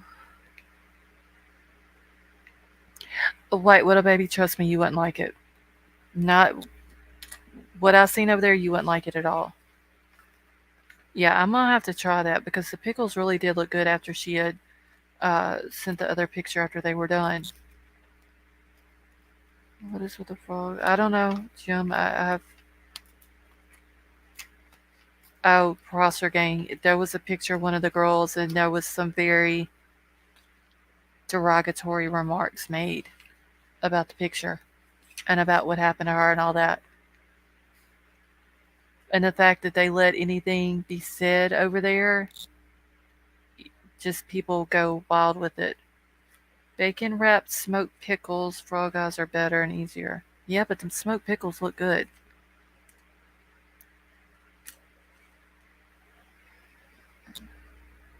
Does that food truck travel to other states?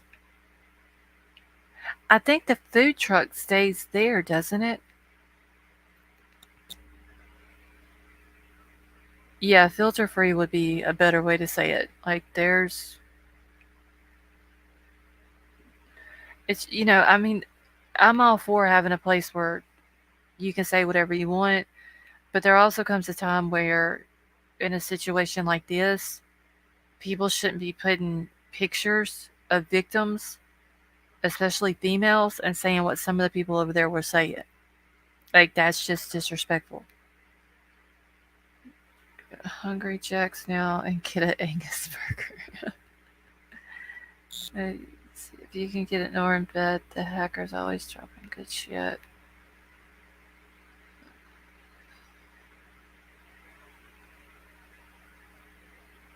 4chan could use some mods. Yeah, it's just I didn't like it. Yeah, Nadine. Like, unless you're like stuff like that doesn't bother you, yeah. And that's just me. Like I said, I don't. Um, okay, that's fine, easy. You know, if I'm sitting here and I'm being an advocate for a victim, I don't want to go somewhere and see their picture and a bunch of grown ass men saying stuff that they were saying. Like, it's disrespectful to the victim. It's disrespectful to the families. Um, it's you have no morals. That shows what type of man you are. And so I just don't. I don't want to even because, and I mean, I tried to ignore it and was just I kept going through the post, but the thing it kept going. Like, the further I would scroll down, there would be more of it, and I just didn't want to. Yeah, pretty much, Melissa. So I won't be going back. I'll find other ways to get my information.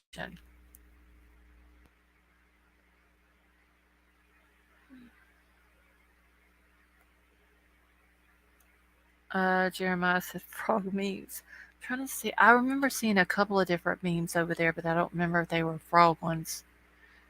Like, they've got a bunch of different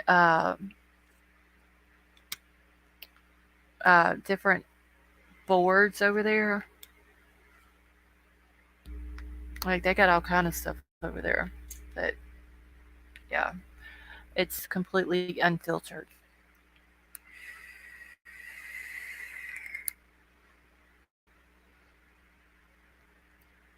Away from the view of the camera, then back to the.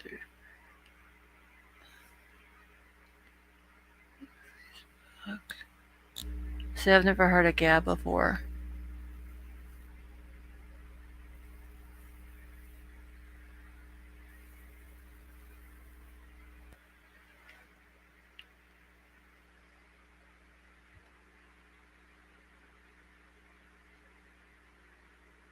Alright, y'all. I think I'm about to end it. Holy shit, it's 3 o'clock. I didn't realize it was that late. First round out what Reddit was in. Oh, Lord, I was just trying to read Jim J's thing and I got round out of found. Reddit I don't really like. Like I've got some stuff off of there, but there's that shit's too hard to maneuver and all that.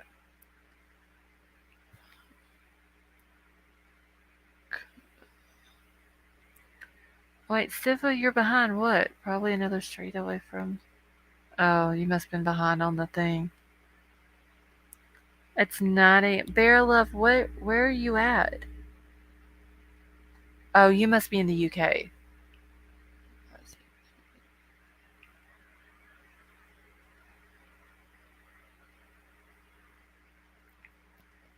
don't even know how far out Facebook is hard for me to manage.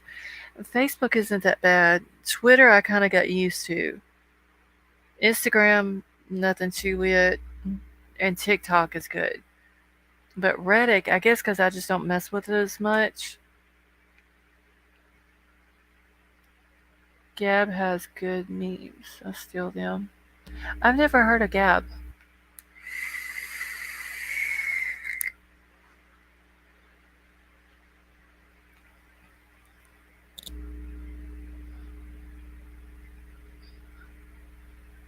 Reddit? Why do you like how I say it? Stay on politically incorrect word. Hey, Crime and Crochet.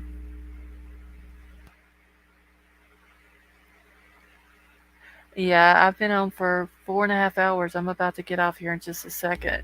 I didn't realize it was 3 o'clock. Twitter, Jim J. Twitter, like to begin with, is kind of hard to navigate, but after you get used to it, it's nothing to it. Sometimes it sounds like a K. No, I'm saying Reddit. It's just my accent, Siva. Melissa Moon, you have a good night. To go, everyone. Annette, you have a good night as well.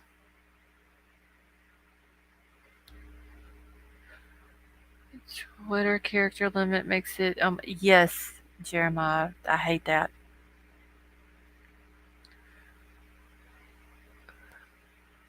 I don't like where I can be limited, especially when I got something good to say, and then they're going to limit me on how many characters I can put in it. Nadine, you're very welcome, honey, and thank you so much for coming and hanging out with us. That's why I like whenever we're in the DMs on Twitter, I can say whatever I want as long as it needs to be, and I don't have to worry about anything. But if I'm going to tweet something, I got to count my characters.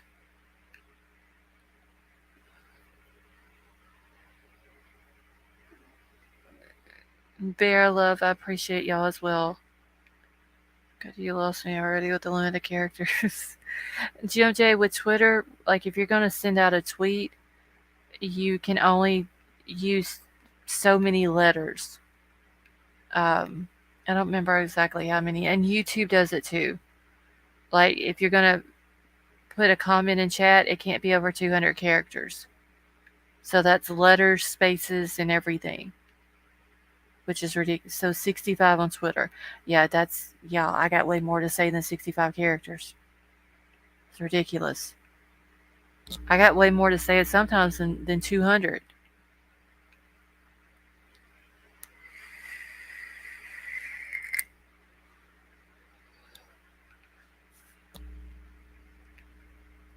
See, me and White Widow, baby, when we get upset and then we have to start saying stuff, we don't need a limit.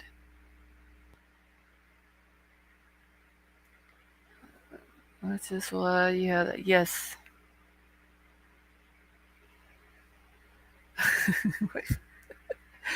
That's why I don't hardly tweet anything, White Widow, baby. And if I do, it's something short and sweet.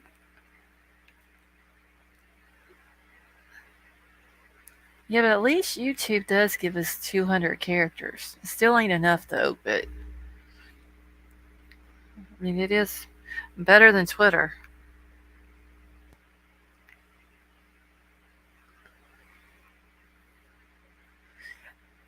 I've only run out a couple of times on here and had to drop words. And see, that's what's so horrible, GMJ, is you get your whole conversation out there, and then you ain't got enough characters left, and then you got to go back and try to take words out for it to make sense.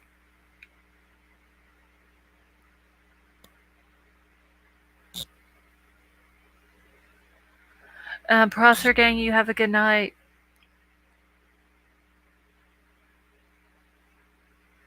On a rock in the treetop. Oh God. Oh, a song. I'm gonna have it stuck in my head.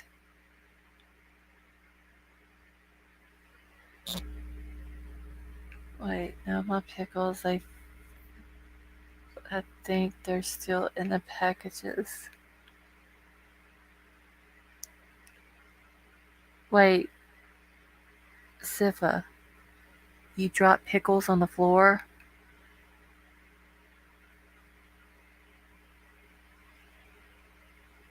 That's pickle abuse.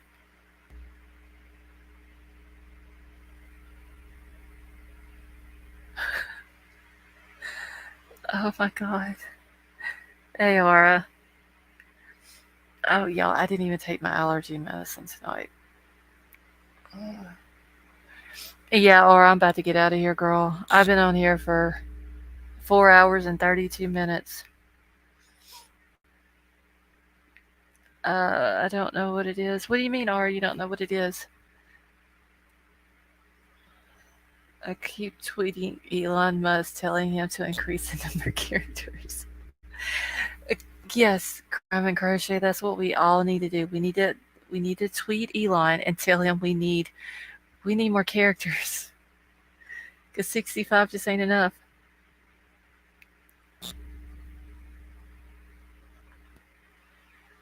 Oh, you always come back. Wait, did he say that did they break Sifa? Poor pickle child. We're just gonna have a pickle funeral.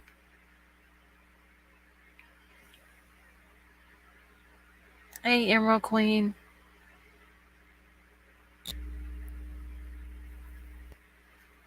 Oh, that's what we need to do. Jeez, we need to do a hashtag. And just everybody just start sharing the hashtag. No, but wait.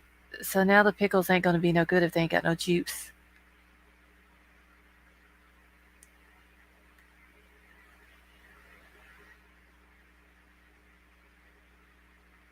But yes, we need a hashtag to start on Twitter. Hashtag need more characters. That's what we need to do. Oh, Sifa, they're not edible without juice. Wait, Little Baby says she needs more characters. Wait, White Widow Baby says she needs. Wait, you missed an S, She needs more characters. Capiche. Yeah, you missed your S on the end of needs.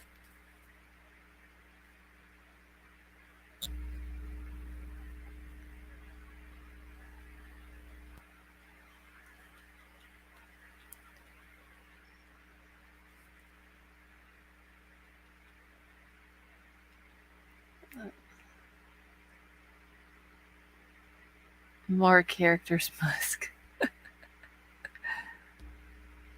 Pickles need space. Don't crap. That's a good one, jeez. Yep, that's what we're going to have to do. We're going to have to start just hashtagging and tagging Elon on Twitter. We need more characters.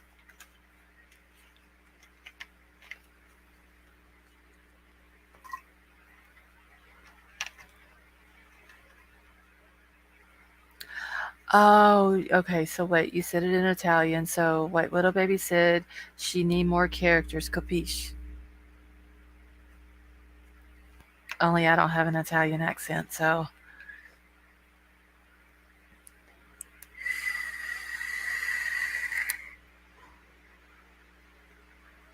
So, are you Italian as well?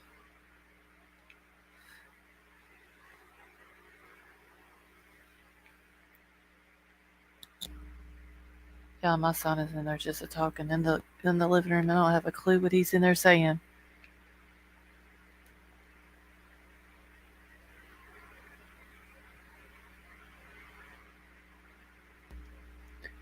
Hey, Gigi. Chad, after you were love for 2 hours, finally crying over my son. Now I can start healing. Oh, Gigi. I'm sorry.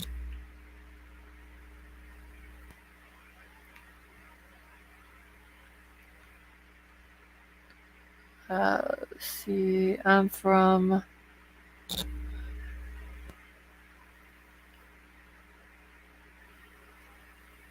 Well, I knew you were from Arkansas, but I didn't know if you were Italian though.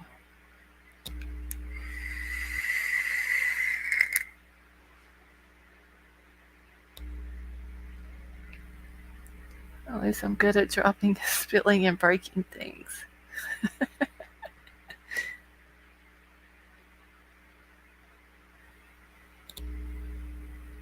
Oh, okay, so you're not.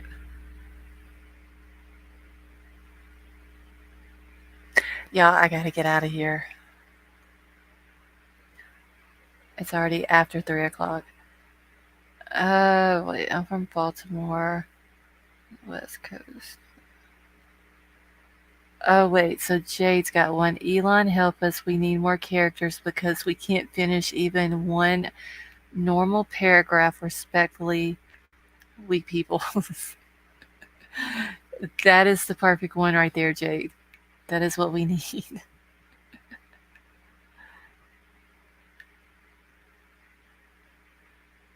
Yeah, I am. I've already turned kitchen into chicken tonight, so.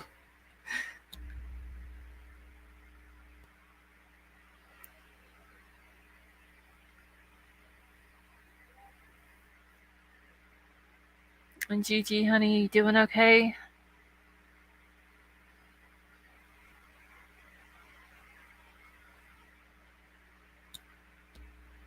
I need to get a normal bed routine down, y'all.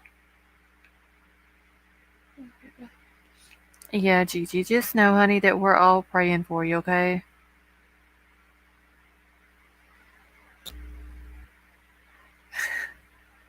I just completely read that in Sylvester Stallone's voice. Oh my god.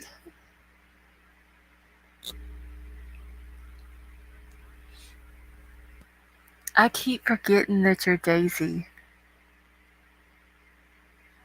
Like, I know you're somebody from chat. I always keep forgetting it's Daisy. Yeah, y'all keep Gigi and her family in your prayers.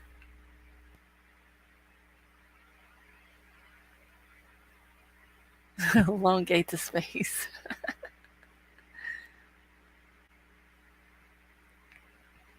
Covered in bumps.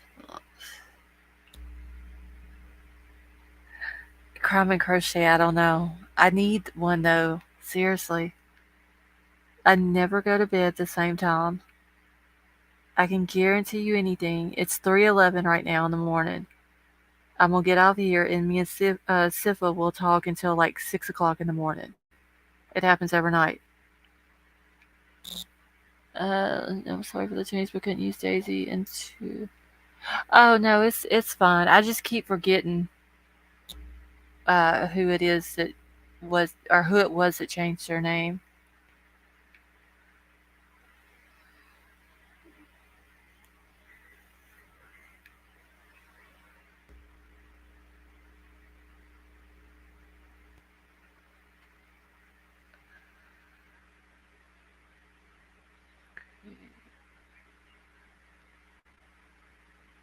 Uh huh. Am I one of who? I'm supporting wildlife and animal protection centers in YouTube. Oh, that's cool.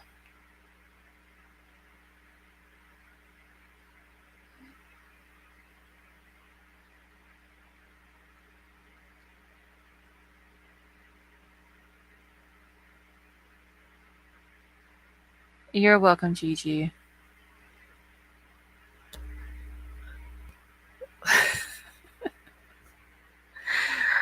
Oh my god, wait, little baby. You can basically come in with any name and I could tell who you were.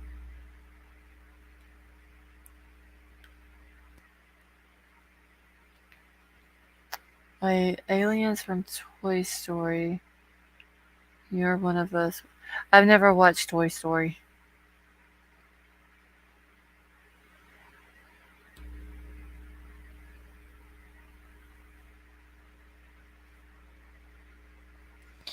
Hey, squirrel, squirrel.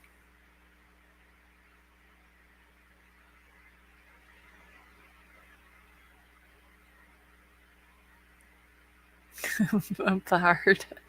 I've never watched it.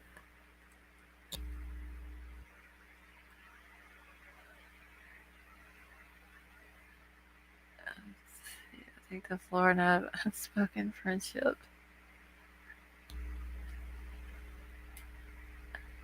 I am too, Gigi, but oh my god, I go to sleep like really, really late, and then I want to sleep really, really late, and then I can't.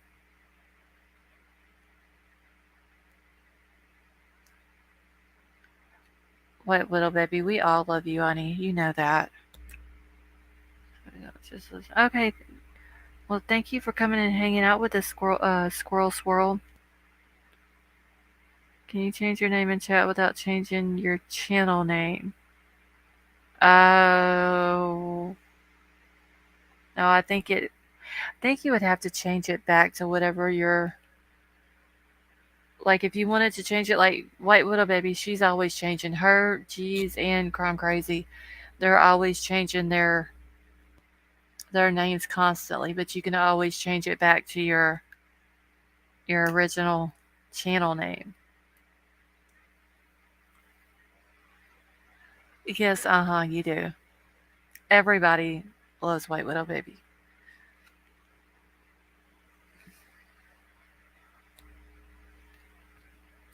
Jim, I don't know. You would have to ask G's or uh, Crime Crazy or White Widow Baby. Like I said, they change theirs like all the time, constantly. Doesn't it reset your YouTube? I don't know. I don't know, Sifa. I don't ever change mine just because I have the channel. Uh, so anybody who's not using theirs, which you have to have a channel in order to comment in people's chat, but if you're not doing anything on the channel, then uh, it wouldn't really matter if you change the name. Oh, you know you do.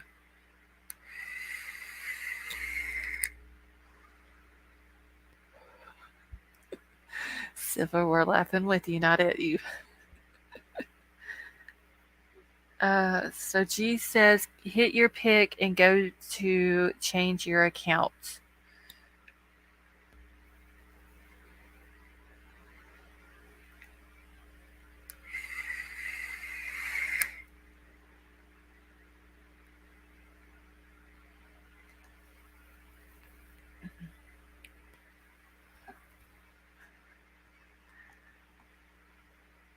See, there's White Widow Baby now.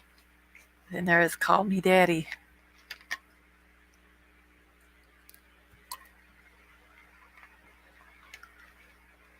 Oh, Gigi, I would literally sleep. If it was daylight outside, I would sleep until it got dark again. Might do that sneak in, but yeah, you would be, Jim.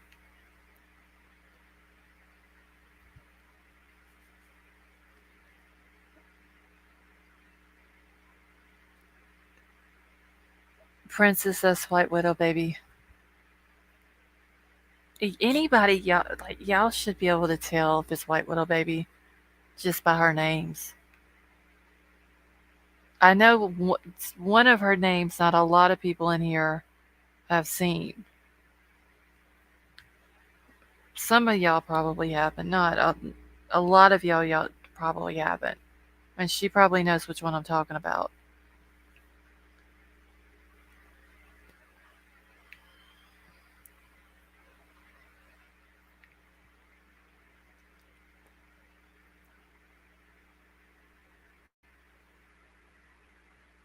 What the heck? Oh, that one and the one I used when we had our mod meeting. I don't remember which one you used when we had the mod meeting. The other one I'm talking about was the sub farm thing. Because not a lot of people, uh, they don't know about the sub farm.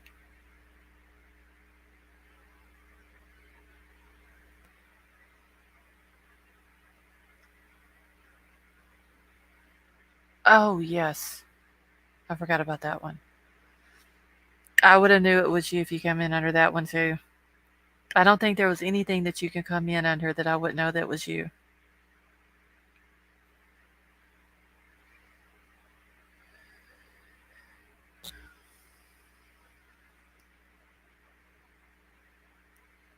Let's see.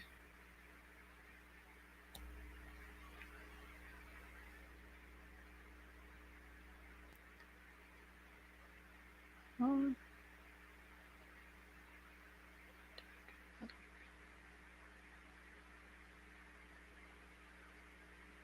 Wait, hold on for a minute.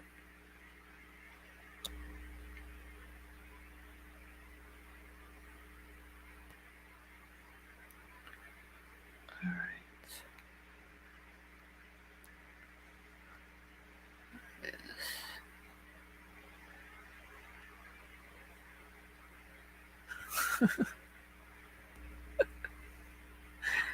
Oh my god.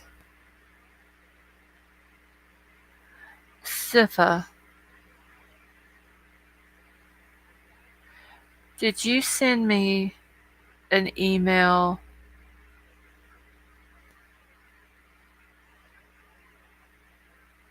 How many emails did you send me tonight, Sifa?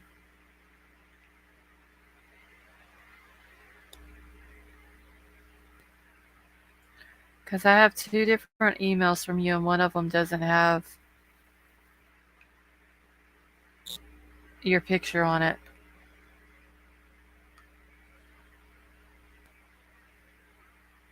I got the Idaho 4 one, but did you send me another one other than the Idaho 4 one?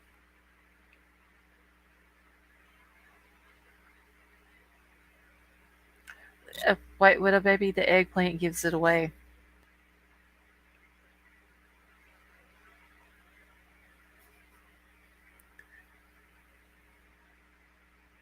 I just want to make sure that it was you because it has your name on it,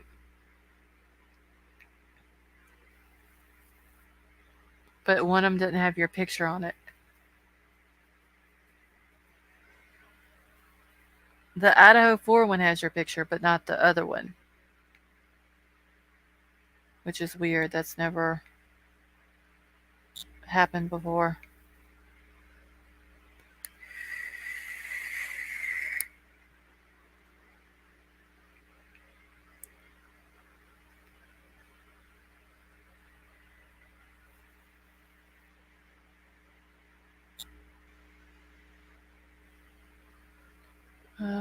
Let's see. I got one since this December. Oh, Lord. Yeah, it shows the picture. Okay, I just wanted to make sure that it was from you. Y'all be prepared. White Widow Baby's changing her name.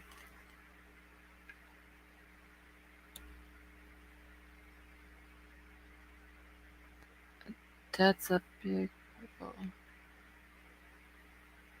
It's the nuts one, right? Wait, what? Yes, yes, Sifa. I had to think for a second. Yeah.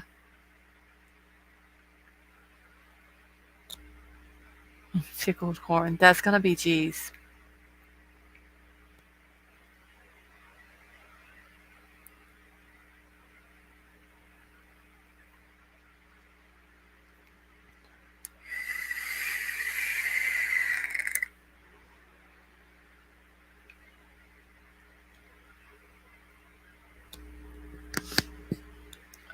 Is Jim Chase still in here?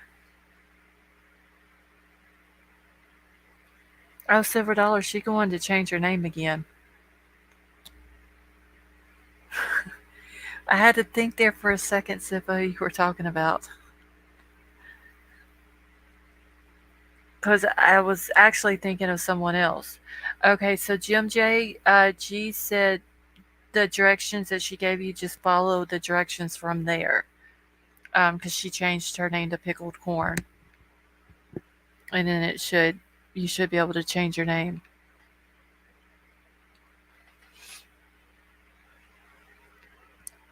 Okay, comment on laws and not everyone knows how to pronounce crochet. Had croquette and oh wow.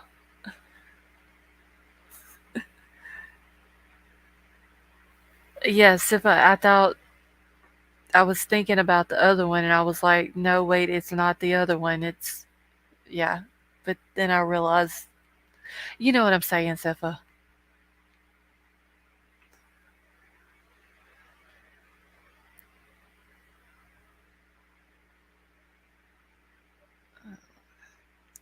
I'm just waiting to see what White Widow Baby's going to come in here as. It's the micro one.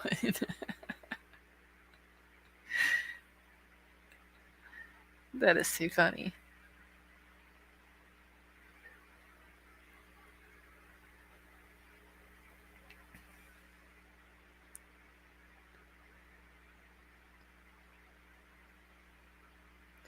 I think I might change my Santa's baby. I may change my stuff around for Christmas, like my background and all that. I see, White Widow Baby. We would have guessed that was you as well.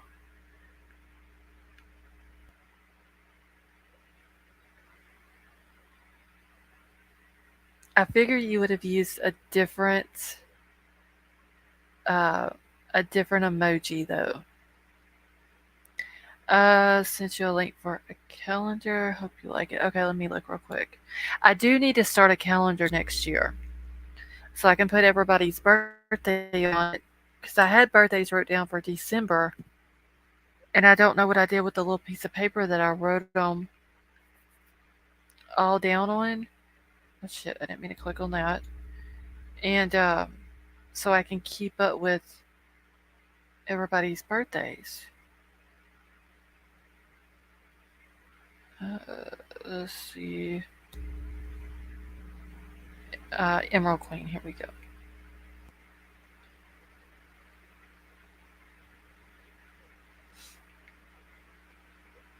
Idaho.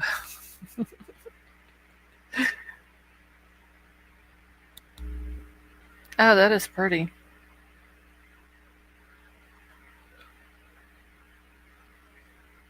Yeah, I'm for sure gonna have to get me a calendar.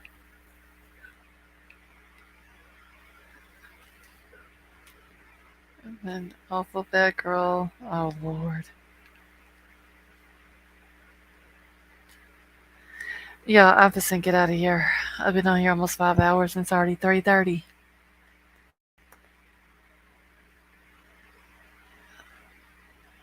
Pickled corn.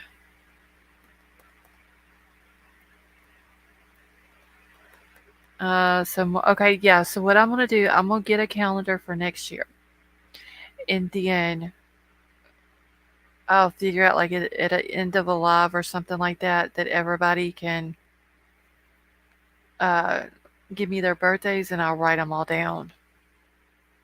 That way I can keep up with it. Is missing out on Santa's baby. I don't know where went.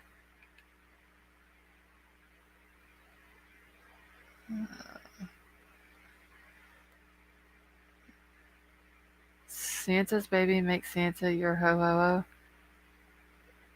Is that what you're talking about, Sifa?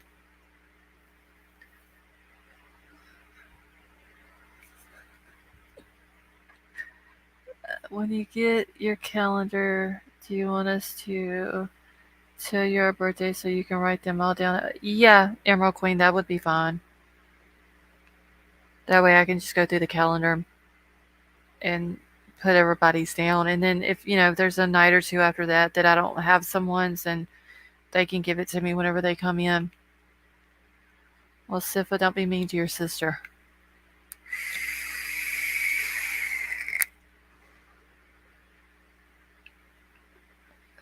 Gigi, why do you think we may be trolls?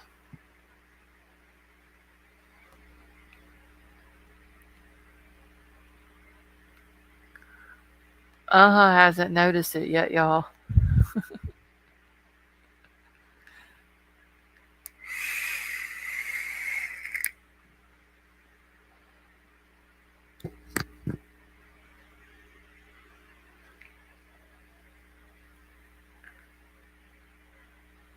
Oh, yes, and also Exa from the Ashes. Y'all keep her in your prayers as well. She sent me an email yesterday and said that she is sick. So y'all keep her in your prayers too. That's okay. I can tell Santa not to put any gifts under his tree.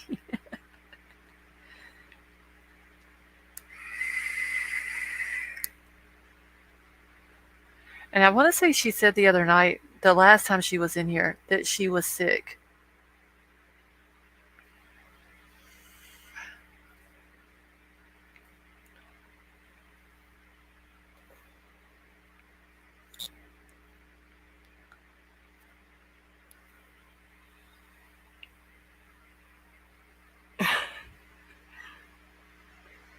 Sista's a good boy. I wouldn't do that. Wait, I missed what.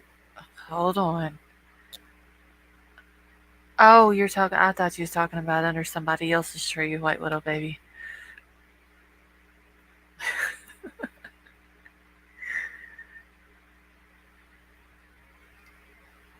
Tonka, you have a good night. I'm about to get out of here as well, y'all.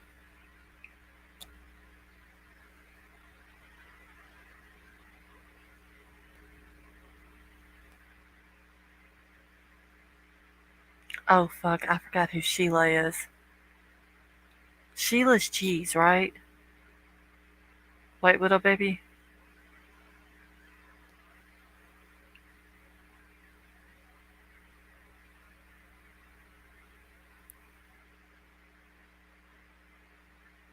Cause Crime Crazy is Sybil. I think Jesus is Sheila. Oh fuck, I done forgot. Sheila sees it all.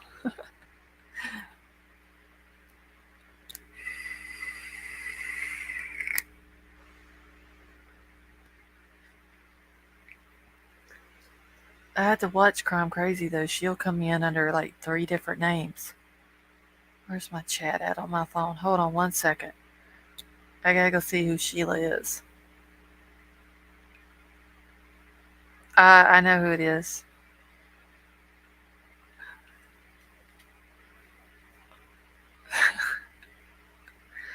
Well, Sheila, I hope I've been on the good list. I can run faster than Rudolph can fly. Oh my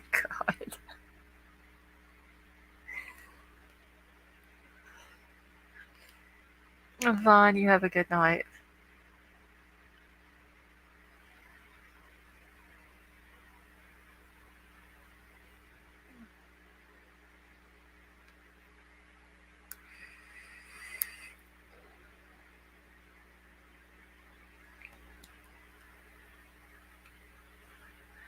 Jim J, it's lack of sleep.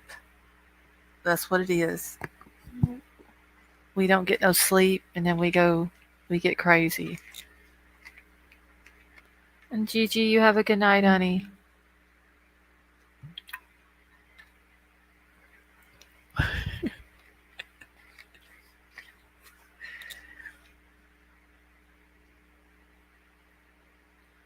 All right, y'all. It's 5 hours now. I need to get off of here. No, you don't, Sifa. You really don't. Remember how y'all were telling me the other night I don't drink enough water or you don't get enough sleep? Dory says her crazy's all natural. Sad, no sleep, been moving for days, hurt ankle. Jim, didn't you tell me that you fell again? Sea Star, you have a good night.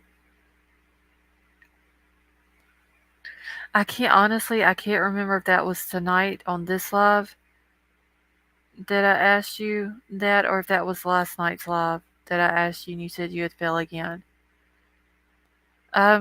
Gigi, I believe Crime Crazy, I think, I want to say her grandbabies are with her right now.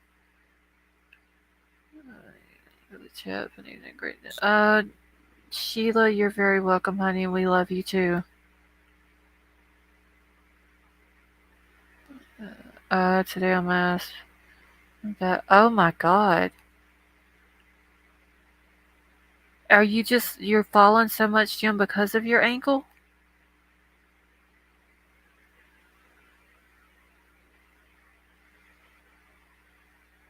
You need to be careful.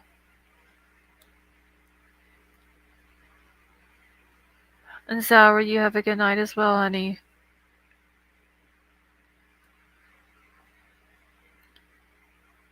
Oh well, Jim. You may need to get some crutches. And that way it'd be easier for you to get around. Yeah, you need some crutches so you can stay uh, off of your ankle. Oh damn. Alright, thank you, Crumb Crazy.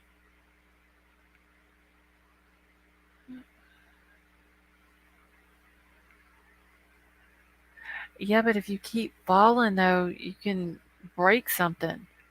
Like something bad, hip or something. Doxy's been going through some stuff. She's alright. I talked to her a couple of days ago, I guess it was. Um, she's just got a lot going on right now.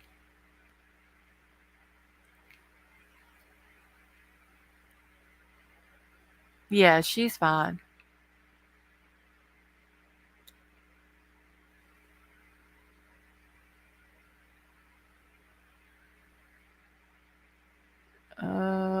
Wait, what's right? Wait, little baby. Yeah.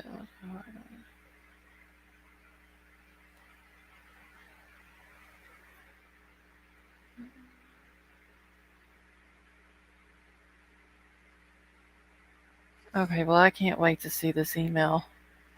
So let me get out of here, y'all. Um, Let me get back into my other emails.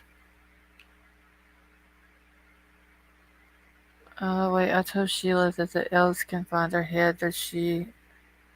Oh, is the elf. Now you see how I feel. I was seeing chicken out of kitchen and corn out of .com.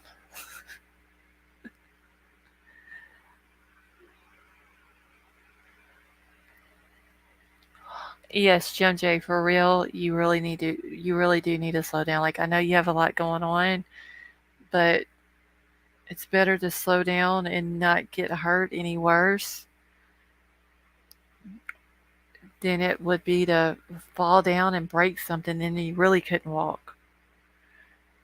I've got an email. All right, Crime Crazy, I love you, honey, and I will be waiting on your email. So I'm just gonna get out of here as well, y'all. It's already 3:30. So thank you all for coming and hanging out with me tonight. I love you all. I hope you all have a good night, and I will see y'all tomorrow. And don't forget to keep. You have a good night. Don't forget to keep Jim J in your prayers. Gigi, Exa from the ashes. Chris. I need to try to get Chris in here one night with us just for a little while. Trying to think of who else. The Idaho 4 families.